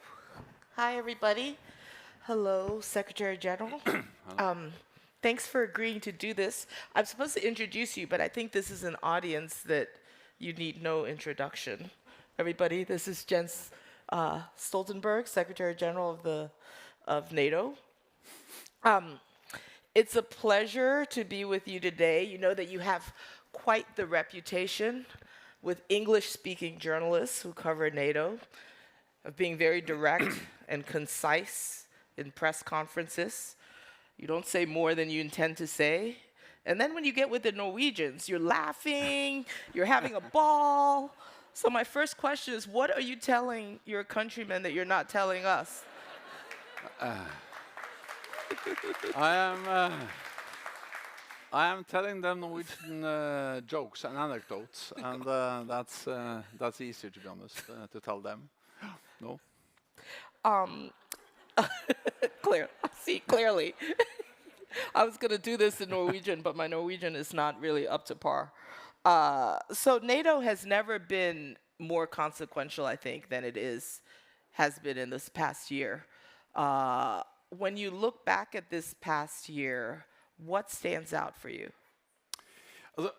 Let me first of all thank you and thank the German Marshall Fund and thank Ian and Heather for convening us all here. It's great to be back. The German Marshall Fund is an extremely important platform for transatlantic conversations, dialogue, discussions, which has always been important, but in many ways it's even more important now than it has been ever before. Because we have to understand that what we face now is the war in Ukraine, of course, demonstrates the importance of North America and Europe standing together. But it didn't start on the 24th of February last year. This war actually started in 2014 with the illegal annexation of Crimea, and then a few months later, Russia went in and took control over eastern Donbass. And since then, since 2014, NATO has implemented the biggest reinforcement of our collective defense in a generation. For the first time in our history, combat-ready troops in the eastern part of the alliance, with higher readiness, with more exercises, and also with more defense spending. So when President Putin launched his full-fledged invasion last year, we were prepared, both to increase our presence in the eastern part of the alliance, to remove any room for miscalculation or misunderstanding in Moscow about our ability to protect NATO allies, to prevent this conflict from escalating beyond Ukraine, but also to provide support to Ukraine. And since then, we have provided unprecedented support to Ukraine. We stepped up the support. If I can add that what has happened over the last year or the last 15 months demonstrates that President Putin made at least 2 big strategic mistakes. One was to underestimate the Ukrainians. The bravery, the resolve, the courage of the Ukrainian people, the Ukrainian political leadership, and the Ukrainian armed forces. And they have been able to push back the Ukrainians from the north around Kiev, the east Kharkiv, and the south around Kherson. But he also totally underestimated us, NATO allies and partners. He didn't expect that all our unity, our resolve to support Ukraine. And we have provided a lot of support over a long period of time. Just over the last months, we have delivered a lot of heavy armor, battle tanks, the Leopards, the Challengers, and now also the Abrams tanks from the United States. Over the last weeks, the United Kingdom has delivered something which is extremely important, and that is the long-range cruise missiles, which are making a difference on the battlefield already. And then over the last days, we have agreed to start the training of Ukrainian pilots. This shows a kind of commitment to the long haul. Then I promise to end and to take more questions, but he has made the big mistake, President Putin, to underestimate the Ukrainians, to underestimate us. In turn, we should not underestimate Russia. Because it's right, they have taken a lot of casualties. They have bad morale, bad equipment, bad training, bad logistics, bad leadership.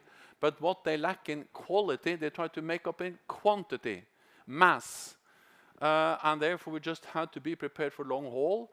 And the only way to do that is to ensure that Europe and North America stand together, not only to deal with the war in Ukraine, but to deal with what the war in Ukraine reflects. And that is that we live in a much more competitive world with big power rivalry, and then including the rise of China.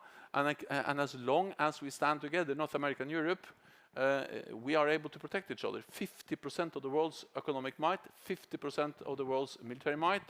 That is NATO, Europe and North America together. That's what the transatlantic bond is about. I don't know exactly what you asked me about, but this was the question I have prepared. I knew this was going to come. So, yeah. But I see it's weird because I have all these questions I want to ask you, but you just said something that tripped me up, because you said it's important. We certainly did underestimate Ukrainian will, but you're saying it's important that we don't underestimate Russia. Haven't we overestimated Russia in the past? We thought they were going to bring a whole lot more to bear here than they've managed to, especially militarily. But I think the jury is out. I mean, this war is not over. What we have seen is that the Ukrainians have been extremely capable of using the resources they have, and of course they impressed the whole world.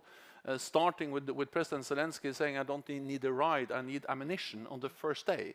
And of course that sent an enormous strong political message. And I think the war and the President Zelensky and the Ukrainian leadership have demonstrated the importance of political leadership in a war. Yeah. And therefore they have been able to achieve impressive things by liberating big swaths of Ukrainian land in the north, in the east, and in the south. But you know, now the fronts have been quite static for a long time. So the Russians have been able to dig in deep defensive lines with trenches for battle tanks, to stop battle tanks, what we call the dragon teeth, which is these concrete things which are spread around many kilometers of stopping armored vehicles from passing. And then, of course, a lot of different, quite advanced minefields in different layers. So now the next stage is to penetrate, to push through these defensive lines, which have been building for months. And to do so, they need modern, advanced equipment.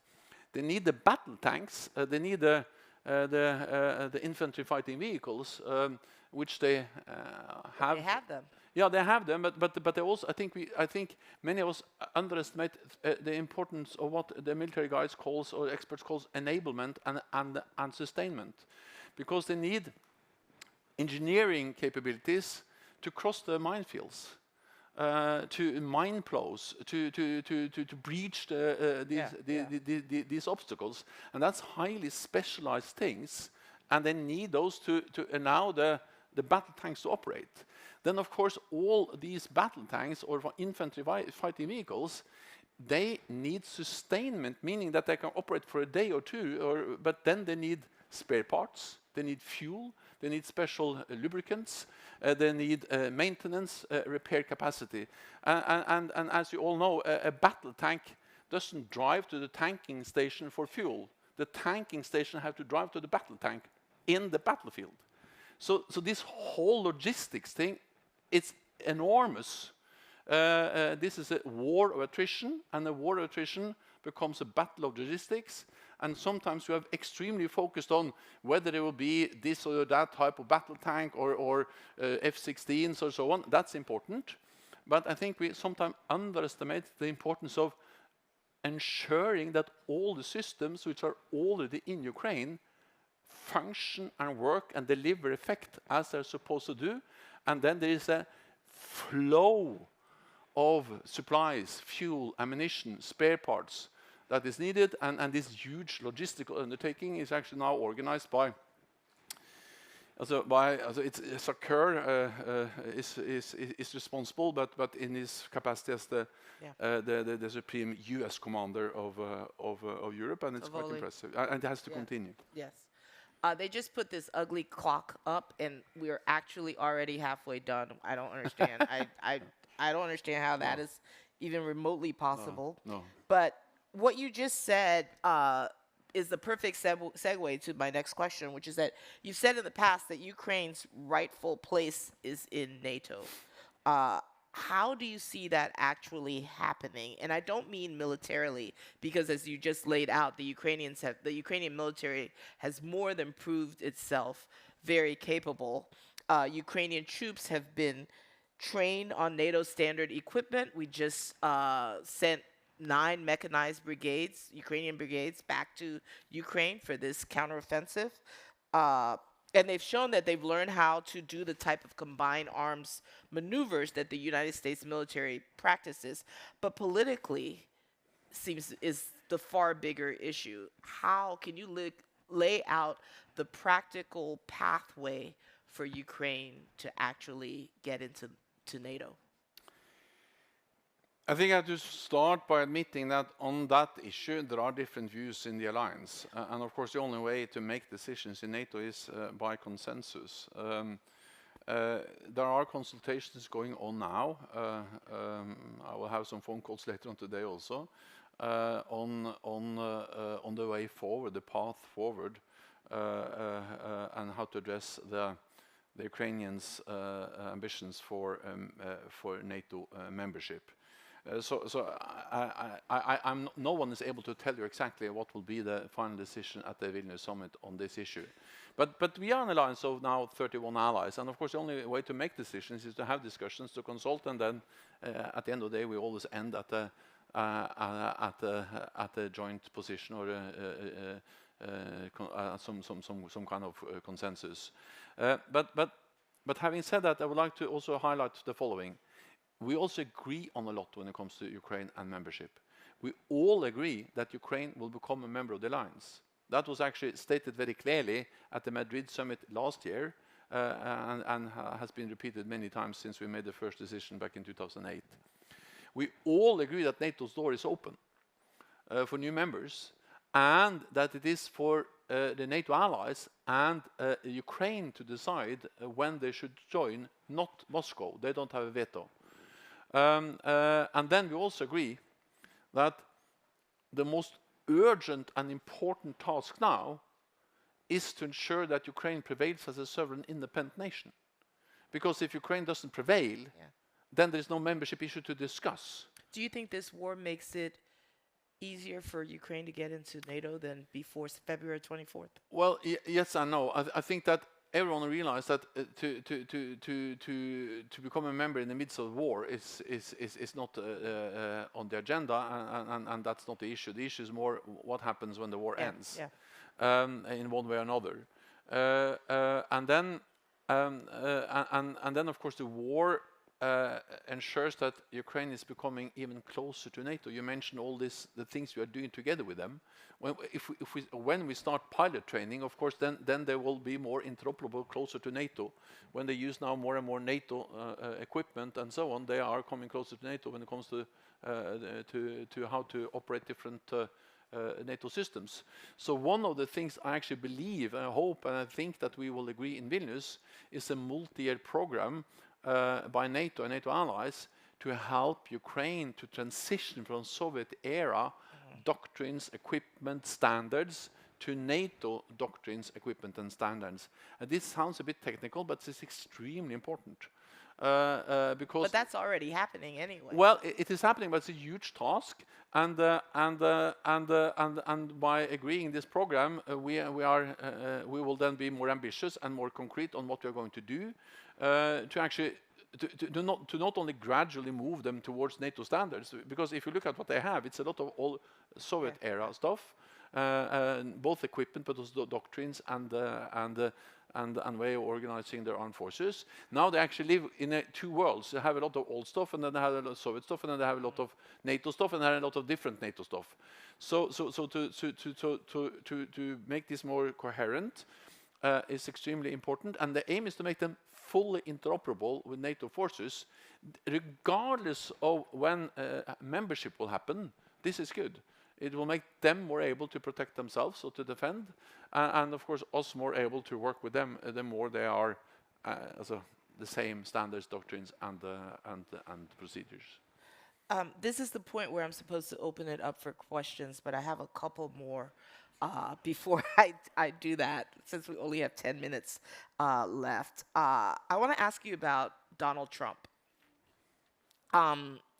You are the consummate diplomat, and I watched you during the Trump presidency, and you did a really good job. Every time he started jumping up and down about NATO, European countries not playing their fair share, you used that to try to get European countries to meet the 2%. And then you credited him with getting some countries a little bit more and getting a sense of urgency on that, which was really interesting to watch, as he was also screaming about how he wanted to withdraw from NATO. What, I guess, would be your advice to your successor if we end up with a second Trump presidency? My advice to any Secretary General of NATO is to make sure that we stay together. The main task, the most important thing, the head of the North Atlantic Council, which is the Secretary General of NATO, is to keep this family together. And of course, that's not always easy, and it has never been, because we are now 31, soon 32 with Sweden, different nations from both sides of the Atlantic with different history, different geography, different political leaders. But we have been able always to unite around the core task of protecting and defending each other, despite differences.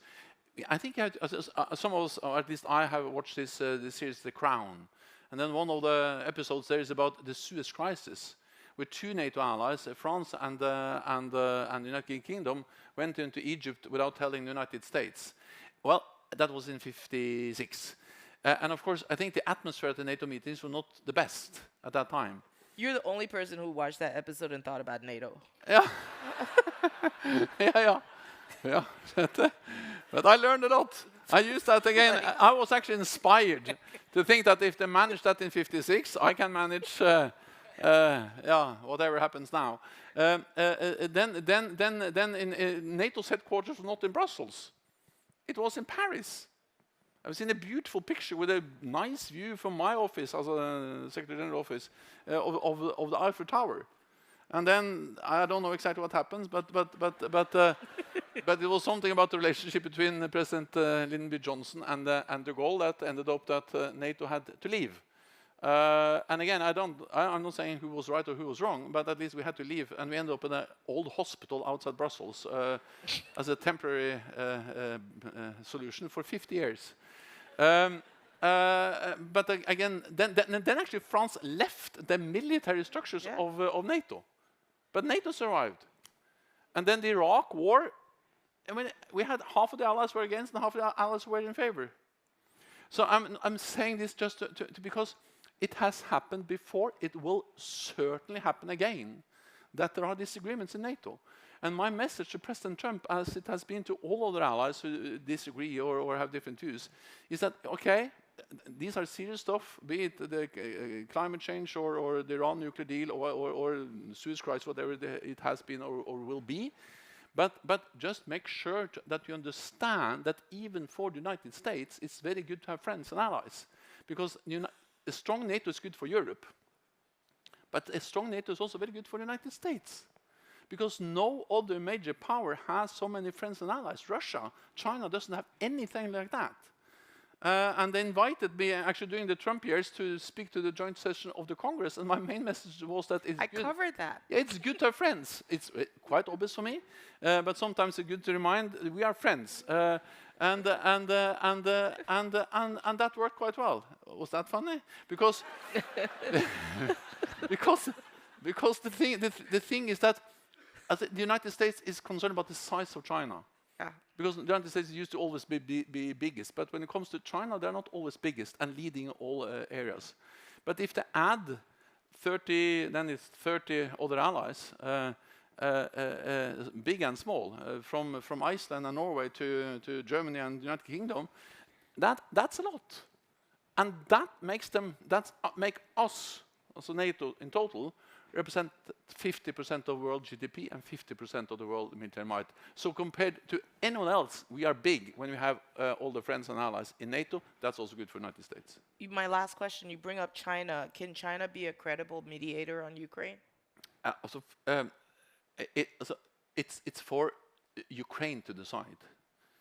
Because I'm just afraid that we now start, in a way, in Brussels, at NATO or in the German Marshall Fund, to try to tell the Ukrainians what they should do. I think they have proven extremely capable of making their own decisions as a sovereign independent nation. They are paying the price, the highest price. We complain about high energy prices. I understand that because energy prices have been high. We complain about high inflation and the cost of delivering support to Ukraine. So we pay a price. And that's serious, and it matters for normal people, working people in our countries. But the price we pay is measured in money. The price they pay is measured in lost lives. Yeah. So I think I say this because I really believe that it is for the Ukrainians to make the judgments of what are the conditions, what are the frameworks for potential talks and negotiations. I welcome the talk, the phone call between President Xi and President Zelensky. There was also a Chinese envoy in Kiev. I totally trust them that they will find out that. What we have told China is, of course, that they should condemn the illegal invasion of Ukraine. They haven't done that. No, they haven't. And, of course, they should in no way provide lethal support to weapons to Russia. And, of course, we are concerned when we see more general that Russia and China are working more and more closely together. But on the role of China, well, we welcome efforts to find a solution, and it's for Ukraine to decide what are the correct frameworks. Question. Whoa! We have microphones in the audience. I'm going to start with the lady right there in the cool blue suit. And let's do all four of you. Make one question because we don't have a lot of time. A question, not a statement. And yes, Thank you the so much. speed round, and maybe we'll do all four. Can you handle all four, and then you answer after the four? I think you I can. don't know. I think my, you can. my intellectual I capacity don't is know. limited, You know, but I will yeah. try. I will write them down and let's see. Okay. Yeah. It depends on the questions. Yeah. Yes. Mrs. Secretary General, thank you for being with us today. And Please certainly, identify yourself. Yes, being the supporter of Ukraine. I'm Darina Onishko, European Democracy Youth Network, Ukrainian of origin. Something that we have not discussed today is security guarantees or any possibility of that.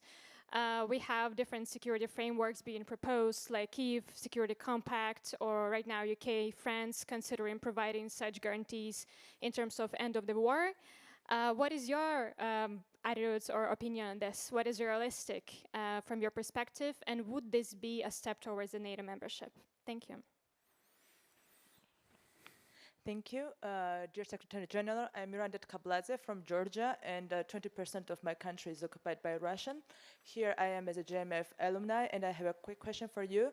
After this Ukrainian war, it was very evident that the countries like Central and Eastern Europe, they have started thinking of reshaping it and establishing an internal and regional organizations that will have a better coordinated defense cooperation among them, and with an increased Russian propaganda in the region, and especially in Georgia, and Russia abolished visa regime in Georgia and increased flow of Russians within the country, can you reassure once again Georgia's membership into NATO and your support towards this process? Because we don't really see, Georgian people does not really see itself as part of the small alliances with any countries with so-called neighborhoods in our northern neighbors. Thank you.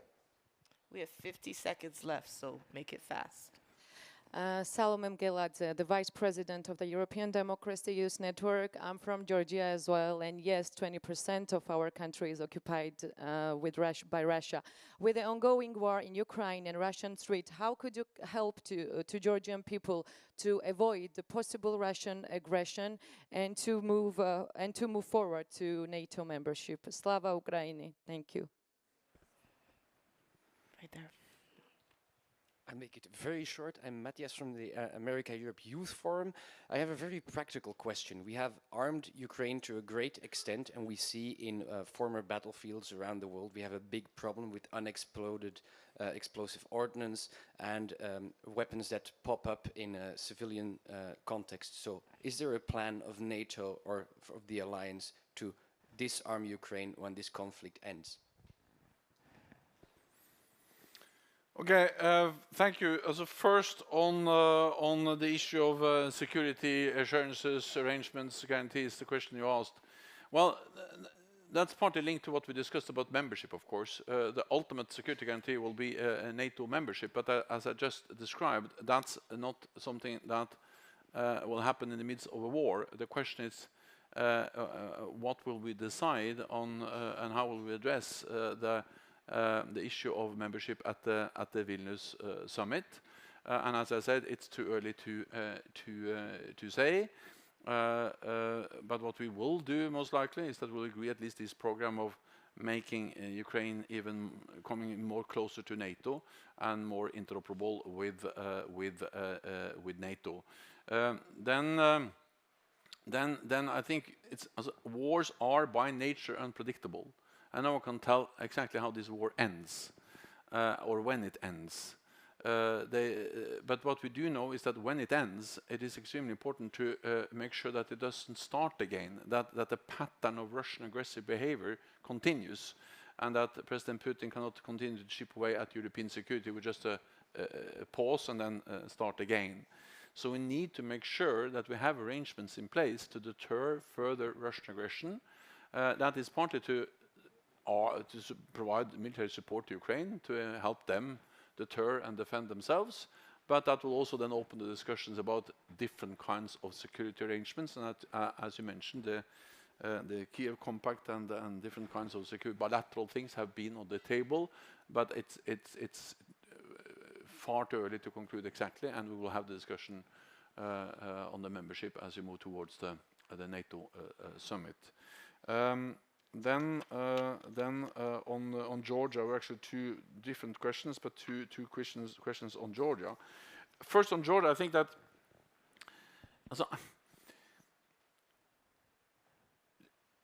Georgia is part of the pattern. Because it didn't start, as I said, it started in 2014. Well, the war in Ukraine started in 2014. But Russia's aggressive actions against neighbors didn't start in 2014. At least it started in 2018, sorry, 2008, with the invasion into Georgia. So it is this pattern that is a stark reminder of that.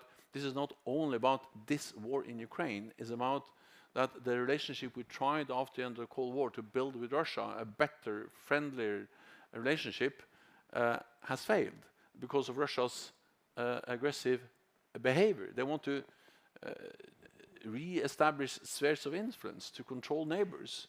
And of course, that's not a world we would like to live in, because that means that a lot of neighbors, former Soviet republics and members of the Warsaw Pact, will not have the independence we strongly believe that all countries should have. And therefore, NATO has worked with Georgia for many, many years. We have helped to implement reforms, practical political cooperation, and of course, after the war, we also seen that countries which are neither, we call them sometimes in between, which I think is not the best phrase, but which are not NATO allies, but then try to also resist coercion from Russia. They are vulnerable.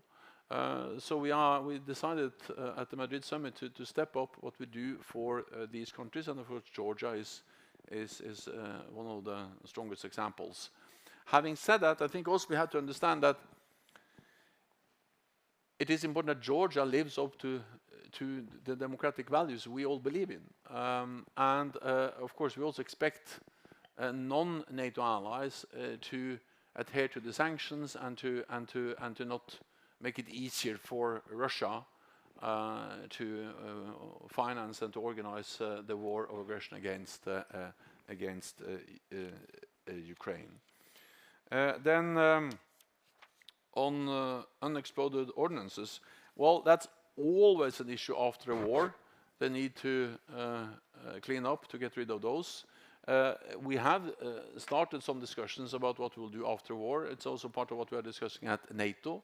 But again, of course, the main issue now is to end the war by ensuring that Ukraine prevails. But then after that, there is a huge task of reconstruction, including by removing mines and unexploded ordnances, which will be a big task for many countries to take part in. I'm sorry, I'm not, making as many jokes in English as in Norwegian. Always. But the only way to solve that is for you to learn Norwegian. So next time. I'm working on it. I know. I'm working on it. Thank you very much, sir. Good luck in Vilnius. And thank you. Thank you. We're out of time.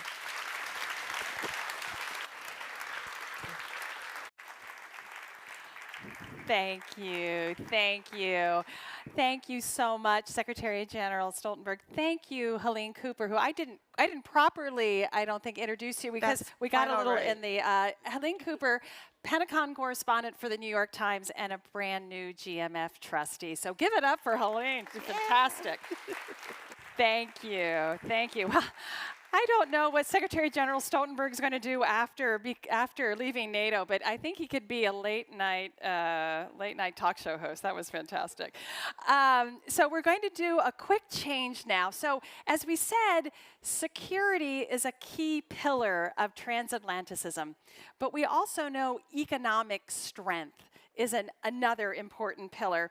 So how many of you know the acronym IRA? Or raise your hand. The Inflation Reduction Act, CHIPS Act. Economic competitiveness is becoming such a big challenge. We're going to talk about that in a little bit and all the amazing policies that transatlantically we have to engage with.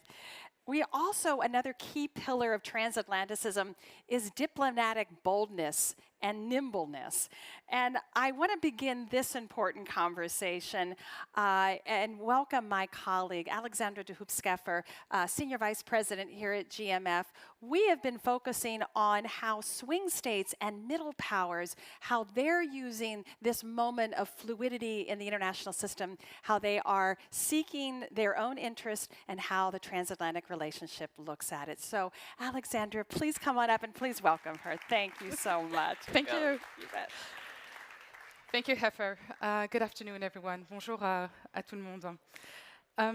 The German Marshall Fund just recently published a major cross-regional policy report called Alliances in a Shifting Global Order. You have the first page right here.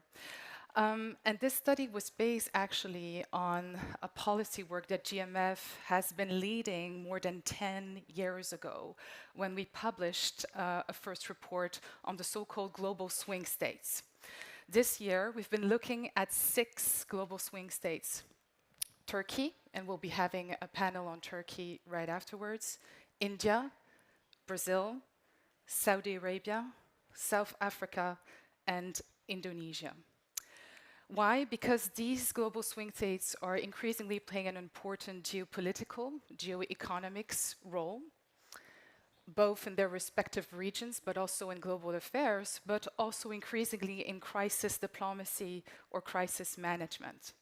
And so the big questions for Americans and Europeans, and that's the few policy recommendations we made in this report, is how do we redefine, how do we rethink, how do we be more creative in the way we engage and cooperate with these global swing states. Some call it neutrality, others call it non-alignment. I rather prefer the term of strategic multi-alignment because that really translates the fluidity, the transactionalism within which all alliances now are evolving. And so we are in this phase of calibration or recalibration and adaptation against the backdrop of both the war in Ukraine, but also the heightened US-China strategic competition. 3 of these global swing states were actually invited in the latest G7 summit in Hiroshima, Indonesia, India, and Brazil. Extremely interesting to see how this G7 summit actually translates, reflects the geopolitical transition that has been accelerated by Russia's war in Ukraine in many different ways. Russia's war in Ukraine, and this is really a finding that we have been gathering across this major study, has accelerated the collapse of 3 Western geopolitical illusions. And what we are today struggling with is how do we fill the gaps and how do we navigate through that new geopolitical transition. The first Western illusion was to think that Russia's war in Ukraine would put Russia in the category of pariah rogue states and isolate it on the international scene. It has very quickly become clear that Russia still benefits from the support of many, many countries around the world, certainly growing impatient for the war to end, but for now, keeping Russia's economy and therefore war effort resisting Western sanctions. Less than 40 countries have actually sanctioned Russia since the beginning of the war. This tells you a lot about the new geopolitics of alliances that has been deepening and accelerating since the beginning of the war. And the lessons learned probably is that we have underestimated the deepening ties between many of these countries and Russia, and by extension with China. The second Western geopolitical illusion that has collapsed with the war in Ukraine is the way we framed the war in Ukraine. The West against the rest, democracies against autocracies. Very quickly, this binary way of describing the power politics around the war in Ukraine has proven inaudible or even counterproductive, as we were realizing that we needed to outreach to the countries of the global south. And so one of the recommendations we made in that report was to say, let's simplify the message.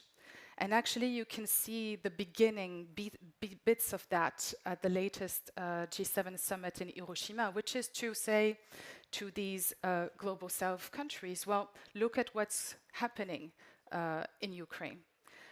This is a disruptive, decisive moment for sovereignty, territorial integrity. And if we let Russia win, your own sovereignty and territorial integrity could also be put in danger. These are the conversations that we should have in a much more simple way, not being obsessed with rallying other countries to our principles, but building and finding collective solutions, working on building a constructive role for these countries in finding a solution to the war in Ukraine.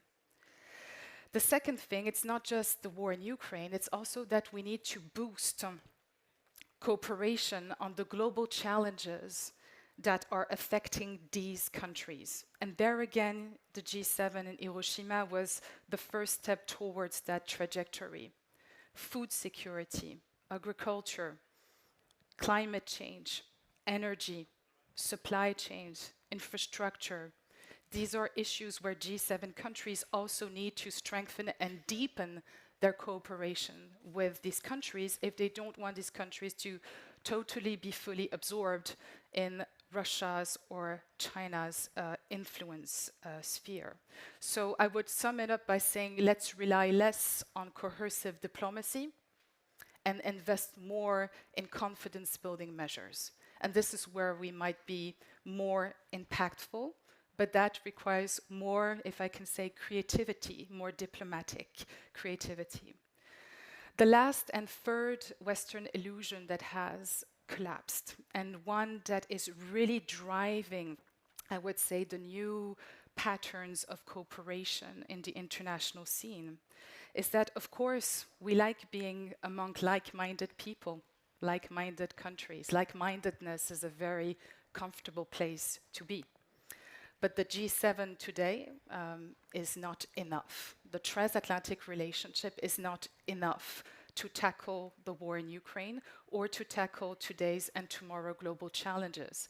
And so we need, again, to be much more creative, much more flexible and diversified in the way we work with other powers, because these other powers will have an increasing influence and saying in how wars end, and in how all of these global challenges, climate change being number one, will be handled.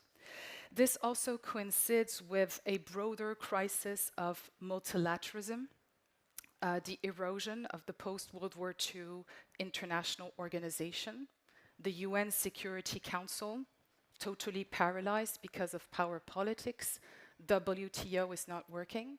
And so this is also fueling ad hocism in the way we cooperate, minilateralism, regional forums that are becoming much more assertive in terms of tackling regional and increasingly global issues.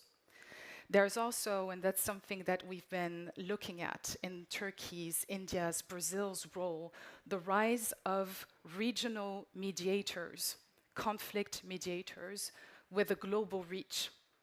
You see China proposing a peace plan, Brazil calling for a peace club, including many of these emerging countries, South Africa leading an African delegation to try and also find an end to the Ukraine war. These are very concrete indicators of this new geopolitics of influence and new geopolitics of alliance.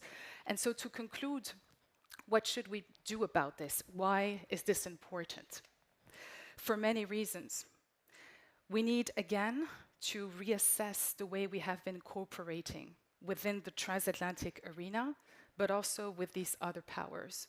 We need to assess whether our old patterns of cooperation work, or whether we should reinvent or recalibrate them. And that's where, again, we need much more creativity. And I think we have been lacking creativity these last couple of decades.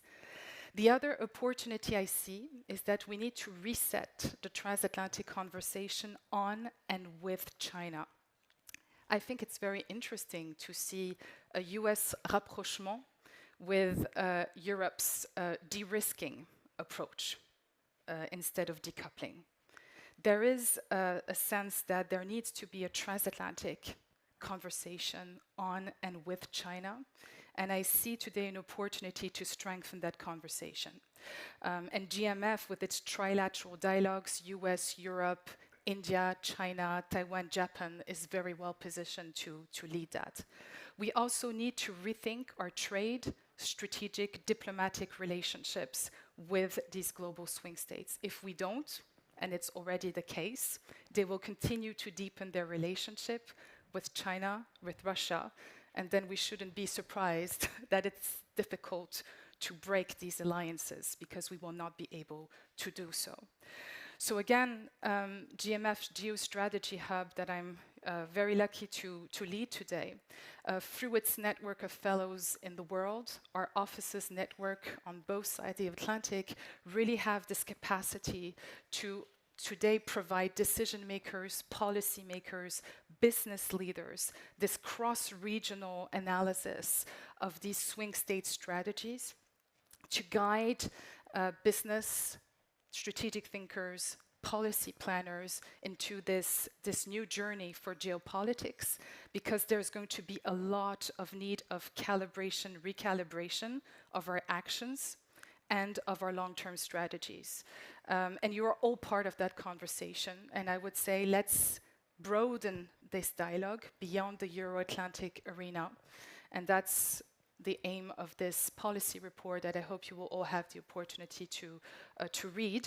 And with that, we will now dive deeper into the Turkish case with my colleague, Ian Lesser. Please, Ian, the floor is yours, and we have a wonderful panel to discuss. Thank you. Thank you very much. Thank you.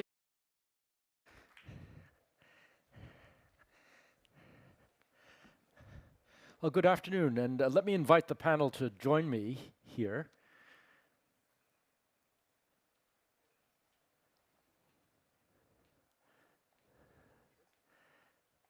Please. Seat, Sergey. Okay, well, good afternoon, everyone.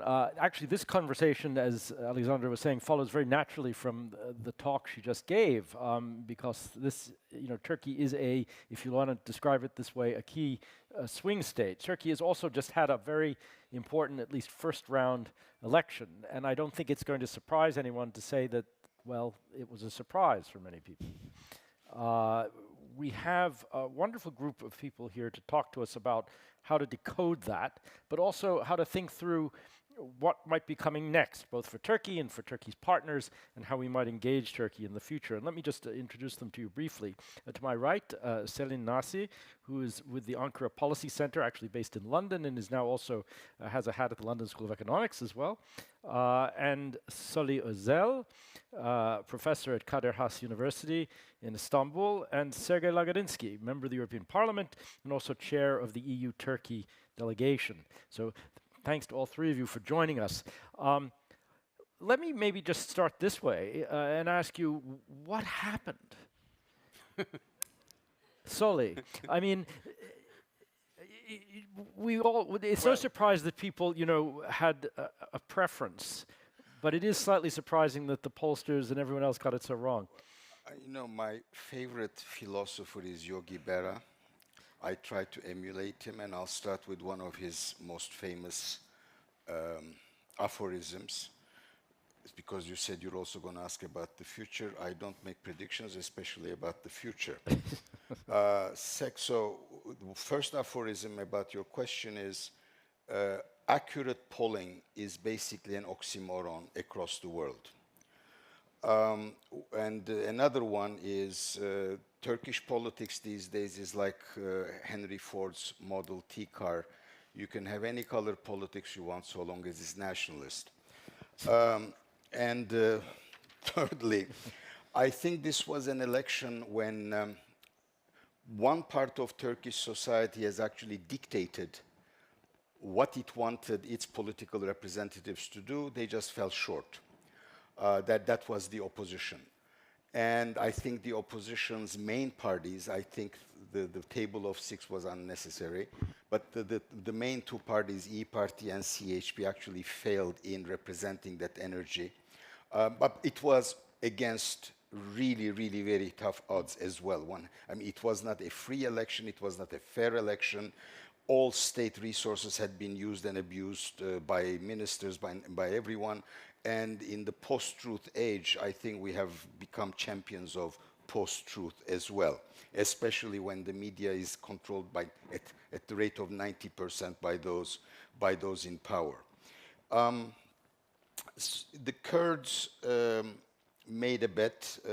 I think one of the reasons why the difference may be so high is that of the people who chose not to go to the polls, which was about 10% of the electorate, it appears that in the metropolitan centers, those were overwhelmingly Kurdish. What was really truly surprising, and maybe it shouldn't have surprised us, was that neither the economic calamity we find ourselves in, nor the earthquake, the calamitous earthquake, and the abysmal performance of the government seem to have made much of a difference, and that is something that will need to be analyzed. Finally, about the future, we will have we will have a second round for the presidential election, and quite frankly, in this new system, presidential election is the only one that counts politically.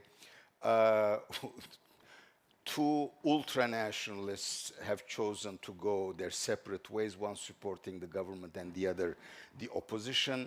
I think the one supporting the government will not really make much of a difference. The other one may bring 1 or 1.5 points. So I think the election will be determined by those who do not go to the polls on Monday. As for our relations with the rest of the world, we'll come back to that, but let me also ask you, and maybe this is a good transition to you, Selin. I mean, is it absolutely certain that Erdogan is going to come out on the 28th as the winner? Well, he has an advantage over the main opposition leader, and I think we overlooked the nationalist wave. We had nationalist parties in both sides. The MHP from the alliance of Erdogan increased its votes. Pollsters predicted that it was going to get about 5%, but it had about 10-11%. And then the Good Party on the Nation Alliance, it remained its position. So President Erdogan really played this nationalist card well. He showcased Turkey's accomplishments in the defense sector, which we should all be proud about. But it was striking for me to see that people cared more about tanks and warships than whether or not they would be able to provide their kids proper education, or whether or not they're going to have the means to provide their kids that education to build those tanks and warships in the first place. So we need to, I think, understand and explain why is this resilient vote share Erdogan has. And many experts point to identity politics. Of course, it surely has an impact, but there I see an economic side to it. You would say you have the economic meltdown, inflation is soaring, you have budget deficits, and life standards are deteriorating. Yes, that is true, but the government's spending, I think, changed the perceptions. This early retirement program offered eligibility for over 2 million people. And then we had the inflation plummeting due to base effects. And so this all changed perceptions that the government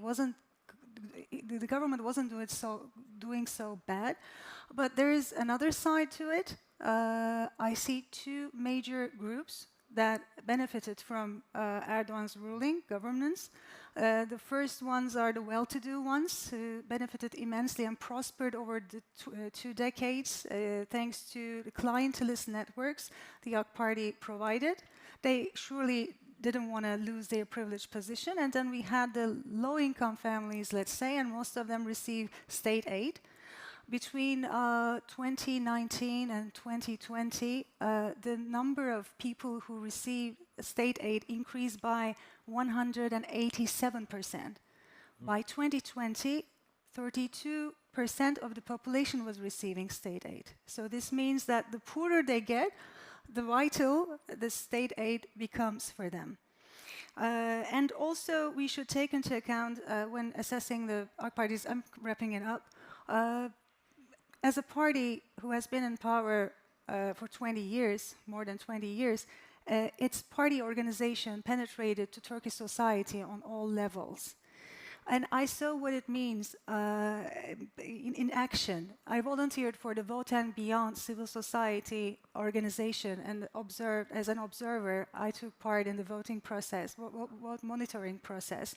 And on the day of the elections, there were 2 representatives from the AK Party, and they were almost acquainted with the people who came to vote. They knew their names, they greeted, they did small talk, but it matters.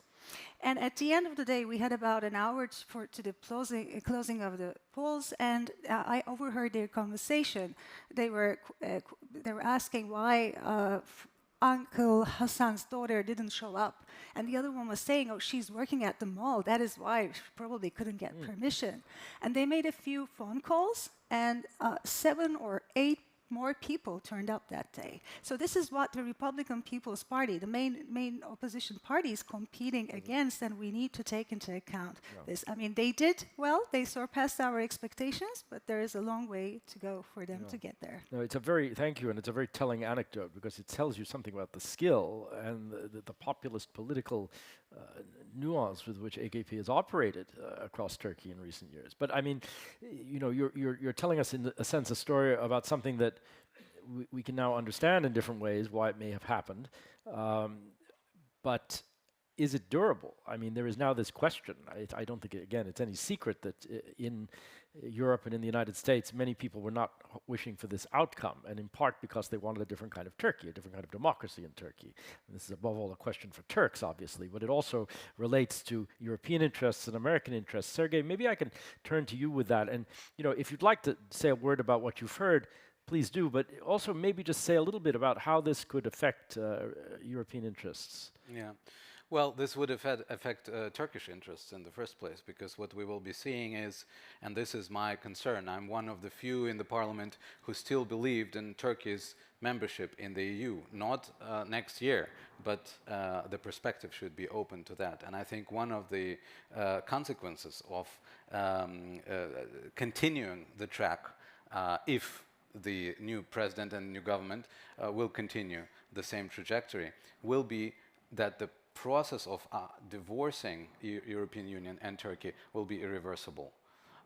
We already now are doing our best in order to freeze but not cancel the process perspectives for Turkey to be a member. I think that what happened now, what is happening now, will solidify the alliance of 2 forces, of those who are anti-Erdogan, for legitimate or illegitimate reasons, but mostly for legitimate reasons, and those who are anti-Turkey. This is a big majority, and I see this in the parliament.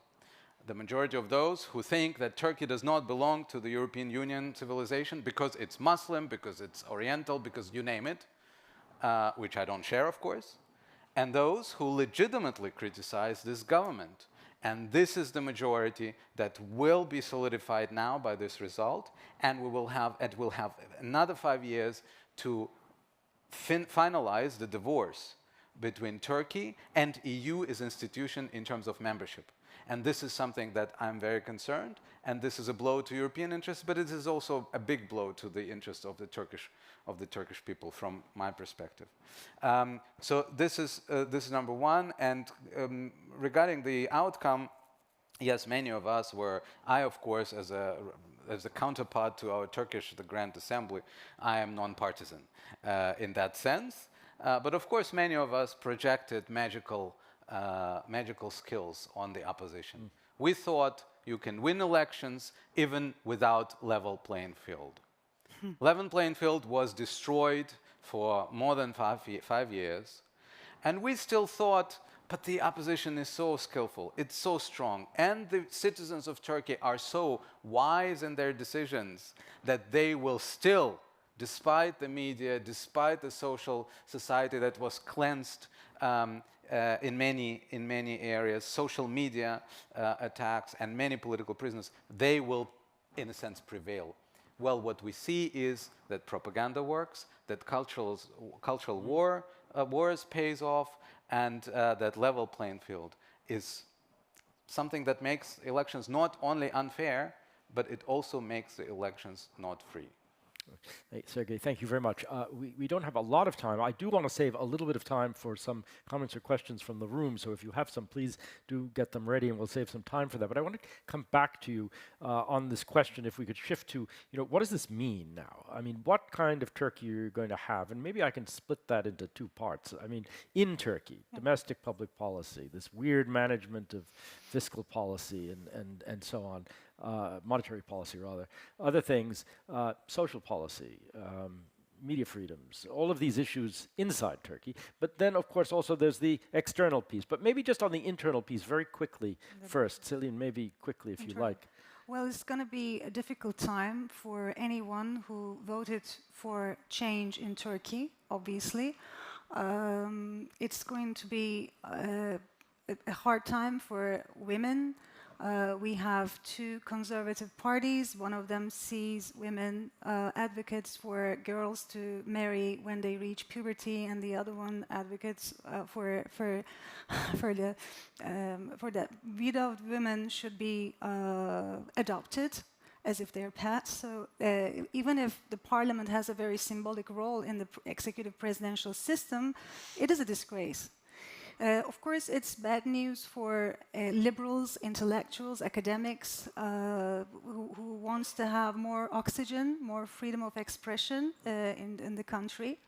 And for young people who wanted to live in a democratic country, probably brain drain is going to accelerate.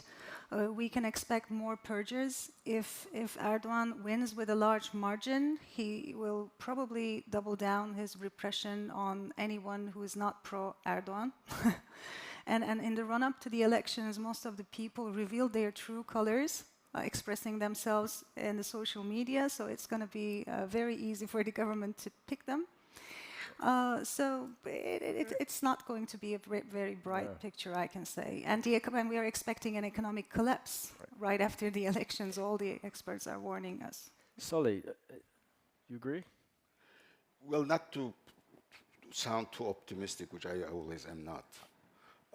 But there's a silver. Sometimes you. There's a silver lining, nonetheless. AKP has lost 7 points from the last elections. Erdogan lost 2.5 points from the last elections, in spite of everything that we have just described. So the momentum for change is there, and quite frankly, although we now have ultra-religious conservatives kind of bordering on jihadists in parliament that he brought in, the rising wave in the country is secular nationalism. And whether or not that will develop into a more democratic secular nationalist path or more autocratic one remains the big question. The two nationalist leaders who joined the two sides are not necessarily known for their great respect for multiculturalism or pluralism and whatever, but nonetheless, that's a fact. Finally, look, you have to give some credit to, as Sergey said, to the Turkish society. At about 48%, it resists calamity after calamity, brutal attack after brutal attack.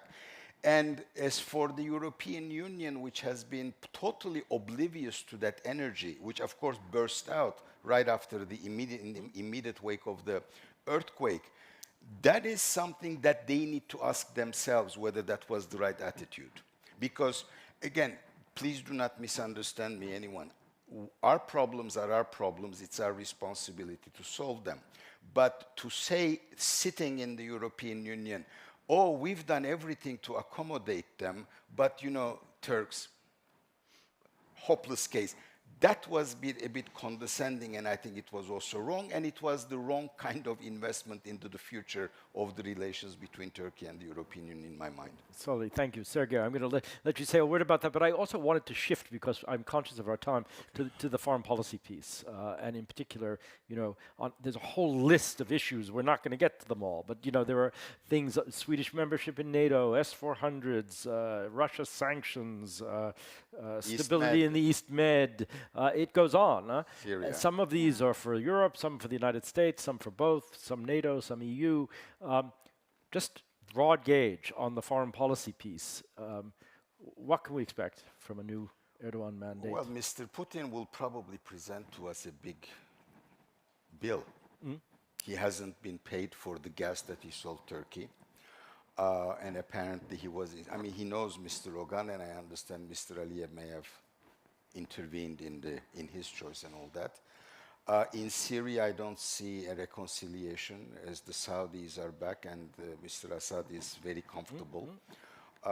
So there will be with Washington? Huh? With Washington? Washington is going to be the big issue. That is an S-400s. For Washington, S-400s plus Sweden's accession. And for Turkey, of course, the American support for PYD, which is an extension of that. And what will, Celine, if I may, I mean, on, for example, Swedish membership in NATO or S-400s, I mean, is this new Erdogan mandate going to change things? What will happen? Ian, it is very difficult to make rational explanations when it comes to Turkish foreign policy, because one man decides for everything and his only orientation is to remain in power and to rally his supporter base.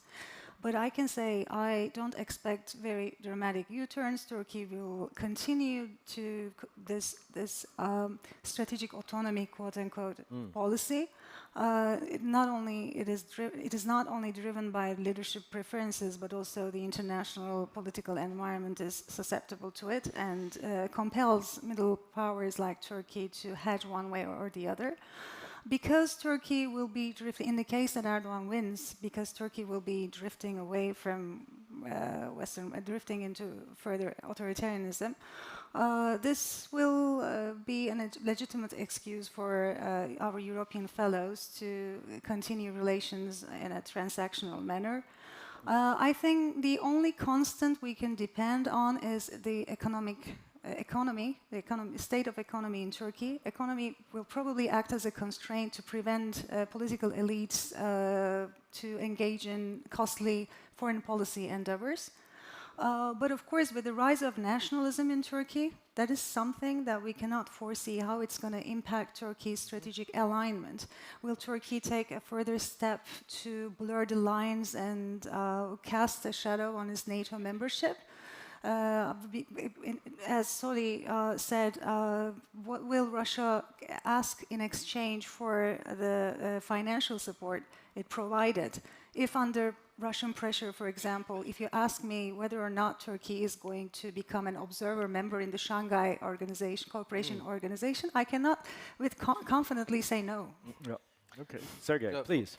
From our perspective, and thanks for giving me the cooling down period after we were accused of doing the same thing. Well, you never know what you're going to get asked. Which is not save some time. So which is not true, because European Parliament is very outspoken. I didn't say Parliament.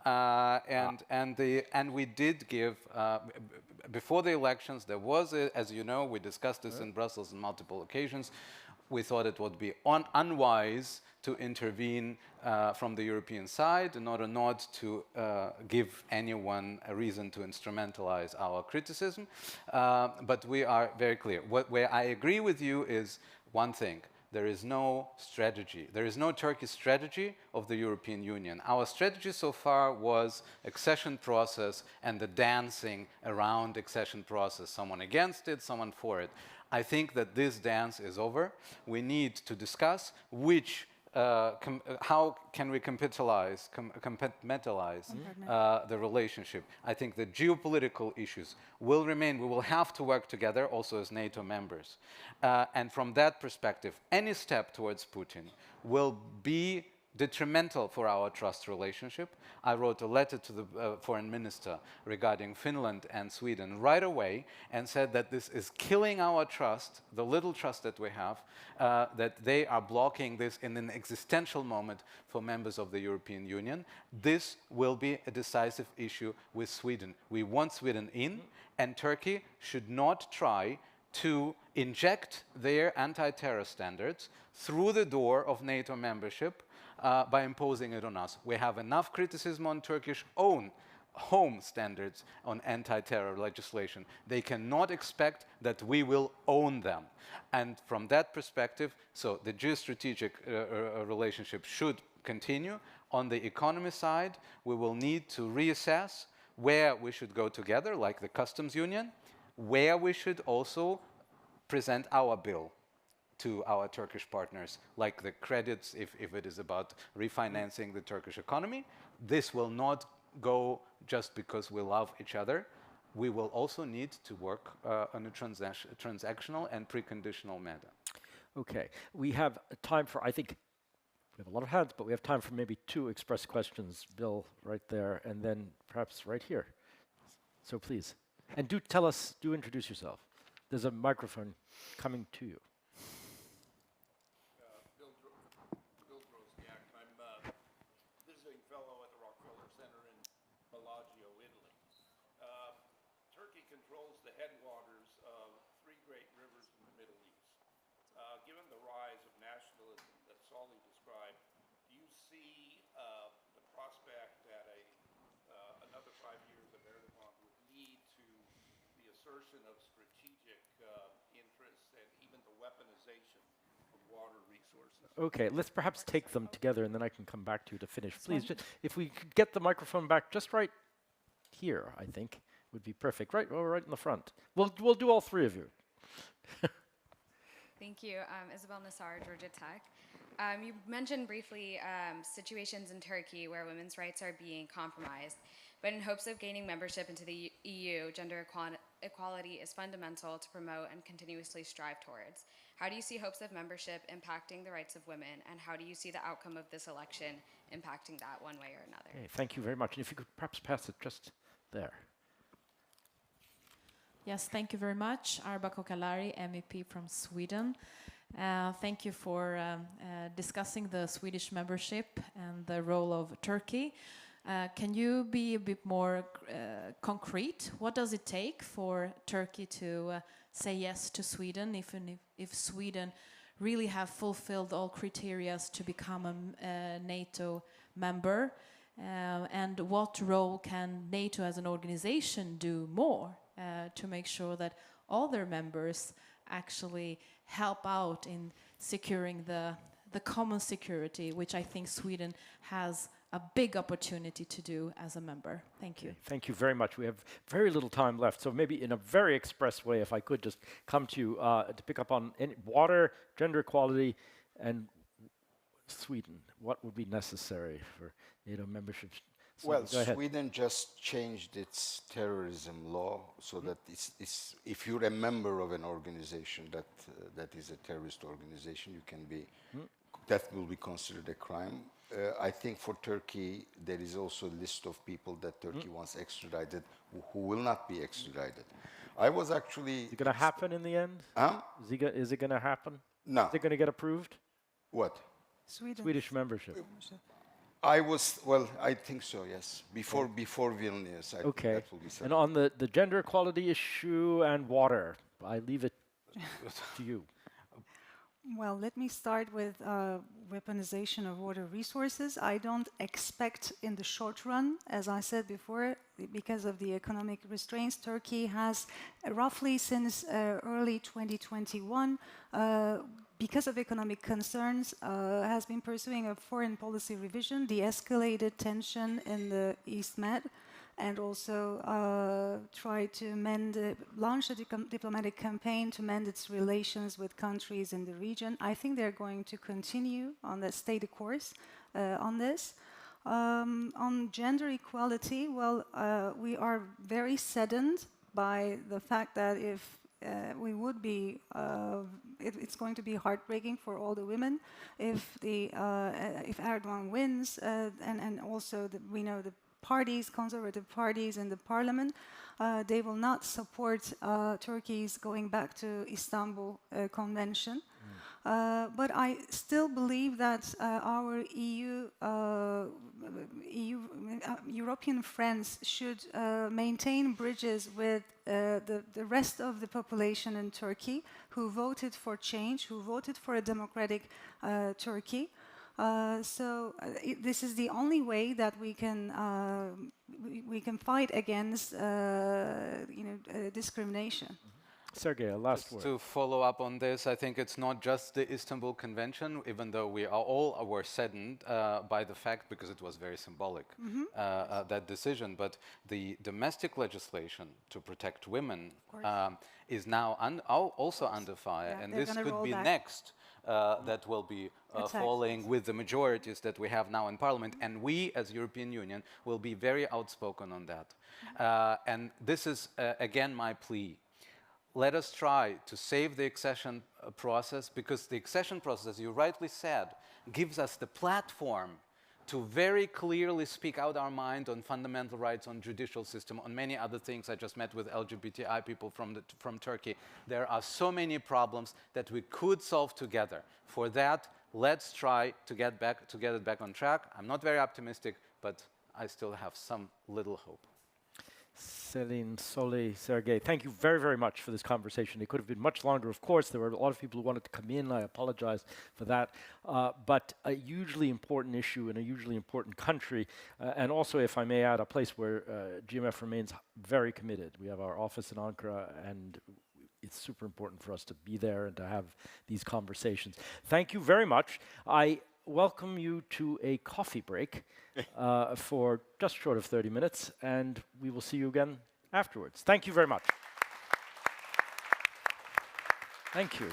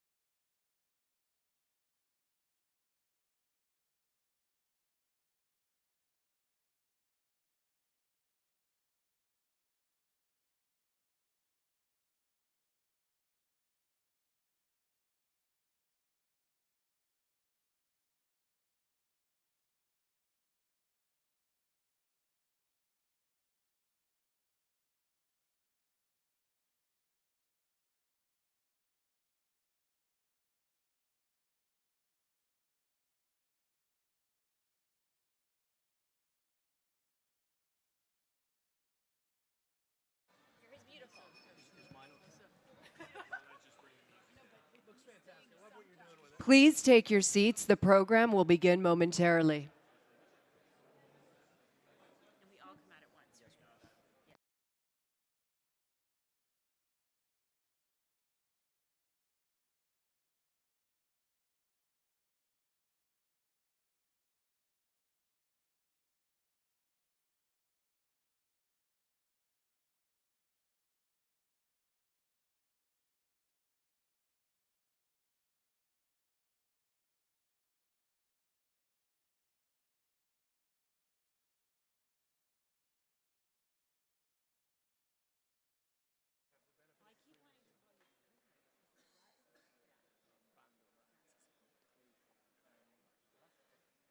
Please welcome Managing Director of GMF Digital, Ambassador Karen Kornblue.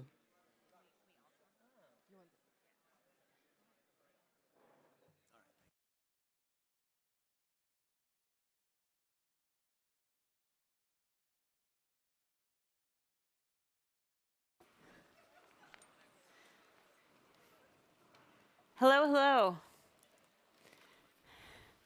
Thank you for sticking around. This is a panel on transatlantic competitiveness. And let me just start by saying that the U.S. National Security Advisor, Jake Sullivan, recently declared the end of the old Washington consensus. This is characterized by laissez-faire globalization, and it's been the casualty of the 3 Cs: China, COVID, and climate. But there's, of course, a danger. The shift from globalization to geopolitics can veer into nationalism and protectionism. So we need to discuss these issues in this venue, and we're very, very lucky that we have 4 panelists who are on the front lines of these debates. I'll introduce them very quickly. It won't do them justice. Bruce Andrews is Corporate Vice President and Chief Government Affairs Officer of Intel. Brando Benifei is a member of the European Parliament and rapporteur on the AI Act. Ann Mettler is Vice President of Breakthrough Energy. And Chris Schroeder is author, entrepreneur, and venture capitalist, as well as Vice Chair of GMF's board. So I'm just going to go right into it. And unfortunately, Brando is going to have to leave after 15 minutes, so we're just going to jump right in and talk about some of the policies and the technology. And I'm going to start with Bruce. Bruce, a key element of the new industrial policy in America has been the CHIPS and Science Act. If it succeeds, what will that mean? And how do we avoid a subsidy war with Europe? Sure. Well, first of all, thanks for having me here today. This could not be a more timely conversation. So look, the CHIPS Act was a recognition in the United States, and the EU CHIPS Act, I think, as well, is the fact that there's been a significant realignment of global manufacturing. Obviously, globalization was a big factor in many industries, but also in the semiconductor industry, you essentially had 30 years of very focused policies by South Korea, Taiwan, China, to bring manufacturing there. And just to give you a sense that in 1990, 37% of global semiconductor manufacturing was in the United States. Over 40% of it was in Europe. In current times, that number is about 9% in Europe and 12% in the United States. And so what has changed? And really what changed was very focused industrial policies, very focused incentives to attract manufacturing to Taiwan, to China, to South Korea. And so the U.S. CHIPS Act is really a recognition of 2 things. One is, I think the lesson we learned during COVID was don't be overly dependent on one region or one area of the world to over-concentrate supply chains, which, let's face it, a lot of companies did. They sought the lowest cost and tried to, quote, optimize supply chains. But we realized between the COVID shutdown, between other factors, the Shanghai port shutdown, some of the, controls on and the impacts of, being very dependent narrowly on supply chains, there was a real lesson learned there. And so the CHIPS Act in the United States is an effort to attract investment back to the U.S. And since the CHIPS Act was passed, about $200 billion of investment has been announced in the United States, either in new fabs or in the semiconductor ecosystem. So it's being successful in that regard. Now, part of the result was you also had Taiwan and Korea increasing their subsidies because they didn't want to lose out. And it's particularly important because there's about a 40% cost difference between manufacturing in Taiwan or South Korea versus the US or Europe because of these subsidies. And then the second factor is obviously geopolitics. For better or worse, the semiconductor industry is the eye of the hurricane of geopolitics. The US government has taken a number of actions focused on trying to reduce the flow of key technologies to China.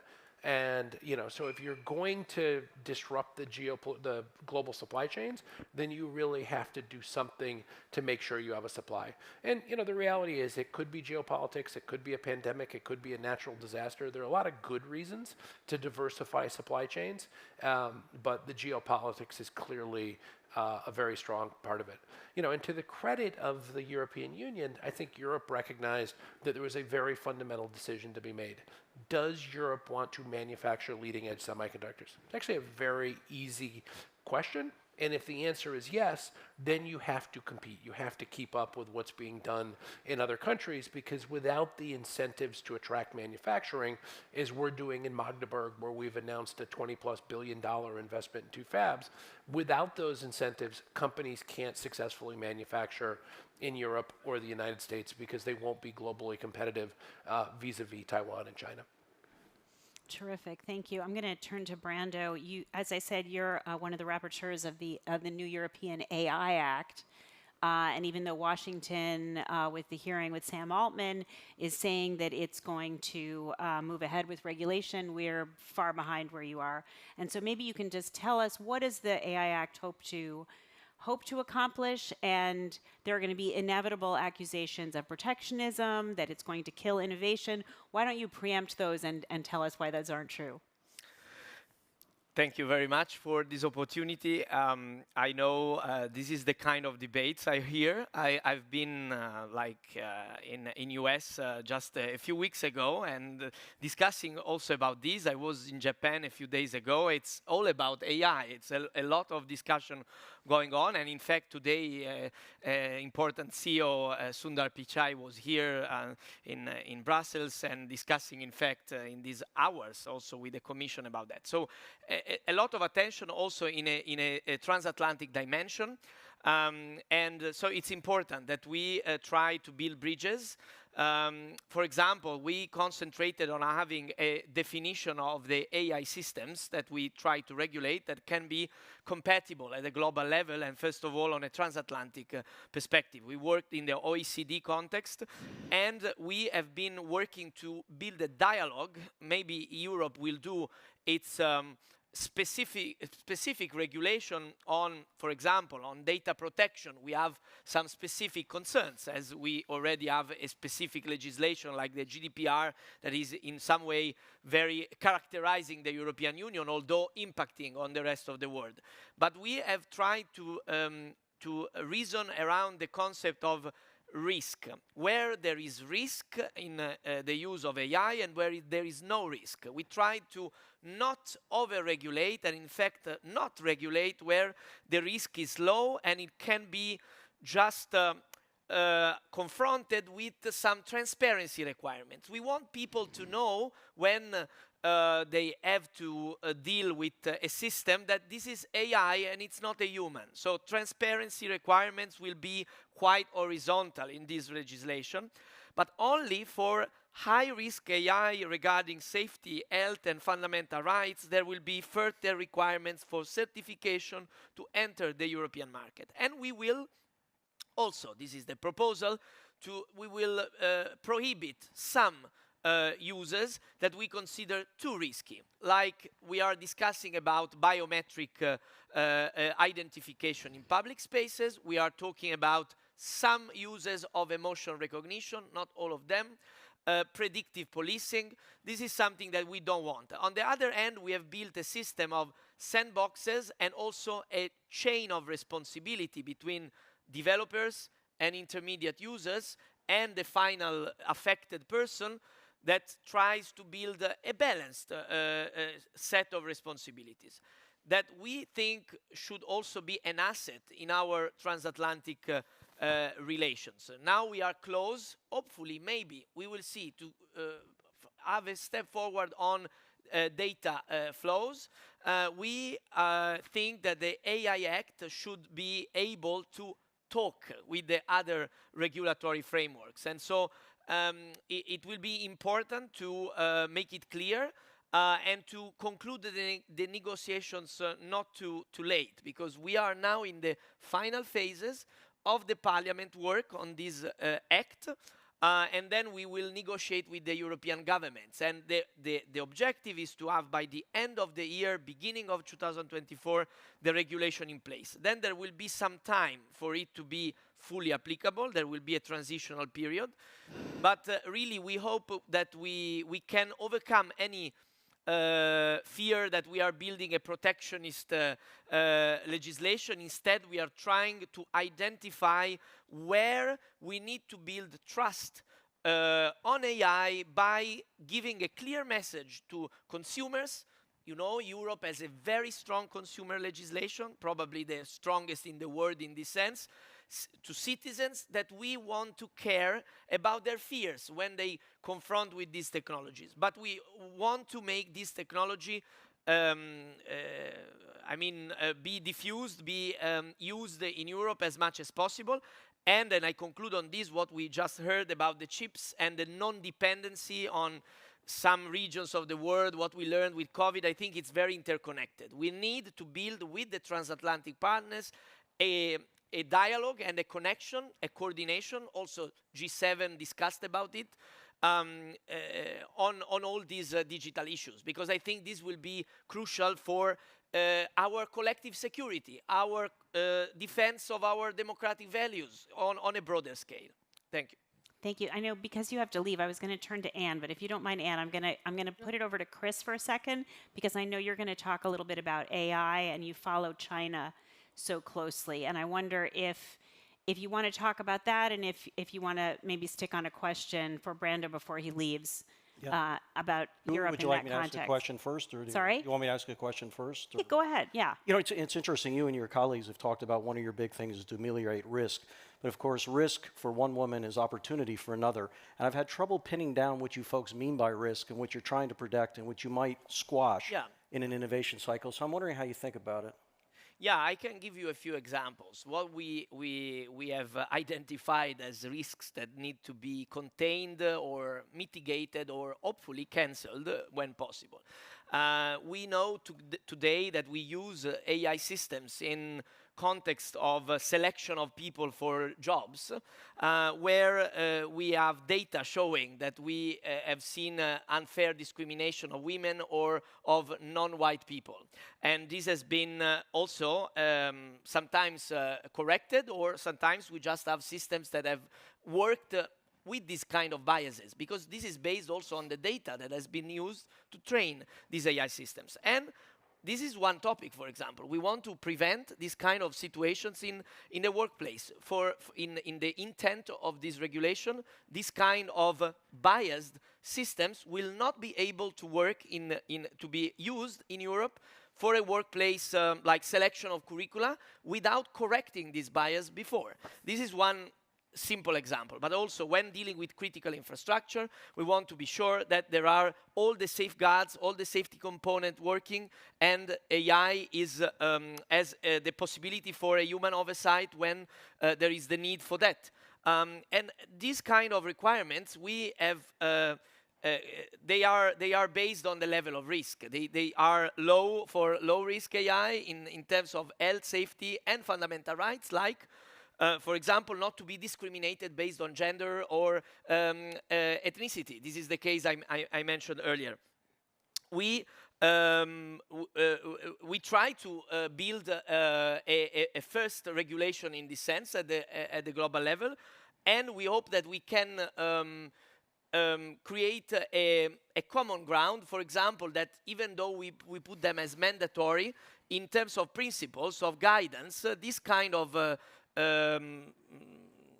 requirements could be also considered as recommendations, as ethical direction for the development of AI, also where we might not see a more prescriptive approach, like maybe in US, maybe in Japan, based on the discussions we had. I see that already many businesses, to be frank, are already preparing for this kind of risk mitigation approach on AI, and we try to, at least on some areas, put some more prescriptive rules. But we want to be sure that people feel that their health, their safety, for example, when we use AI for medical, that there is the best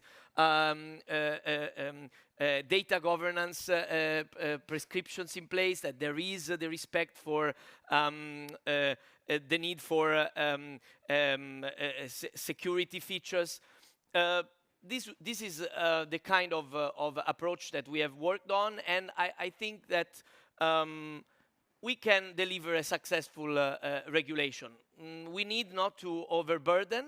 We have worked with businesses also in this sense because we want to make it workable. Thank you. Thank you so much. I know you have to go, but we really appreciate your being here. Nice to meet you. Thank you. Thank you.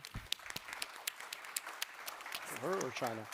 Well, why don't we go to Anne? Yeah, start there. I feel like both of you were teed up, but Anne, you know, we've talked about China a little bit, we've talked about COVID a little bit, climate. There's been a lot of tension in the transatlantic relationship over the Inflation Reduction Act. Where do we go from here in terms of coordinating, collaborating on the massive challenge of climate change? Yeah, it's a great question. Before I go into it, I just want to, because this is, of course, a panel about competitiveness, so I thought that I just share that I am very concerned that I believe that Western democracies are at risk of essentially losing technology leadership. There was recently a study by the Australian Strategic Policy Institute that looked at 44 advanced technologies, and it concluded that 37 of them, China is leading, the rest, the United States, Europe wasn't leading in a single one. So that's of course concerning. The second thing I will say is that I believe we haven't been sufficiently cognizant that essentially a new economic model has been developed that is really challenging our way of doing social market economy. I like to call it authoritarian capitalism. The advantage of authoritarian capitalism is that it is much faster than our systems tend to be. It can subsidize technologies, you just spoke about it. It's a system where businesses and governments work hand in glove. Some of you may know in my previous job, I ran the internal strategy department at the European Commission. And I have to say, I saw a lot in those 5 years. And if I have one key takeaway from that time, it is that the world is engaged in a competition for technology supremacy. And whoever wins this technology supremacy will be more secure, will be more sovereign. And if that power or that geography wants to exert economic coercion or weaponize technology, they can do so. There is a reason why the G7 just dedicated a lot of time to a discussion about economic security. So these issues are very real. I will, before I speak about clean tech, I wanted to take a moment actually. You know, I'm old enough to have lived through a large chunk of the digital revolution, where I would argue we didn't handle it well across the Atlantic. I saw the United States develop one way, and I saw Europe develop a very different way.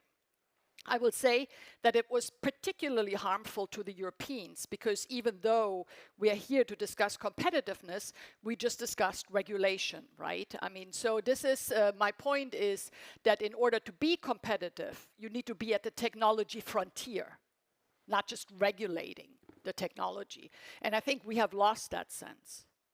So what has that done, this divergence in digital technologies? I would argue that it was maybe not the entire reason, but it wasn't helpful for TTIP. I think it helped derail TTIP, which was, of course, the free trade agreement we were negotiating. And for me, TTIP was actually very anticipatory. I always thought of it as an economic NATO. It was really ahead of its time. Either way, it's dead. But I would also argue that the Trade and Technology Council that has been set up has largely been bogged down now just with all the sorting out all the divergencies and all the problems that this has created, that we have developed over 2 decades now, very divergent systems in digital technologies. So the argument I would make here is we are right now on the cusp of a new technology revolution, which I would like to describe as the clean technology revolution. And some of it has already gotten underway. So wind, solar, batteries. By the way, China is leading massively in all of them. I don't think I need to tell you. But there will be a whole slew of new technologies that are in the pipeline, whether that's green hydrogen, long-duration energy storage, carbon dioxide removal technologies, e-fuels. There's a lot in the pipeline.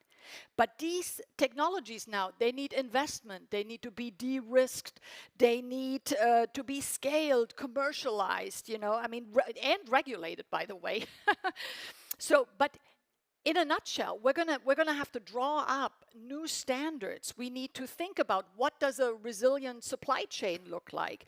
And we still need a lot of innovation. For instance, if you look at critical minerals or critical mineral processing, we are so dependent on China once again, right? So we need to have conversations. What can be substitutes for critical minerals? So the point is, a lot of this is just taking off. And the argument that I would like to make here is that essentially, we are better off if we think now at the early stage of these technologies, how do we build what I would like to call a green transatlantic marketplace, right? I mean, so that we essentially recognize that these issues will occupy us for years. What is interesting here is both the United States and Europe are the underdogs. We're starting late and we're starting from behind. Maybe that can build some common ground. And of course, a transatlantic marketplace today already covers about 1/3 of the global economy. It's 780 million consumers together. It's of course not as big as China and India, but this is sort of the new benchmark, right? So bigger markets actually really do matter because they mean that speed to market, essentially the scaling up process in bigger, more integrated markets is easier. And that matters right now because I already alluded to it. We are too slow. So let's think about how we integrate these markets. And of course, when you scale, one of the things that happens is the cost comes down. This is what Bill Gates likes to call the green premium. This is extremely important in energy technologies because the innovation is non-differentiated. So if you fly on an airplane that flies with sustainable aviation fuels, it will be a lot more expensive, but you won't palpably have a different experience as a consumer. So price is extremely important here. And the products will commercialize faster and the costs will be lower for companies if there is some alignment around regulations or at least mutual recognition. Does it make sense for Europe to have one definition of green hydrogen and the United States a completely different one? Why can't we have this conversation now to see if there can be common ground? I think that there is huge opportunity here, and I would really encourage that we think along these lines and really come together now before we have these divergent pathways, because that way we stand a chance to be jointly successful in what is by all accounts now the issue of our times. This is not just climate. We're dealing with weaponized energy, a war that was started essentially because of energy. We have a massive industrial and systemic competition. So please, please, please, let's not do the same mistake again. Thank you so much. Okay, Chris. Yo. How are we doing on AI? And how are we doing on AI vis-a-vis China? Well, I think it's very important as we think about competition to think about China and to really understand it a little bit. And it's not to pick on China because all of us in this room are competitors and allies and we always figure out how to work things out. China adds a lot of complexity. But, you know, there's this conventional wisdom in the West and I think particularly in America, it really is kind of a two-part myth to it overall, which is that centrally planned economies cannot innovate over time. And that particularly with AI and quantum, this is going to be a real weight on China. And the second one is that China has a proclivity to shoot itself in the foot with the very innovation it unleashes. So people are still talking about Jack Ma, they're still talking about Ant IPO, they're certainly talking about the blow up of the edtech space and a bunch of other news overall. But it's interesting, I was with a serial entrepreneur from China in Singapore not long ago, big investor now, and he said, look, there's no time on earth I'd rather be investing in China than right now. He said the startups are unbelievable. There are huge structural problems we have to solve. There's unbelievable talent, and this talent has spent the last 10 years building great tech companies so they know how to do it, they can move fast. You Americans underestimate the power of weight. We can throw a lot of people at a lot of problems overall. Talent is still relatively affordable, still 1/5 to maybe a little bit more in the cost of engineering is there. But we're not going to be doing ride-sharing apps anymore. We're going to be focusing on healthcare, advanced manufacturing, EV, biotech, climate, and the like of it overall. And in the midst of all of this, and I now talked to a lot of people who come out of China recently on this part, they are as spun up about AI as we are. There's absolutely not an inch separation about the level of spun up they are right now. Everyone's building with it. The activity is very much like ours. There are a whole bunch of Chinese chatbots and automation efficiencies in the back end that's happening right now. Despite the firewall, I have yet to meet anyone in China who has not had access to GPT and OpenAI. They figure out a way around it overall. A lot will concede to me that they are behind in LLM and a lot of the stuff in generative AI overall, but they think they'll catch up. There's amazing innovation happening in computer vision because there are lots of cameras and lots of data. A lot of innovation on the sectors I mentioned before.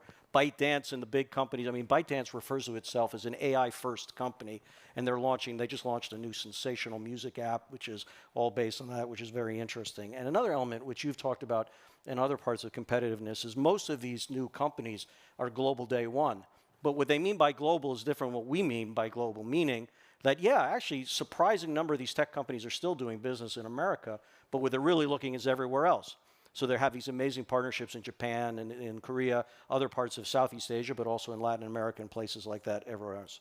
I push people very much on the regulatory environment overall. I mean, there's an awful lot of data in China, and by the way, the regulatory environment will allow access to certain technology that we in the West will be less comfortable with. And I'm not making a judgment. I don't think we should necessarily change ourselves. But for example, the Chinese are willing to do stuff with data in fetal tissue, which is uncomfortable, at least in America right now. And that may be fine. We have to ask ourselves what kind of society we want to be. But it does mean that they're going to get an interesting edge in biotech because AI can use data that we're not able to use overall. Now, it's just not all roses, right? I mean, we just need to understand it for what it is at the end of the day. I mean, there are a lot of things going on which is, worthy to pull a string on too. I told you I was just in Singapore lately. Billions and trillions of dollars have left China to go to Singapore just in the last 8 months. So someone's voting with their feet in some way very powerful, and it's, I think, something to watch. There's a lot of fundraising that's coming, funds who have come to me recently saying they want to invest in Chinese entrepreneurs as long as they leave China. And people are actually thinking about that overall. And, look, I think at the end of the day, global entrepreneurs, are something you have to watch. But at the end of the day, this is something that is going to be real. It is going to be toe-to-toe. It's not to be underestimated, but there's a lot that we have that I think puts us ahead and much more we could do together in the transatlantic alliance that I think will be beneficial for us in many swaths of the world. Great. So Bruce, Chris raised the issue of the rest of the world. Beyond the transatlantic community and China. When we think about resilient supply chains, how do we think about building them? How do we think about working with the rest of the world? And how do we think about this issue of minerals that are so important to supply chains? Sure. Well, it's a remarkably important question, both from an economic security and a national security perspective. Let me start on the supply chain issue, because it's something that we spend a huge amount of time on. Because obviously diversifying manufacturing is important, but bringing the supply chains as well. I mean, the disruptions that were caused, we've seen this in the auto industry, right? Where we had auto plants idled because a 50-cent chip was not available. Like, that's crazy, and frankly, it's something that we have this opportunity now to make sure is not the case going forward. Now, here's the big challenge, which is, particularly in Asia, they've spent 30 years building up these supply chains. A lot of the raw materials, the rare earths, are, may be mined in one place, but most of the refining is in China. Yeah. And the reality is, a lot of countries don't want to put these smelters in, because frankly, they're very dirty. I mean, the idea of building one in the United States, for example, we're all into having diversity of supply of rare earths and minerals. But then do we want to actually be building these sites that are very dirty and probably may not be able to be done under our environmental laws? But we're also at an inflection point where there's this opportunity. And the challenge is the following. Everybody wants more resiliency. They want more diversity. I mean, one good thing about the investment taking place in the United States and in Europe is it will draw supply chains to follow. But if you really want to do in a significant way, you want to build resiliency in supply chains, it's going to be a huge cost. And there's only three choices on who bears that cost, right? There's the companies, the customers, or government's help. And somehow we're going to have to allocate and figure that out. Now, the other issue is, and I'll use the semiconductor industry as an example, the cost of building this resiliency is astronomical, right? The Taiwan, Korea, Japan, China have spent 30 years investing tens of hundreds of billions of dollars. So, even let's say the United States tomorrow said, we want to build a completely diversified supply chain in the United States. It would be cost prohibitive. And this is one of the opportunities for the transatlantic community, and frankly, to your point, the rest of the world to get together, is it doesn't all have to be in the US, it doesn't all have to be in Europe, but what would be important is having a lot of the key pieces of it, and frankly, being able to, God forbid something does happen, natural disaster, pandemic, geopolitical conflict, that if something does happen that disrupts the supply chains in Asia, there are quick alternatives. Because what we don't want to do is have whole industries shut down, and go into massive economic depression as a result of these supply chains. And so, the one thing that we've been advocating for is for the US and the EU to be sitting down and saying, what are your comparative advantages? Where are the areas where, a country in Europe may be able to help diversify and absorb some of the cost, but also build up that sector of industry. There's a lot of it going on in the United States, for example. So there's this opportunity, but we have to take it, because the biggest mistake that we could make is in 5 years have something happen that shuts down the supplies, and we say, well, we knew it was a problem, but we didn't take enough action to deal with it. And I think the same is true in rare earths. And someone had mentioned, the weaponization of commodities, or particularly things that are rare. And obviously the U.S. has been taking a number of actions with regards to semiconductors that the Chinese see as fundamentally threatening their economy, right? So Xi Jinping has developed indigenous innovation to try to counter that threat. In the same way, I think the U.S. recognizes that rare earths, if lithium, which the majority of it travels through China, either for mining or refining, was to be shut down and not able to come to the United States, that would completely challenge the green transition. So there is an opportunity now. It's got to be a partnership between the private sector and governments, but it also has to span across geographies, because no one geography, no one country, no one region is capable of doing this on their own. And so, Anne, going back to you and thinking about what Bruce just laid out in terms of the fact that countries are going to have to step up to the plate, that companies can't do it on their own, and the competitive environment that Chris just laid out. I mean, what is the responsibility of the governments? What do they need to do? And are there some ways they can leapfrog using these new technologies? That would be nice.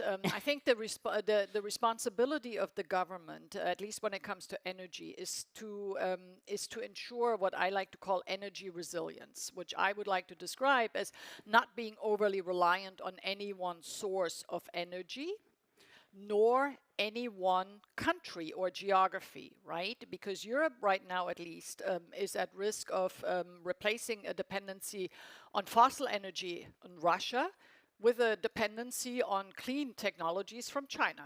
So we really need to be strategic about this. What are our dependencies? And then we need to think about diversification. We need to think about substitution, as I said earlier.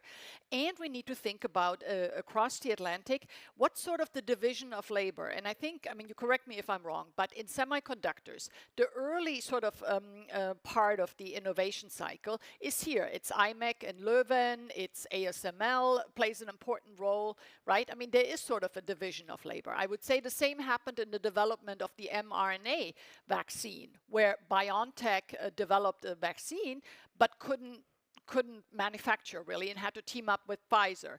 I can think of a lot of these kind of examples where maybe we should think about what does each side bring to the table that is complementary, and then build on that strength, because as I said earlier, at least in the clean tech revolution, we're both behind. This is so we have a huge, massive incentive to work together and to figure this out and make sure that we don't have duplicative incentives, that we have divergent regulations. It just doesn't make any sense. The urgency is too great. The climate crisis is real. But in addition to that, everything that we're discussing here, competitiveness is no longer just an economic issue. This is a hardcore security issue. This is geopolitics. And I think sometimes we're not sufficiently aware of this. Can I just add one point, Abby? Sure. Something you said is really, really important, which is, the U.S. and the EU sometimes see it as a competition with each other, and that's not really the case, right? We're both economies are being driven by factors, and frankly, by policies that have, been very smart for those countries. It's not a criticism. It is a recognition that they've been playing by one set of rules in the U.S. and the EU, whether it was not wanting to do industrial policy in the U.S., state aid rules here in Europe, but we tied hands behind our back, and now we end up in a situation where we have a really fundamental choice to make. If we want to be able to make these technologies, we have to change the way we've done business for the last 30 years. Yes. That's why this discussion is so useful in laying that out and breaking down the silos, I think, between foreign policy, economic policy, and climate policy. So I want to open it up. Does anybody have any questions? And while the mic, okay, right here.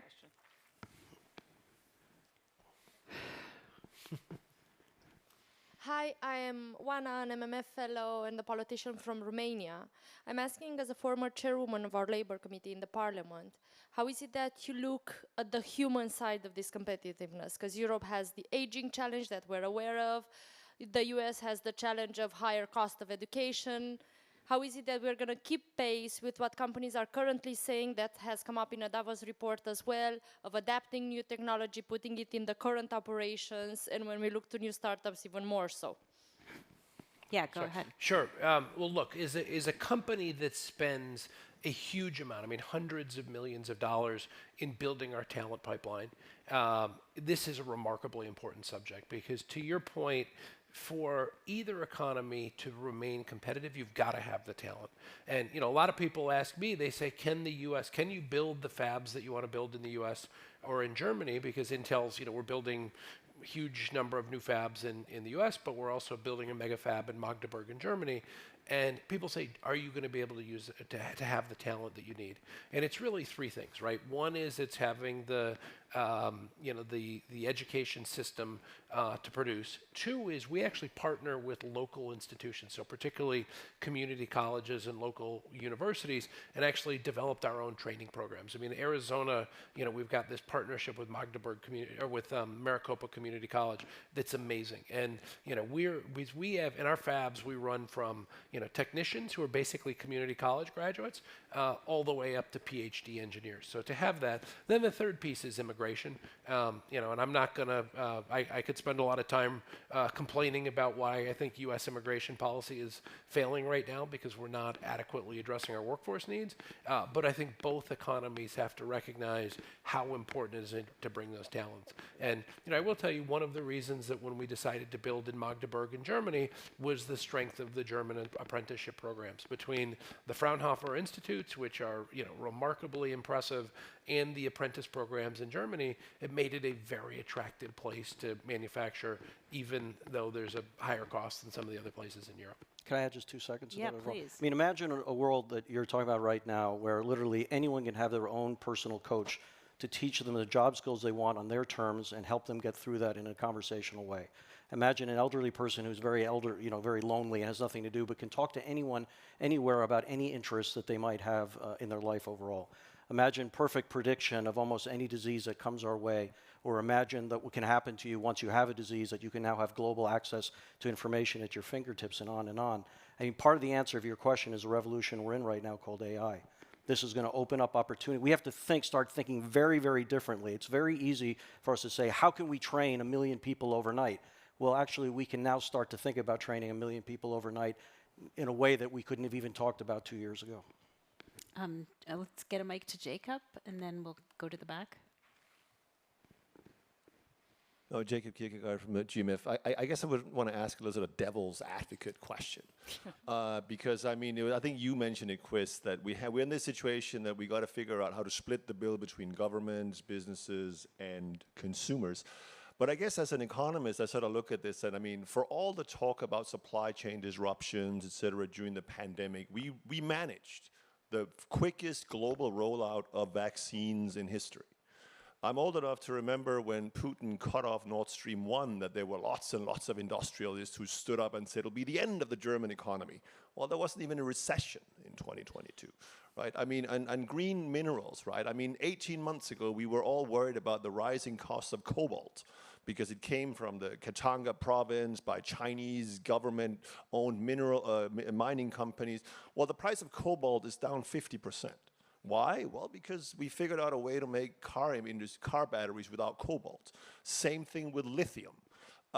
We figured out to use sodium instead of lithium potentially for car batteries. So my question is, aren't we frankly underestimating our Western democracies, not just Western, but for that matter, China as well? Aren't we underestimating our ability to adapt? And isn't it therefore wrong that governments are spending tens of billions of dollars to subsidize all of these things when, quite frankly, we should let the price mechanism sort it out instead? Thank you. Great question. Who wants to take I that? can take that. So also playing devil's advocate, I think you're completely wrong. And I tell you why. In energy, it takes decades to stand up these technologies. If you look at wind and solar, it took close to 4 decades before it became cost competitive. Because of the climate crisis, we just don't have that. We don't have the luxury of taking this long. This is why governments need to invest massively. They need to do so jointly with business. We need a new generation of public-private partnerships. We need blended finance, and we need to do all of this very quickly and strategically. At least in energy, what you describe, in my opinion, does not work, at least in this part of the world, because of what I just said. We're not talking about a new iPhone or so. A lot of these technologies are very undifferentiated.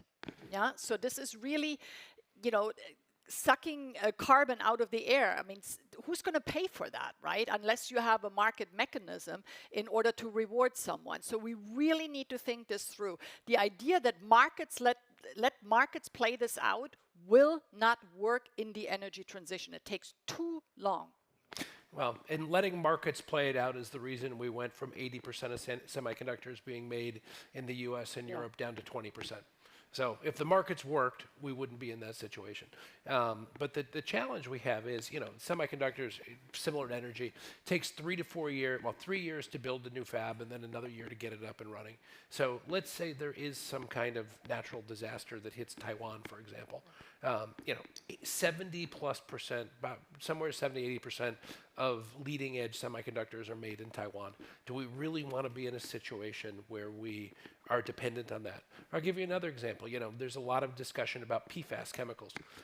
Everyone's looking for a new solution to get away from them, but at least at this point in time, there's no alternative. So we're trying to figure out how do we move away from it. But if we lose one of those inputs, you absolutely disrupt the value chain and the supply chain in a way that is not just easy to to fix. 2 seconds. Yeah, but I just want to say that we're going to put a pin in this conversation, and GMF's going to return to it again and again. I think when it comes to energy and semiconductors, we have two easier cases, but I think bringing rigor to this question is incredibly important. When does the government invest? When doesn't it? What kind of mechanisms does it use? How to evaluate what's been a success? I mean, in the US, we had this famous controversy over Solyndra. Right. One company went bankrupt, and we wanted to throw out the whole program. We need a rigorous way to think about this and talk about it. So a great dialogue. Go ahead, Chris. Just very quickly, because I actually agree with you in part, but I think we have to make a distinction between bits and atoms. I mean, what they're talking about is also unarguable. You can't stand up a fab overnight, but there's so much in software that you can do with an amazing speed now more than ever with what's happened in the last 6 months, which is why I asked him about how does he define risk and how does he think about risk vis-a-vis opportunity. Because I think one of the problems I also see too much in government is there's so much of thinking about risk, not defining what they mean by risk, what is it in fact they're trying to protect, and where are they tripping into the unleashing of the things that you're asking about overall. And that, interestingly enough, I think is actually an easier thing to fix. And that's the caution I give as regulators look at this. A lot of it's about how they define risk on their terms, not necessarily in partnership with the private sector to understand what can be unleashed in innovation, and that becomes a missed opportunity. So I'm so sorry, but we're at 0 minutes left. Does anyone have anything they feel an urgent need to say? If not, I think this was a fabulous panel. Thank you so much. Thank you, Karen.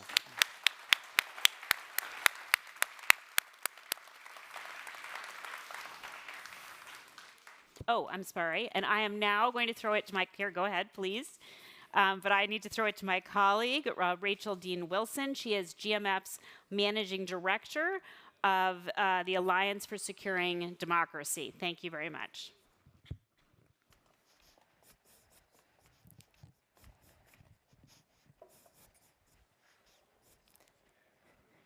Thanks so much, Karen. I'm so excited to be here. As Karen said, I'm a Managing Director at the Alliance for Securing Democracy. We look at autocratic threats to democracy, and I'm lead our work on U.S. politics and U.S. democracy specifically. So we're going to change it up here a little bit and get into some 2024 U.S. politics. So I hope you all are excited for that. We have a truly all-star panel for you, and I'm going to try my best to get to audience questions quickly. So please start thinking about those questions. So we're going to talk about the mood of America, and we have Frank Luntz with us to give a quick 10-minute kind of rundown. And so he will come out first, and then we're going to do some horse race, a little bit of horse race, and focus in on challenges to democracy as well. And then we're going to go to you, and I hope you bring in what does this mean for the new Atlanticism, and what does it mean for support for Ukraine, and any other burning questions that you may have. So without further ado, I'd like to introduce Dr. Frank Luntz. He is a pollster and communications strategist, really known around the world for his great work, kind of the king of focus groups. So I will let Frank take it from here on the mood of America.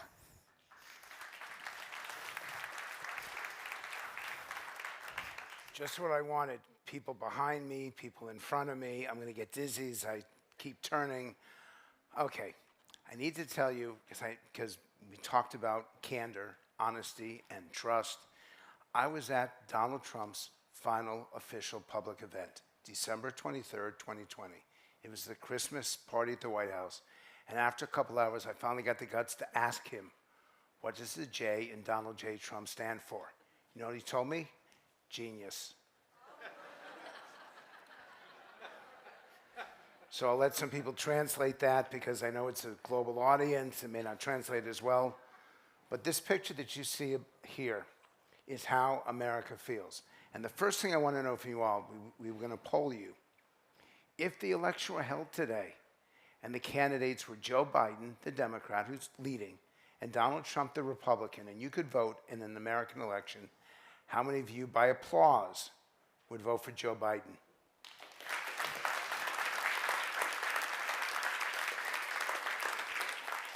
And by applause, how many of you would vote for Donald Trump? Get out. I didn't know that Donald Jr. was invited into your audience. And notice, it was only one clap. This is, am I allowed to use a four-letter word? This is the definition of a shit show. And I say this not for laughter, but I say this because of where America's at, and I'm going to show you a few examples of this. 72%, 3 out of 4 Americans are mad as hell and not going to take it anymore. And the reason why I start with this is because this communicates how impossible it is for us to talk to each other anymore, for us to share ideas, and most importantly, for us to disagree. That's what democracy is all about. I'm so proud to be here. I'm grateful that you asked me, because we're losing this capability right now. And if we don't do something, not years from now, but months from now, this number is going to get worse and worse. Second, and this blows me away, 2/3 of Americans feel invested in their country. But look at that bottom number. Only 1/3 of Americans feel America's invested in them. And if you want to understand the anger, the resentment that's happening in America, it's the equivalent of them feeling like they love their country, but they don't think their country loves them. And that's when you start to get anger. That's when you start to get division. That's when you can't address those things that matter so much to us. I'm going to go through a few of these. 40% think the political system is now rigged. And more than 1/3 think the economy is now rigged. Once again, this is the core of democracy. If you don't believe the elections are fair, you don't believe in democracy. If you don't believe the economy is fair, you don't believe in economic freedom. And we've got both of them happening right now with a significant percentage of the country. So we asked the public, give me a word or phrase to describe democracy. This is so perfect for this session. Freedom, equality, people, united. These are the words of democracy at its very best. And then we asked them, describe American democracy right now. And that's why I used the language I did. Look how negative that is. But it gets worse. We asked the same thing of Congress. What is the perfect member of Congress? Number one, honest. By the way, the larger the word, the more people said it. Honest, knowledgeable, trustworthy, accountable. And then we asked them, what is Congress right now? I showed that to members of Congress, and they started laughing at me. They thought this is funny. It's not. We're going to have a conversation in about 2 minutes about where America is at. And this is where, these are the words they use to describe the institution that's supposed to be closest to them. A couple more, and then I'm going to turn it over to you. We don't speak the same language. We don't prioritize the same words. The communication between people, Joe Biden right now, a majority of Democrats do not want Joe Biden as their nominee. A majority of Republicans do not want Donald Trump as their nominee. What I like to say about Joe Biden, the guy's so old, it takes him an hour and a half to watch 60 Minutes. I understand that people don't want to focus on his age, but he's 80, and we're being asked to support him, not now, but for another 5.5 years. It's pretty tough. But it's not just who's running. The top priority for Republicans, what they're most afraid of, is about culture, traditions, way of life. And that's dead last among Democrats. What's top among Democrats, the failure of democracy, is really low among Republicans. I'll give you another example of this. Respect for work and family. By the way, okay, now I can see where the cameras are. Respect for work and family, number one priority for Republicans. What should we most encourage? Look where that is among Democrats, dead last. Among Democrats, equality, diversity, and justice is their highest priority, and that comes in almost last among Republicans. We are so different, and there are no similarities anymore. And I'm going to stop at this one. The highest priority for the Democrats, look how low the numbers are for Republicans. Equality, diversity, justice, and fairness. Now go back down to the bottom list. And remember, this is not about the past. This is about the future. We don't speak the same language. We don't look the same. We don't connect to each other. And I'm afraid that this is going to destroy this country. So I could not imagine a better conversation. It means you're all going to leave here and you're going to be depressed. But hopefully we're going to leave here with some solutions. So I'm going to turn this back to you.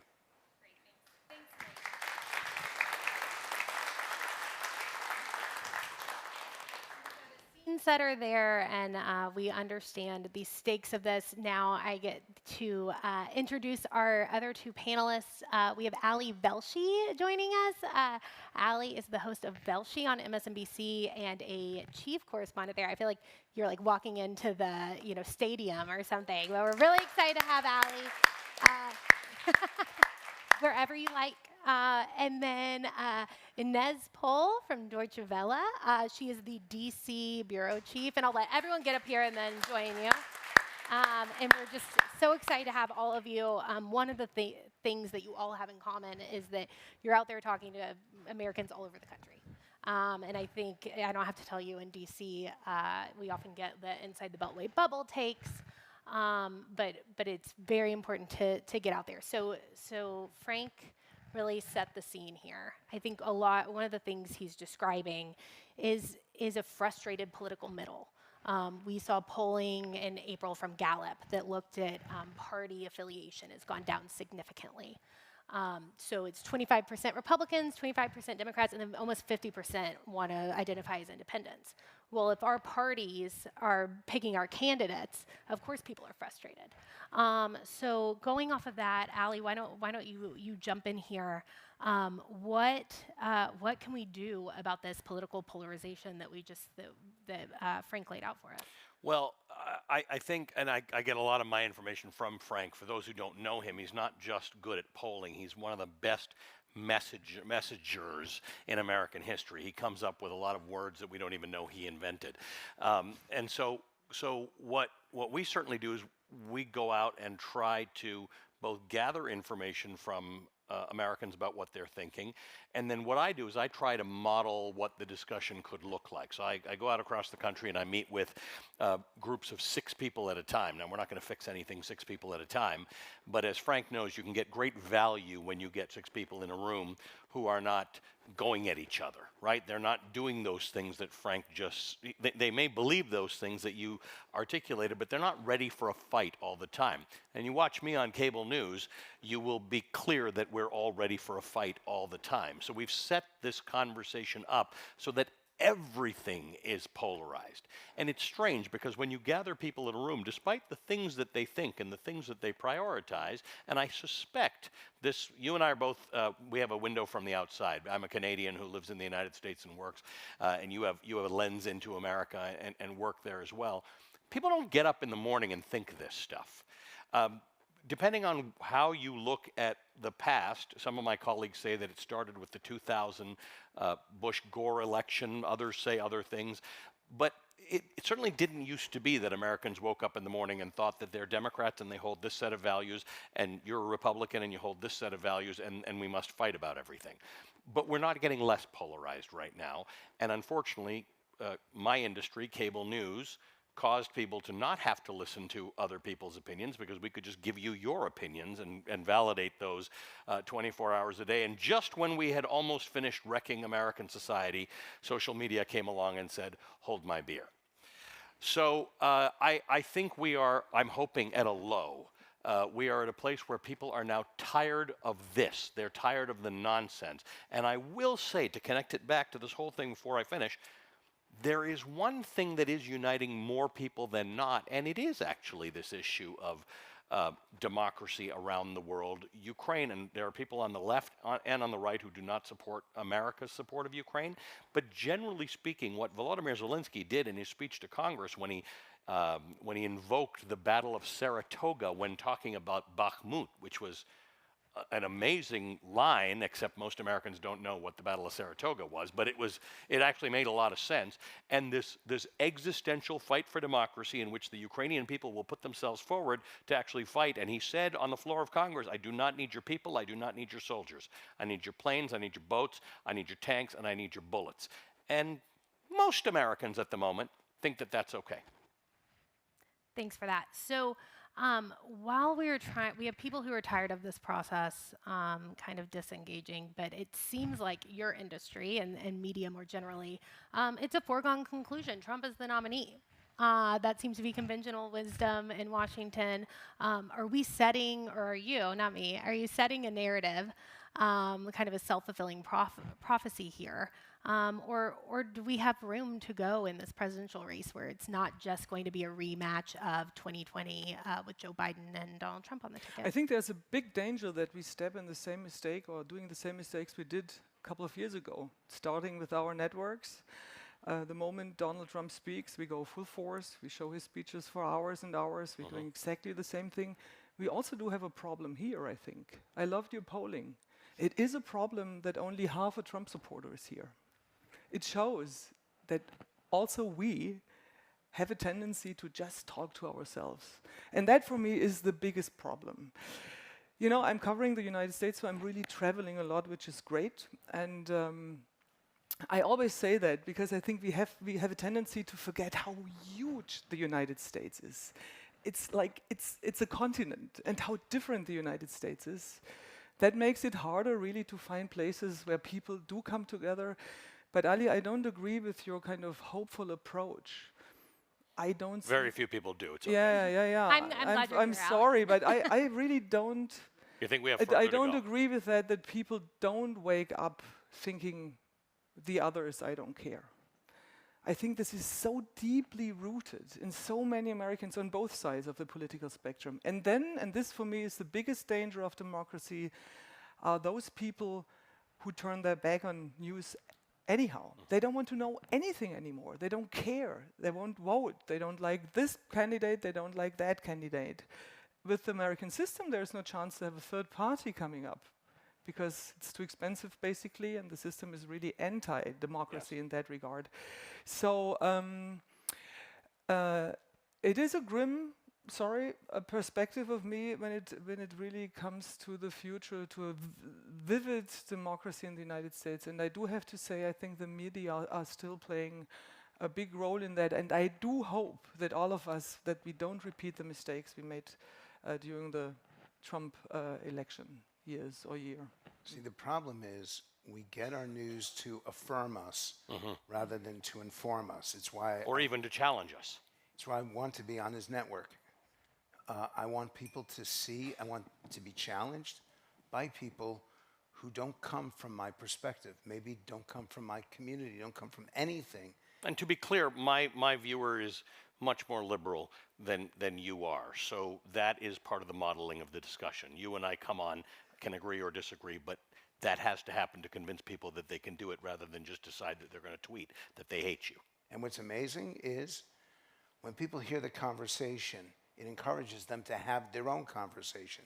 So we found in our polling that 1 out of 4 Thanksgiving in America, who's American here? Raise your hands.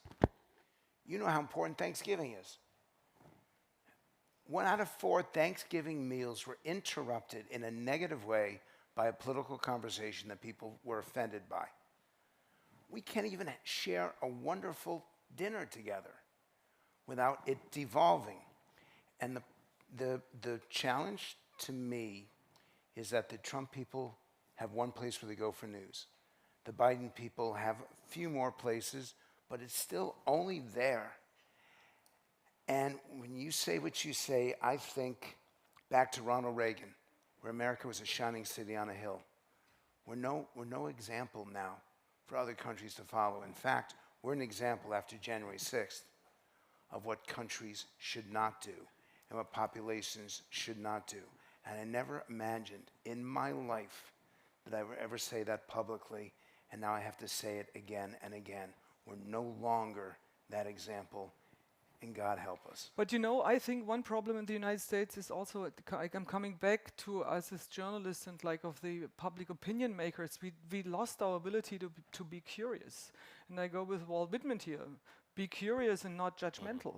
I want to understand why someone being 25 years old, is rather voting for Trump than for Joe Biden. I do want to understand why black Americans vote for Donald Trump. I do want to understand why LGBTQ plus people vote rather for Donald Trump than for a Democrat candidate. And this is something I hope that we relearn this ability, you know, to talk with each other. And this is true for both sides. It would be interesting, you know, like seeing the reaction of MSNBC if you like talk there. Having that said, who watches MSNBC? Many people. But this is also like a very certain mindset of your viewers from a very liberal kind of perspective. So we where have are to- news outlets, you know, where people really do come together and really have these conversations? There's this fantastic professor who I've been quoting for years from Berkeley, Arlie Hochschild. She wrote a great book called Strangers in Their Own Land, where she went to live in Louisiana. This is pre-Trump. This is when these fairly conservative people listened to Rush Limbaugh on the radio, and she researched them and said, you know, she lived amongst them, which is kind of crazy, right? She's as liberal a Berkeley professor from the Bay Area as you can get, going down to the bayou of Louisiana. And one of the things she found, she said, listening to right-wing radio hosts made them feel safe because of the things that they felt threatened by in life, including women getting their jobs, black people for whatever reason, immigrants getting their jobs, even though we have a 3.5% unemployment rate in the United States, lesbians, you name it, whatever. They were scared of everybody. They particularly thought that the problem with liberals is that liberals like their pets more than they like other humans. But her takeaway from the entire 5 years of studying these people is that if you cannot turn your personal alarms off long enough to listen to the conversation that you don't like, we're never going to even have the conversation. So most of my work, including when my old friend Frank is on my show and he willingly comes on, is getting everybody to turn their damn alarms off for the 5 or 8 minute segment that we're on. Just don't yell at me about the fact that he's on. Don't get mad at me that I just said he's coming on after the break. Just listen to the conversation. Then send your screed all you want. Be as mad as you want after you do it. So when you say we make the mistakes that we made in 2016, that we're getting ready to make them, we can have Donald Trump on TV a lot. What we didn't do in 2016 is do what media is supposed to do. We should do two things. We should bear witness to things, and we should hold power to account. We seem to have forgotten that second part. And that's what we have to do. So if you're going to have Donald Trump on for a town hall like this, you've got to be prepared to properly hold him to account, which is something that I'm not sure CNN did the way they should have the other day.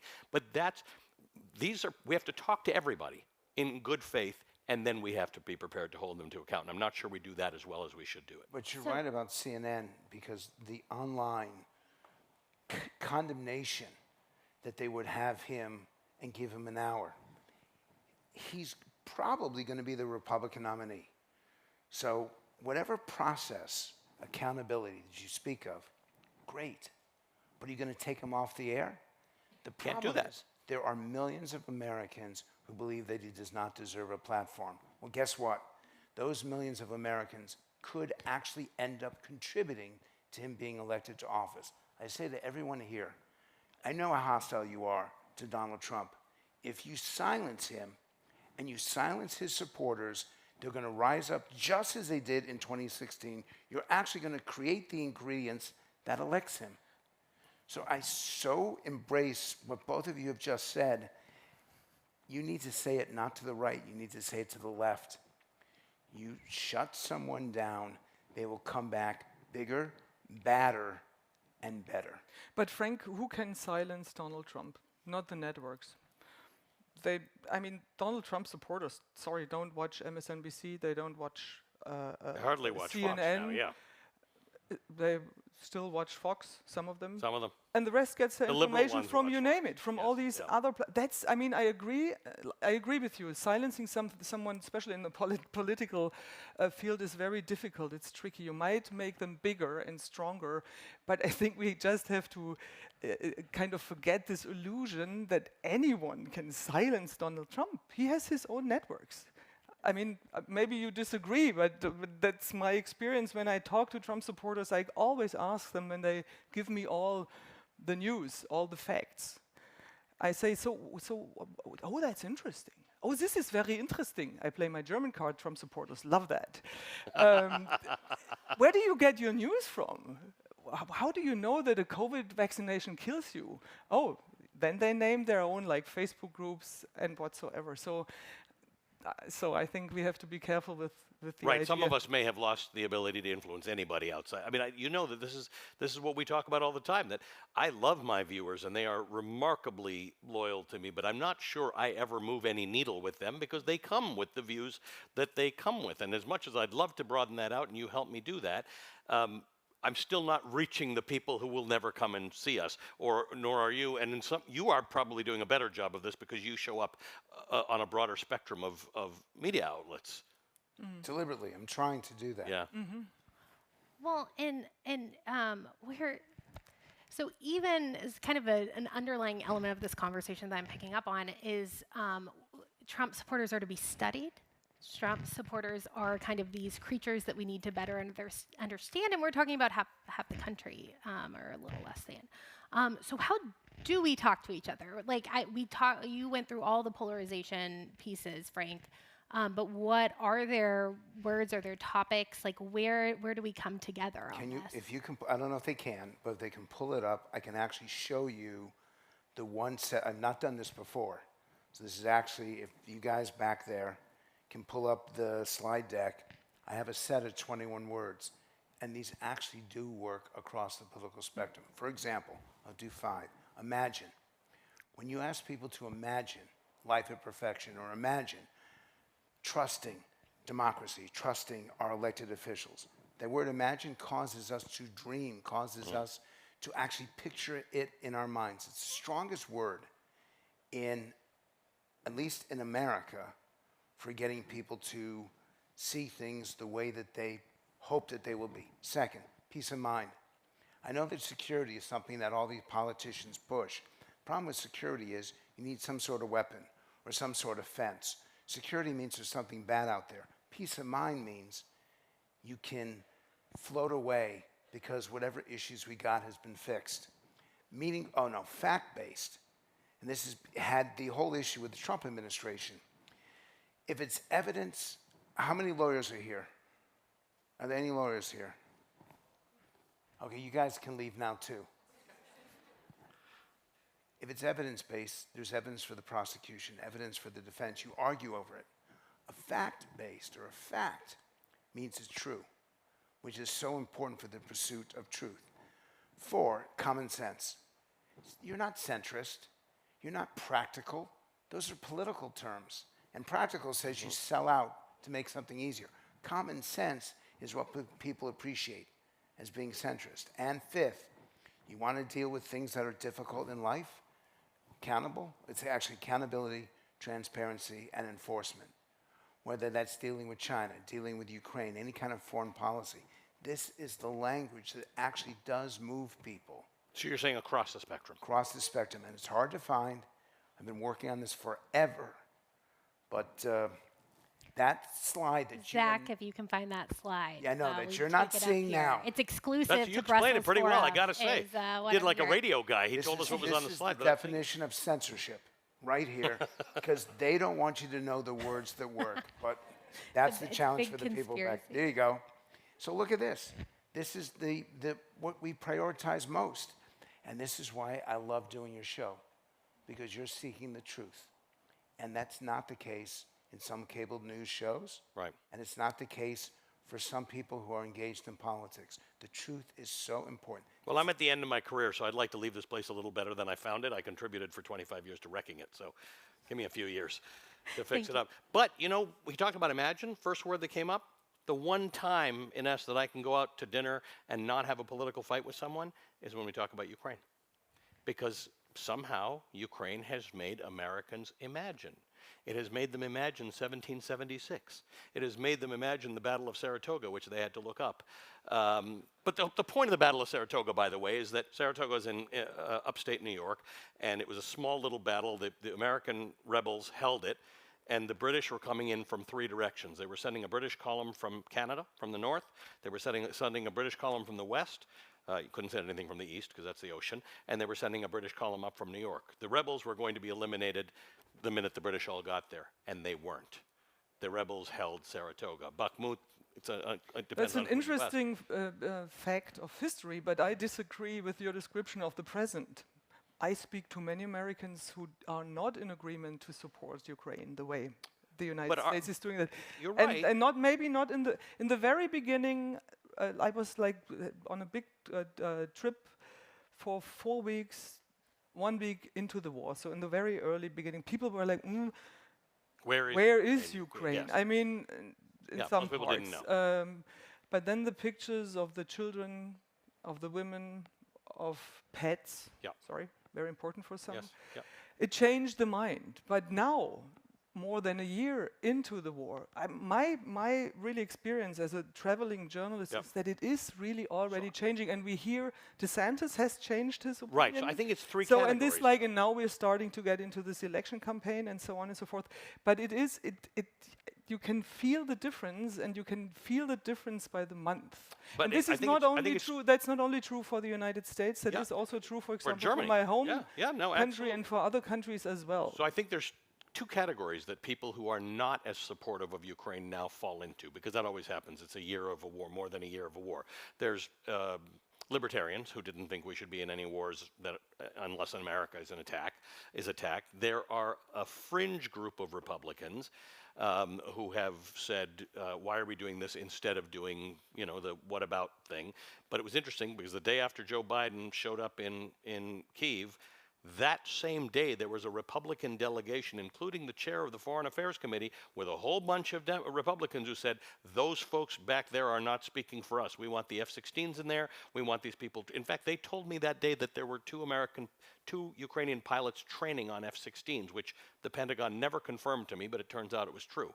And then there's the group on the left in America who never believes that we should be spending more rather than less on defense, right? It's we don't have proper schooling, we don't have proper mental health care, why are we doing that? So it's disparate groups, but I don't think it's most. I just think it's more...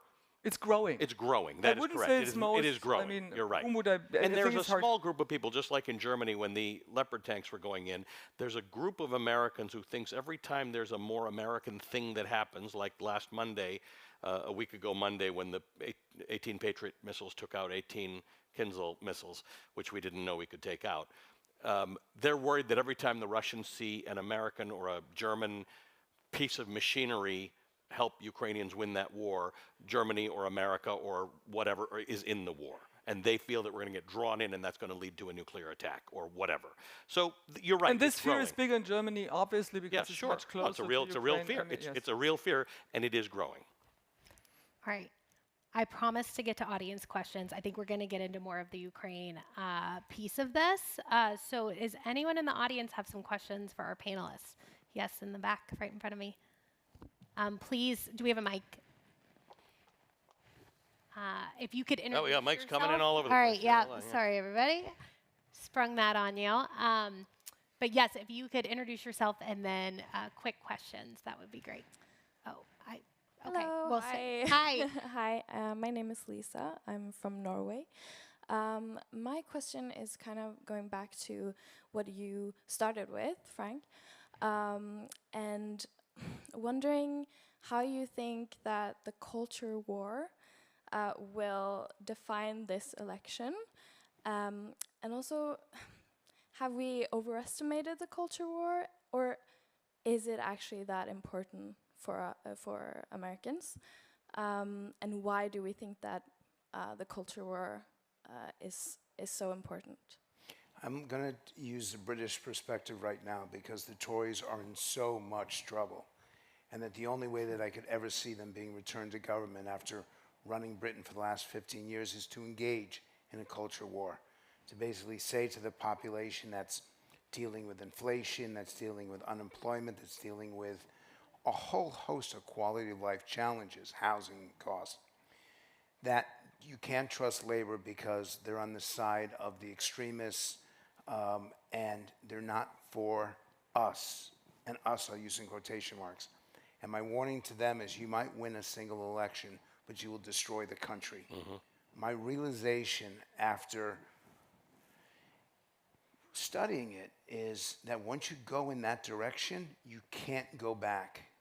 And when you demonize people because of their gender, of their race, of their ethnicity, of their background, when you say that you're responsible because of how you look, there's no discussion.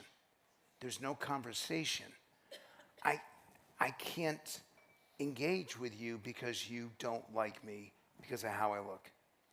And so I say to every politician and every political party and every candidate, don't do it. Because there's one thing that's more important than winning the election. It's actually winning the country, winning the future. I think it's real. I know this in the US. I know this in the UK. There are issues on college campuses. There are people who shut you down because they disagree. But that is still no excuse to destroy an entire population and to demonize them that way. But if I might add something, I think they don't care.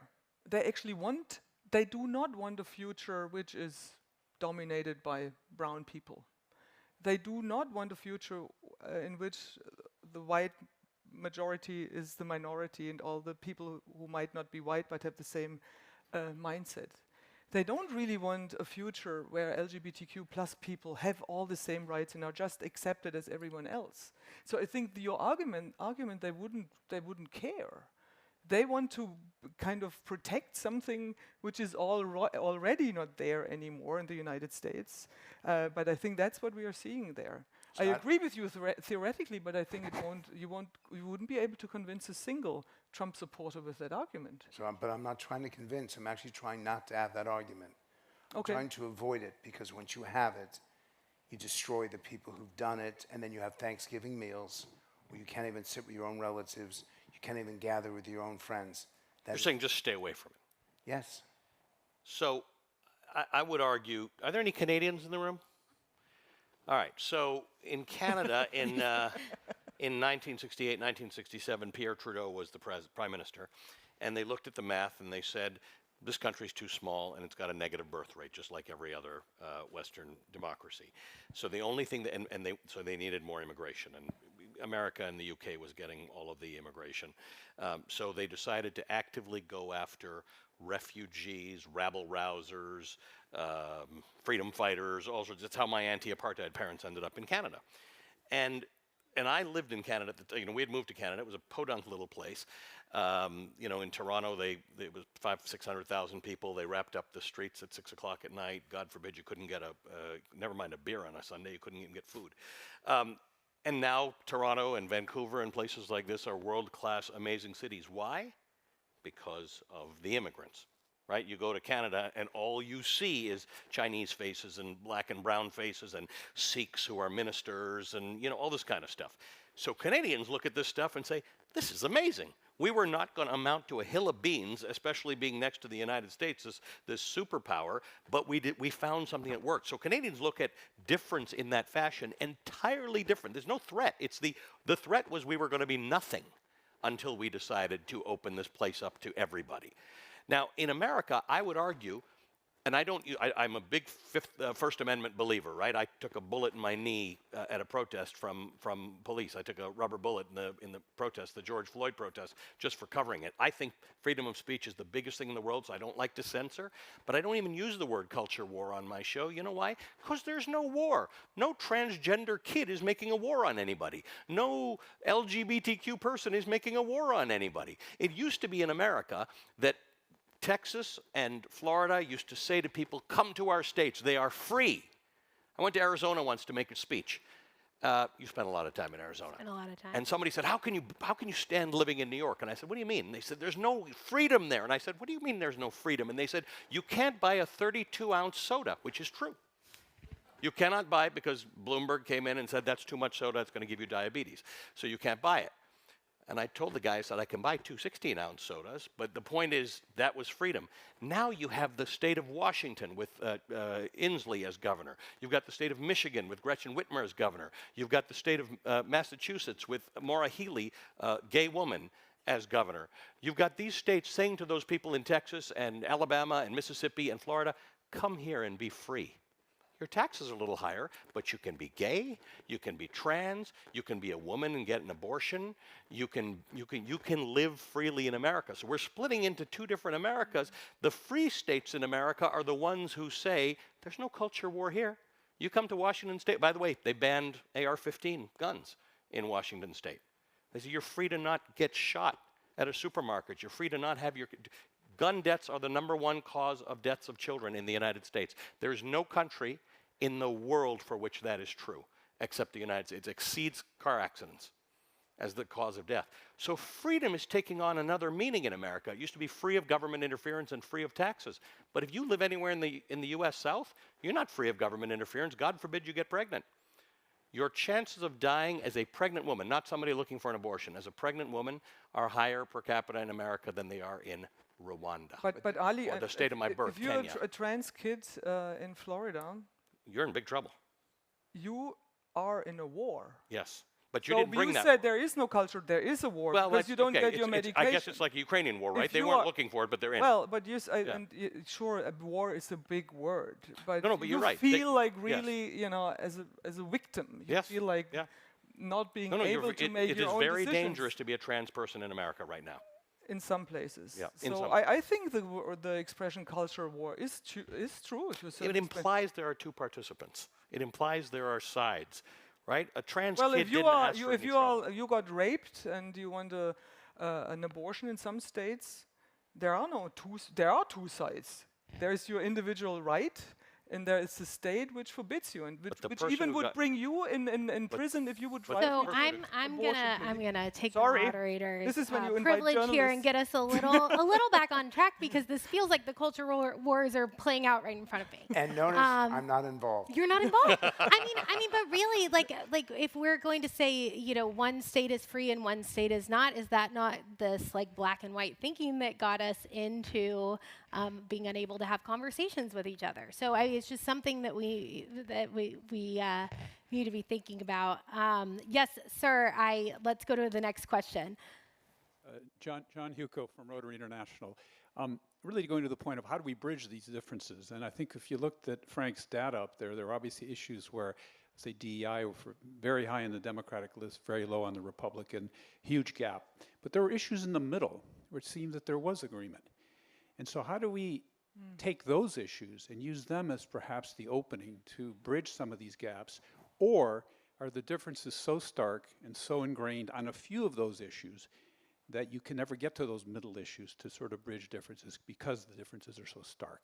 There's an attribute that matters to people much more, no matter what community you're from, that matters more than diversity, equity, inclusion. And we've been saying this to corporations now, and some people want to hear it and some people don't. And by the way, if I can, a personal situation I have with a major corporation, Fortune 20 corporation, where I said that every time you say diversity, equity, and inclusion, you turn off Republicans. And the general counsel said, I don't care. This matters so much to me. And I said, all I'm asking you to do is use different language. I've got language that you're going to agree with. And she said, no. This is my life. This is my cause. And I finally said, what happens if I told you that if you insist on using your language, you won't get what you're trying to achieve? You won't actually get diversity, equity, and inclusion. And she said, I don't care. And that's the problem. And the phrase is mutual respect. If we have a culture that says, I respect you regardless of what, or because of your choices, or regardless of them, that's a society that works together. If you respect people who don't look like you, don't sound like you, if you have this appreciation for curiosity, which I think that's my two goals in life, truth and curiosity. I want to discuss, I don't really want to be here. This is a long way for me to go. But I was going to be here because the audience is so diverse, so inclusive. With mutual respect, we can get to everywhere we want to go. And without mutual respect, we get nowhere.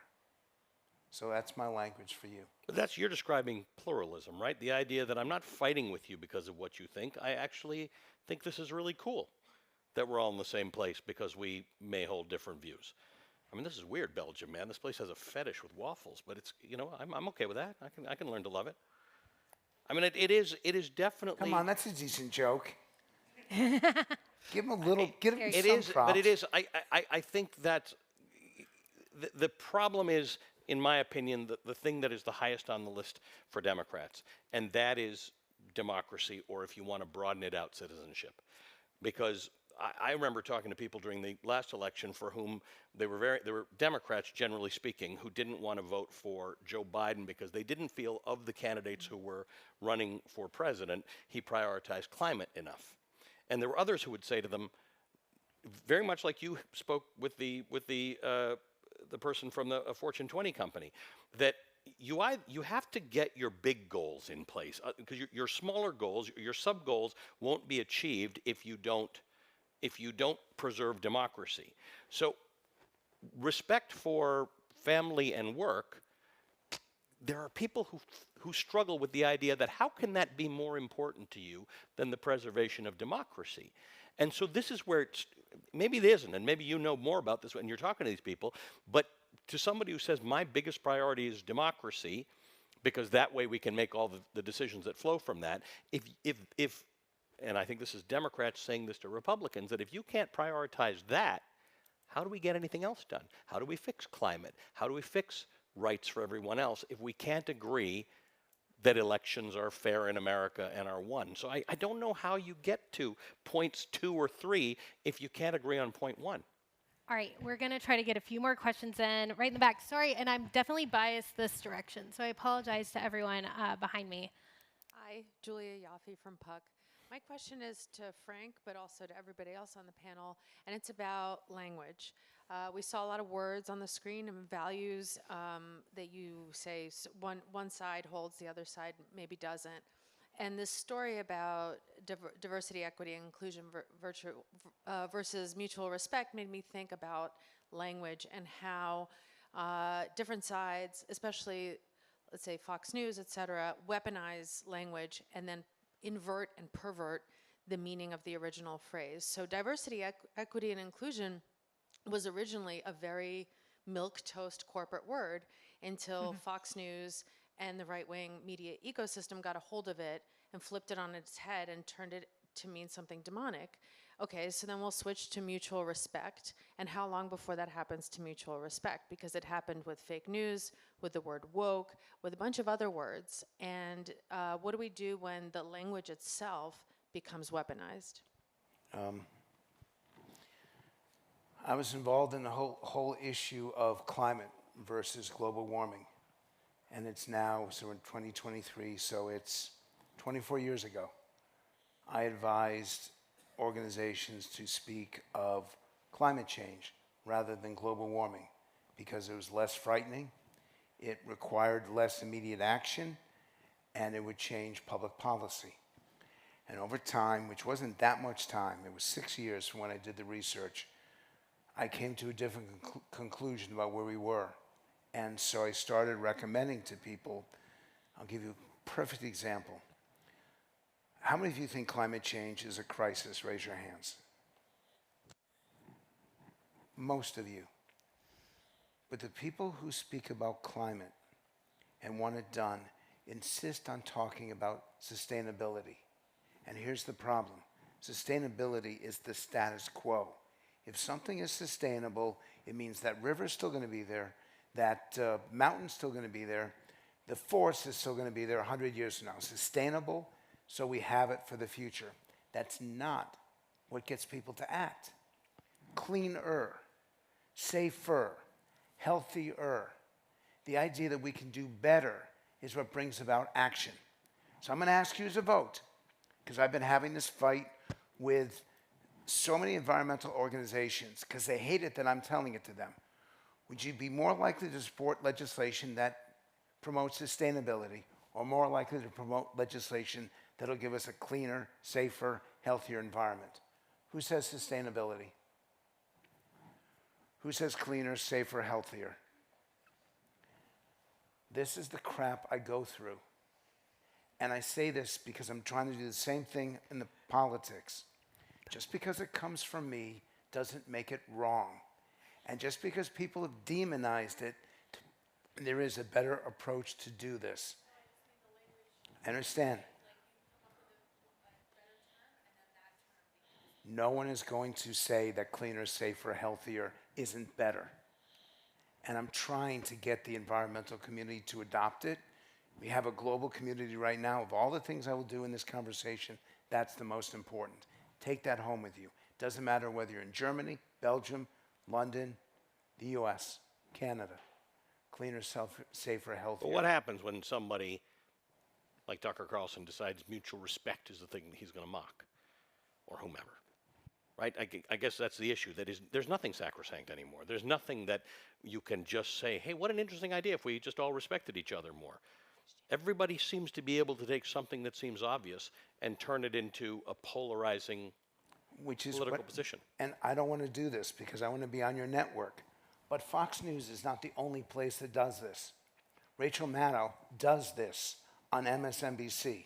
Joy Reid does this on MSNBC. But where do we take a word? And I have no responsibility for anybody's editorial but my own. But where have we done something like that, where we have recast, and I'm not saying we haven't, I'm asking you if it comes to mind, where we have recast something so that it is misrepresented to the audience. That's where the danger is, right? That's the line. The line is that you have taken fact or evidence and you have made it into something else for the other side. It happens a lot, unfortunately. You're right. Your criticism or your point is correct, that people do demonize it. But that's where it's so important to have these conversations. And that's why if people get shut down, that's when we really have a problem with democracy. Well, and I have a great example of this, actually, where Republicans, we had a midterm monitor that looked at how candidates were talking about election issues this last go-round. And both Republicans and Democratic candidates were talking about threats to democracy, but the threats were completely different. So for Democrats, the threat was the Republicans, and for Republicans, the threat was big tech. It was Zuckerbucks. It was censorship. And so you can even be talking about the same, the same words. It means completely different things in this fragmented media environment. So we have less than 10 minutes. Let's be really quick. The gentleman in the back over here has been very patient with me. So please. You got a mic coming. There we go. I'm Jack James. I'm with GMF. I was thinking as you were talking about a quote from Alexis de Tocqueville. America's not the most enlightened nation in the world, far from it, but we have the capacity to fix our faults. That was in 1836. Do we still have that capacity? Now, let me ask you this question.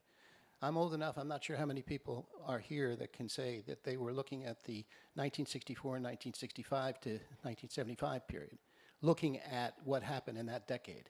That was pretty rugged and pretty demonizing and pretty difficult for all of us to get through. How do you decide what's the difference between now and then? And where are the tools, negative and positive, that you can identify which have caused us to come where we are now? I'll do the negative. Social media, and God help us, AI is wrecking this country. And if you don't believe me or you think that's too strong, I want to meet your kids.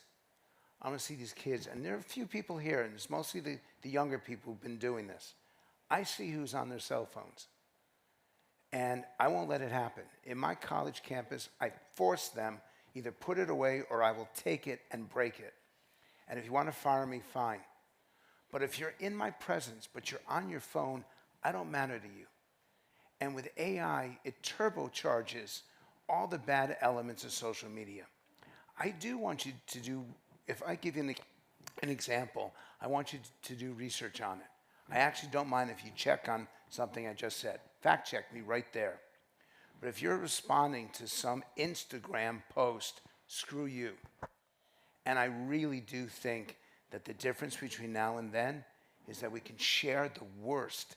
Yeah, we can share the best. But unfortunately, we tend to send around the most god-awful stuff far more likely than the positive stuff. And that's why I'm so pessimistic.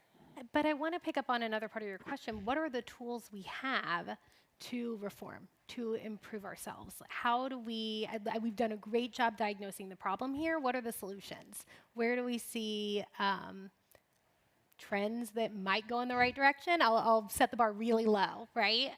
What can we look to here? Anyone on the panel? There's still a lot of good journalism out there. You know, if 50% of the world hates journalists or 50% of America doesn't trust journalism, I think it's actually a lot of people who trust journalism and a lot of people who have zero faith in it. And that's probably reflective of the truth, because maybe half of us are that bad that we're an embarrassment to the entire profession. But for some of us, it's made us maybe better. It's made us take this much more seriously and realize that accountability and getting to the bottom of things is really important. However, what we saw at that town hall meeting with Donald Trump a little over a week ago is, maybe it's 2 weeks ago, the velocity, the difference between Ken Burns, the documentarian, will tell you that things were, as you said, that bad. And people who tell you this is the worst America's ever seen will remind you that we had a civil war in which more than 500,000 people died. The difference is velocity at which dishonesty can spread. And that town hall, the biggest flaw, if anyone was watching that town hall with Donald Trump, was that he could lie at greater velocity than the moderator could keep up with. And that's just because her only flaw is that she's an actual human, right? She's not AI. And she was trying her best to hold him at bay, but he's really good at this, and this has become a thing. So it used to be years ago, I would interview somebody on television, we would debate. They would, generally speaking, be on my air in good faith, but they'd have a different view. I would correct them. They'd give me some fact. I would give them another fact, because I have a staff we would put up on screen and say that's actually the number. And their press person would call thereafter to apologize, or they'd want to come back on to clarify it. We'd have another discussion about it. Now it's like riding a bull. They just want to get through 5 or 6 or 7 or 8 minutes with as much lying as they can do, and then it's posted on their website before my show is over. The pride is in the lying. The pride is in the owning the other side. There's no pride in being able to say, I have a stack of evidence to prove what I was saying. So the distinction is not just, you'd think with digital stuff you can fact check, but it doesn't matter. Because nobody's fact checking. I would like add a little something, a little green hope here. I find it really very hopeful to see how many young people are super well informed fighting against the climate catastrophe. In this country and all around the world, there is an understanding this is our future and we have the right to fight for our future. This gives me a lot of hope. And there is already a lot of media literacy out there. I'm sure it always comes back to education. I think all our countries have to do better in that regard. But there is a great energy and a growing understanding how important this fight against the climate catastrophe is. This gives me hope. Can I do it in 10 seconds? Yes. The African Leadership University, 41 countries, 41 African countries attend that school in Rwanda and Mauritius. And these are young people with every possible challenge and every hurdle and every burden that they have to face. And yet they all come to that university with such hope and such commitment. The United Nations is alive and well at ALU.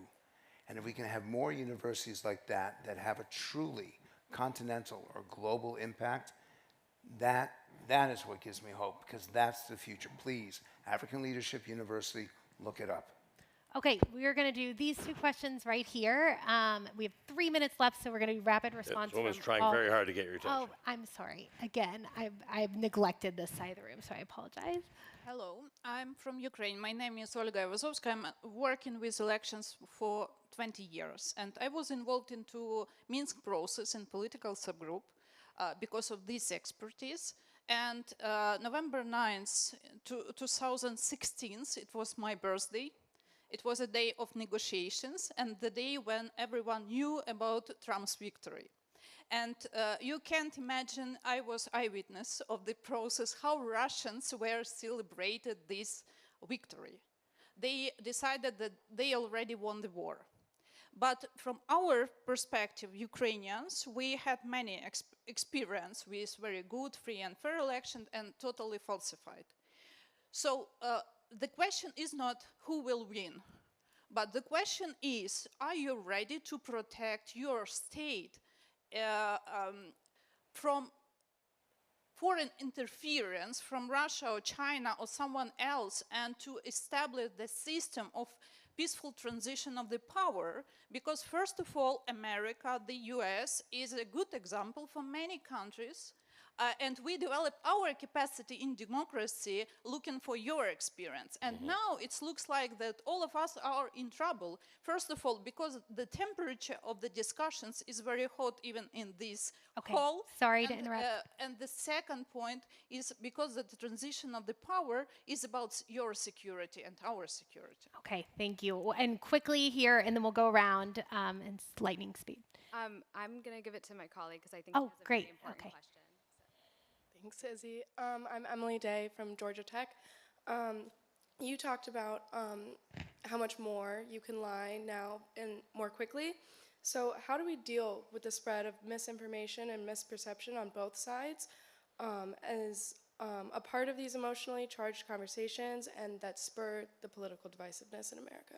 Thank you. All right, let's go around. We have foreign interference and mis and disinformation. Okay, We'll end on that note. we'll try and make that fast. First of all, you're really right. I mean, January 6th was our moment where we realized the one thing we thought we were good at is counting votes and peaceful transition of power. We've always been good at that, no matter how bad things got, and then suddenly we weren't. So I worry about that more than anything. I think when I think democracy is at stake, I don't really, I mean, America, everybody's got to vote. It may get harder for some people in some places to vote, but fundamentally everybody can actually vote. We're moving into a place where we don't trust the outcome of elections, where people lose elections and they don't concede. They fight it because that's what they saw Donald Trump do. And then we saw people try and take it into their own hands. And but for a few things that happened on January 6th, America could have come apart. So very, very, very worried about that situation that you're talking about. All right. In terms of the in terms of how we combat, this is where I think journalism does count, and it's not Ines or me being good journalists. It's the idea that we come together and realize that the velocity at which people lie and spread misinformation is something we now have to commit to as part of our profession. Been in this business almost 30 years. I did not start thinking I was a fact checker. It was an element of the work that we did. Now we realize that everything is a live fact check.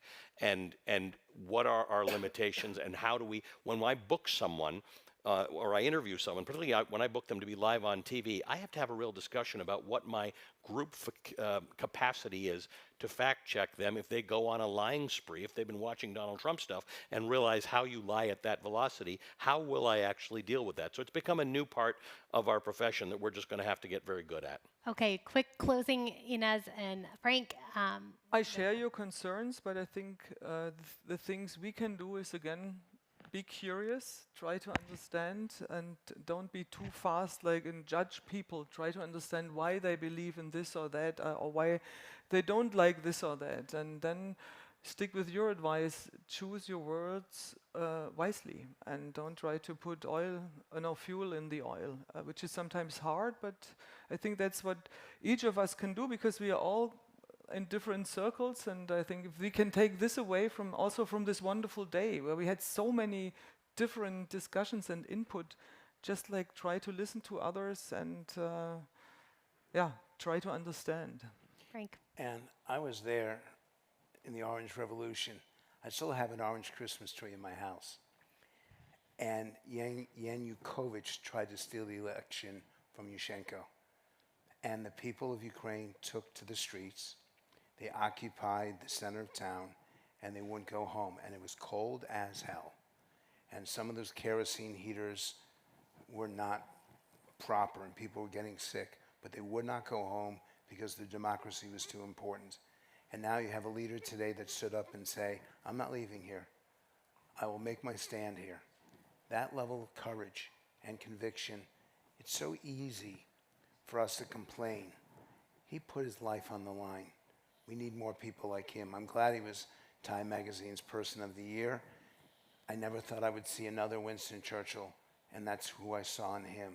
The way that we're going to change this is through courage of our convictions, the willingness to lose a contract, the willingness to lose money, the willingness to be fired for standing up for the truth.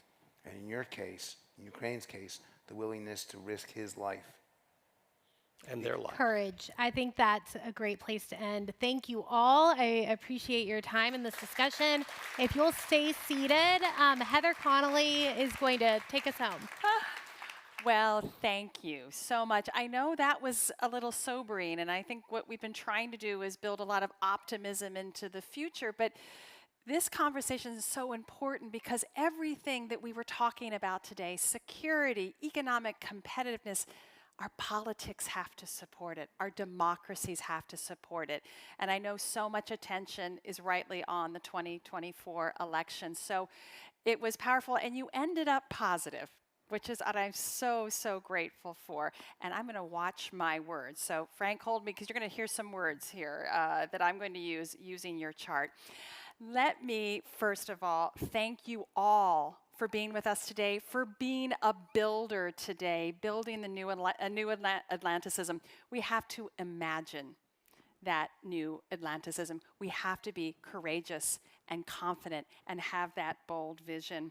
We at GMF could not build what we built today without our fantastic partners, founding partners, Mercedes-Benz Group and the Belgian Ministry of Foreign Affairs, our strategic partner, Amazon, our forum partners, Deloitte and NATO, and all the incredible associates supporting and university partners, which you heard a great question from. We couldn't have done this without you. Thank you so much. So, the building continues. Next month, London, the Ukraine Recovery Conference, where we'll continue to rebuild Ukraine.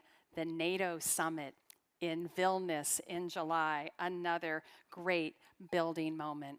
You know what? We will never stop building. That's who we are. But let's also never lose sight of who we're building for and why. So I want to end the 18th edition of Brussels Forum with one last video of our grantees. This is a home for internally displaced children in Lviv. It's called Small Wins. And I love this because it keeps us focused on why we are here. Please watch this video, and then I'll have one more thing at the very end. Please watch. Спальню пошли покажем.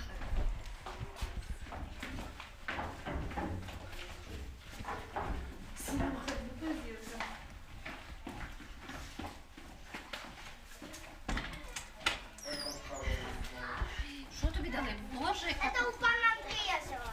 Пан Андрій. Марина Ивановна, куда ты положи? Зон, помолися. Цукерки давай всім розберемо. Так, розберемо з дітьми. А то маєш собачку. Заробила? Там еще цукерки. І цукерки? Добре. А то з дівчатками поділимося, нашими свіженькими. Пошли, покажем кімнату. Вот наша кімната. А тут у нас малышня спит. Я є засновник і директор благодійної організації Міжнародний благодійний фонд «Маленькі перемоги».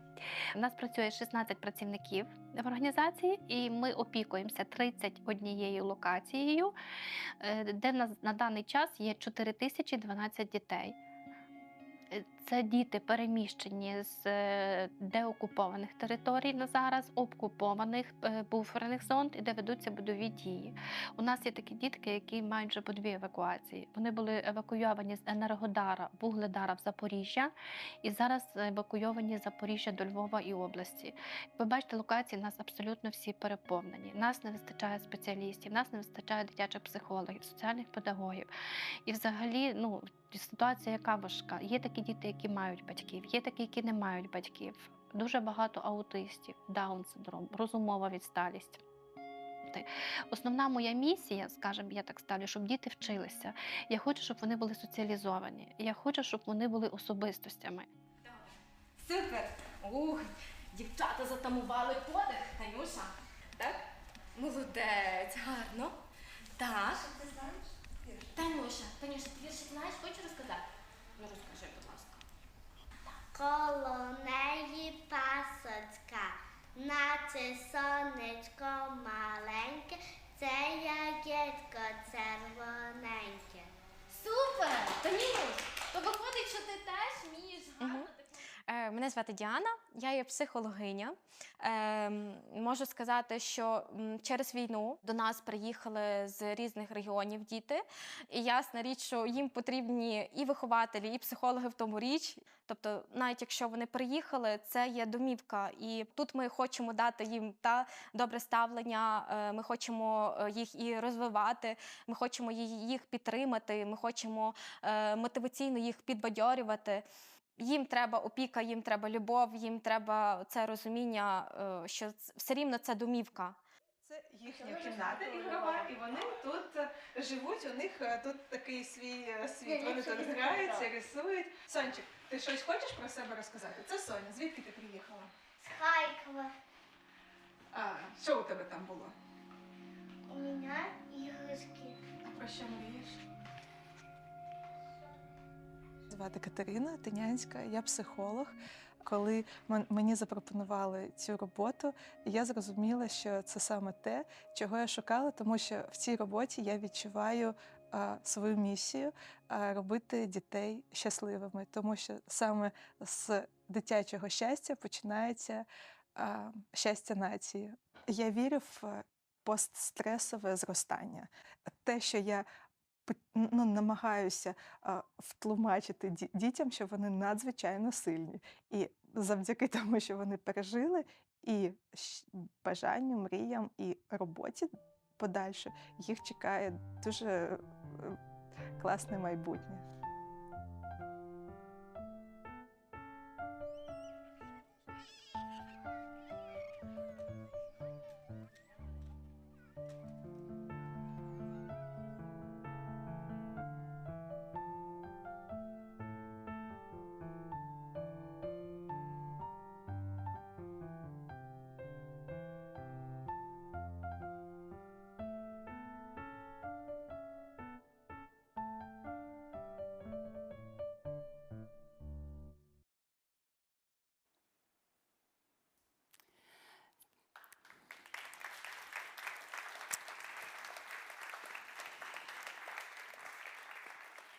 The German Marshall Fund builds for them. We build for their future. Thank you all so much. We couldn't have done without you and the amazing team that brings us together. Let's come back next year and build again. Thank you for being with us. Have a great rest of the evening. Thank you.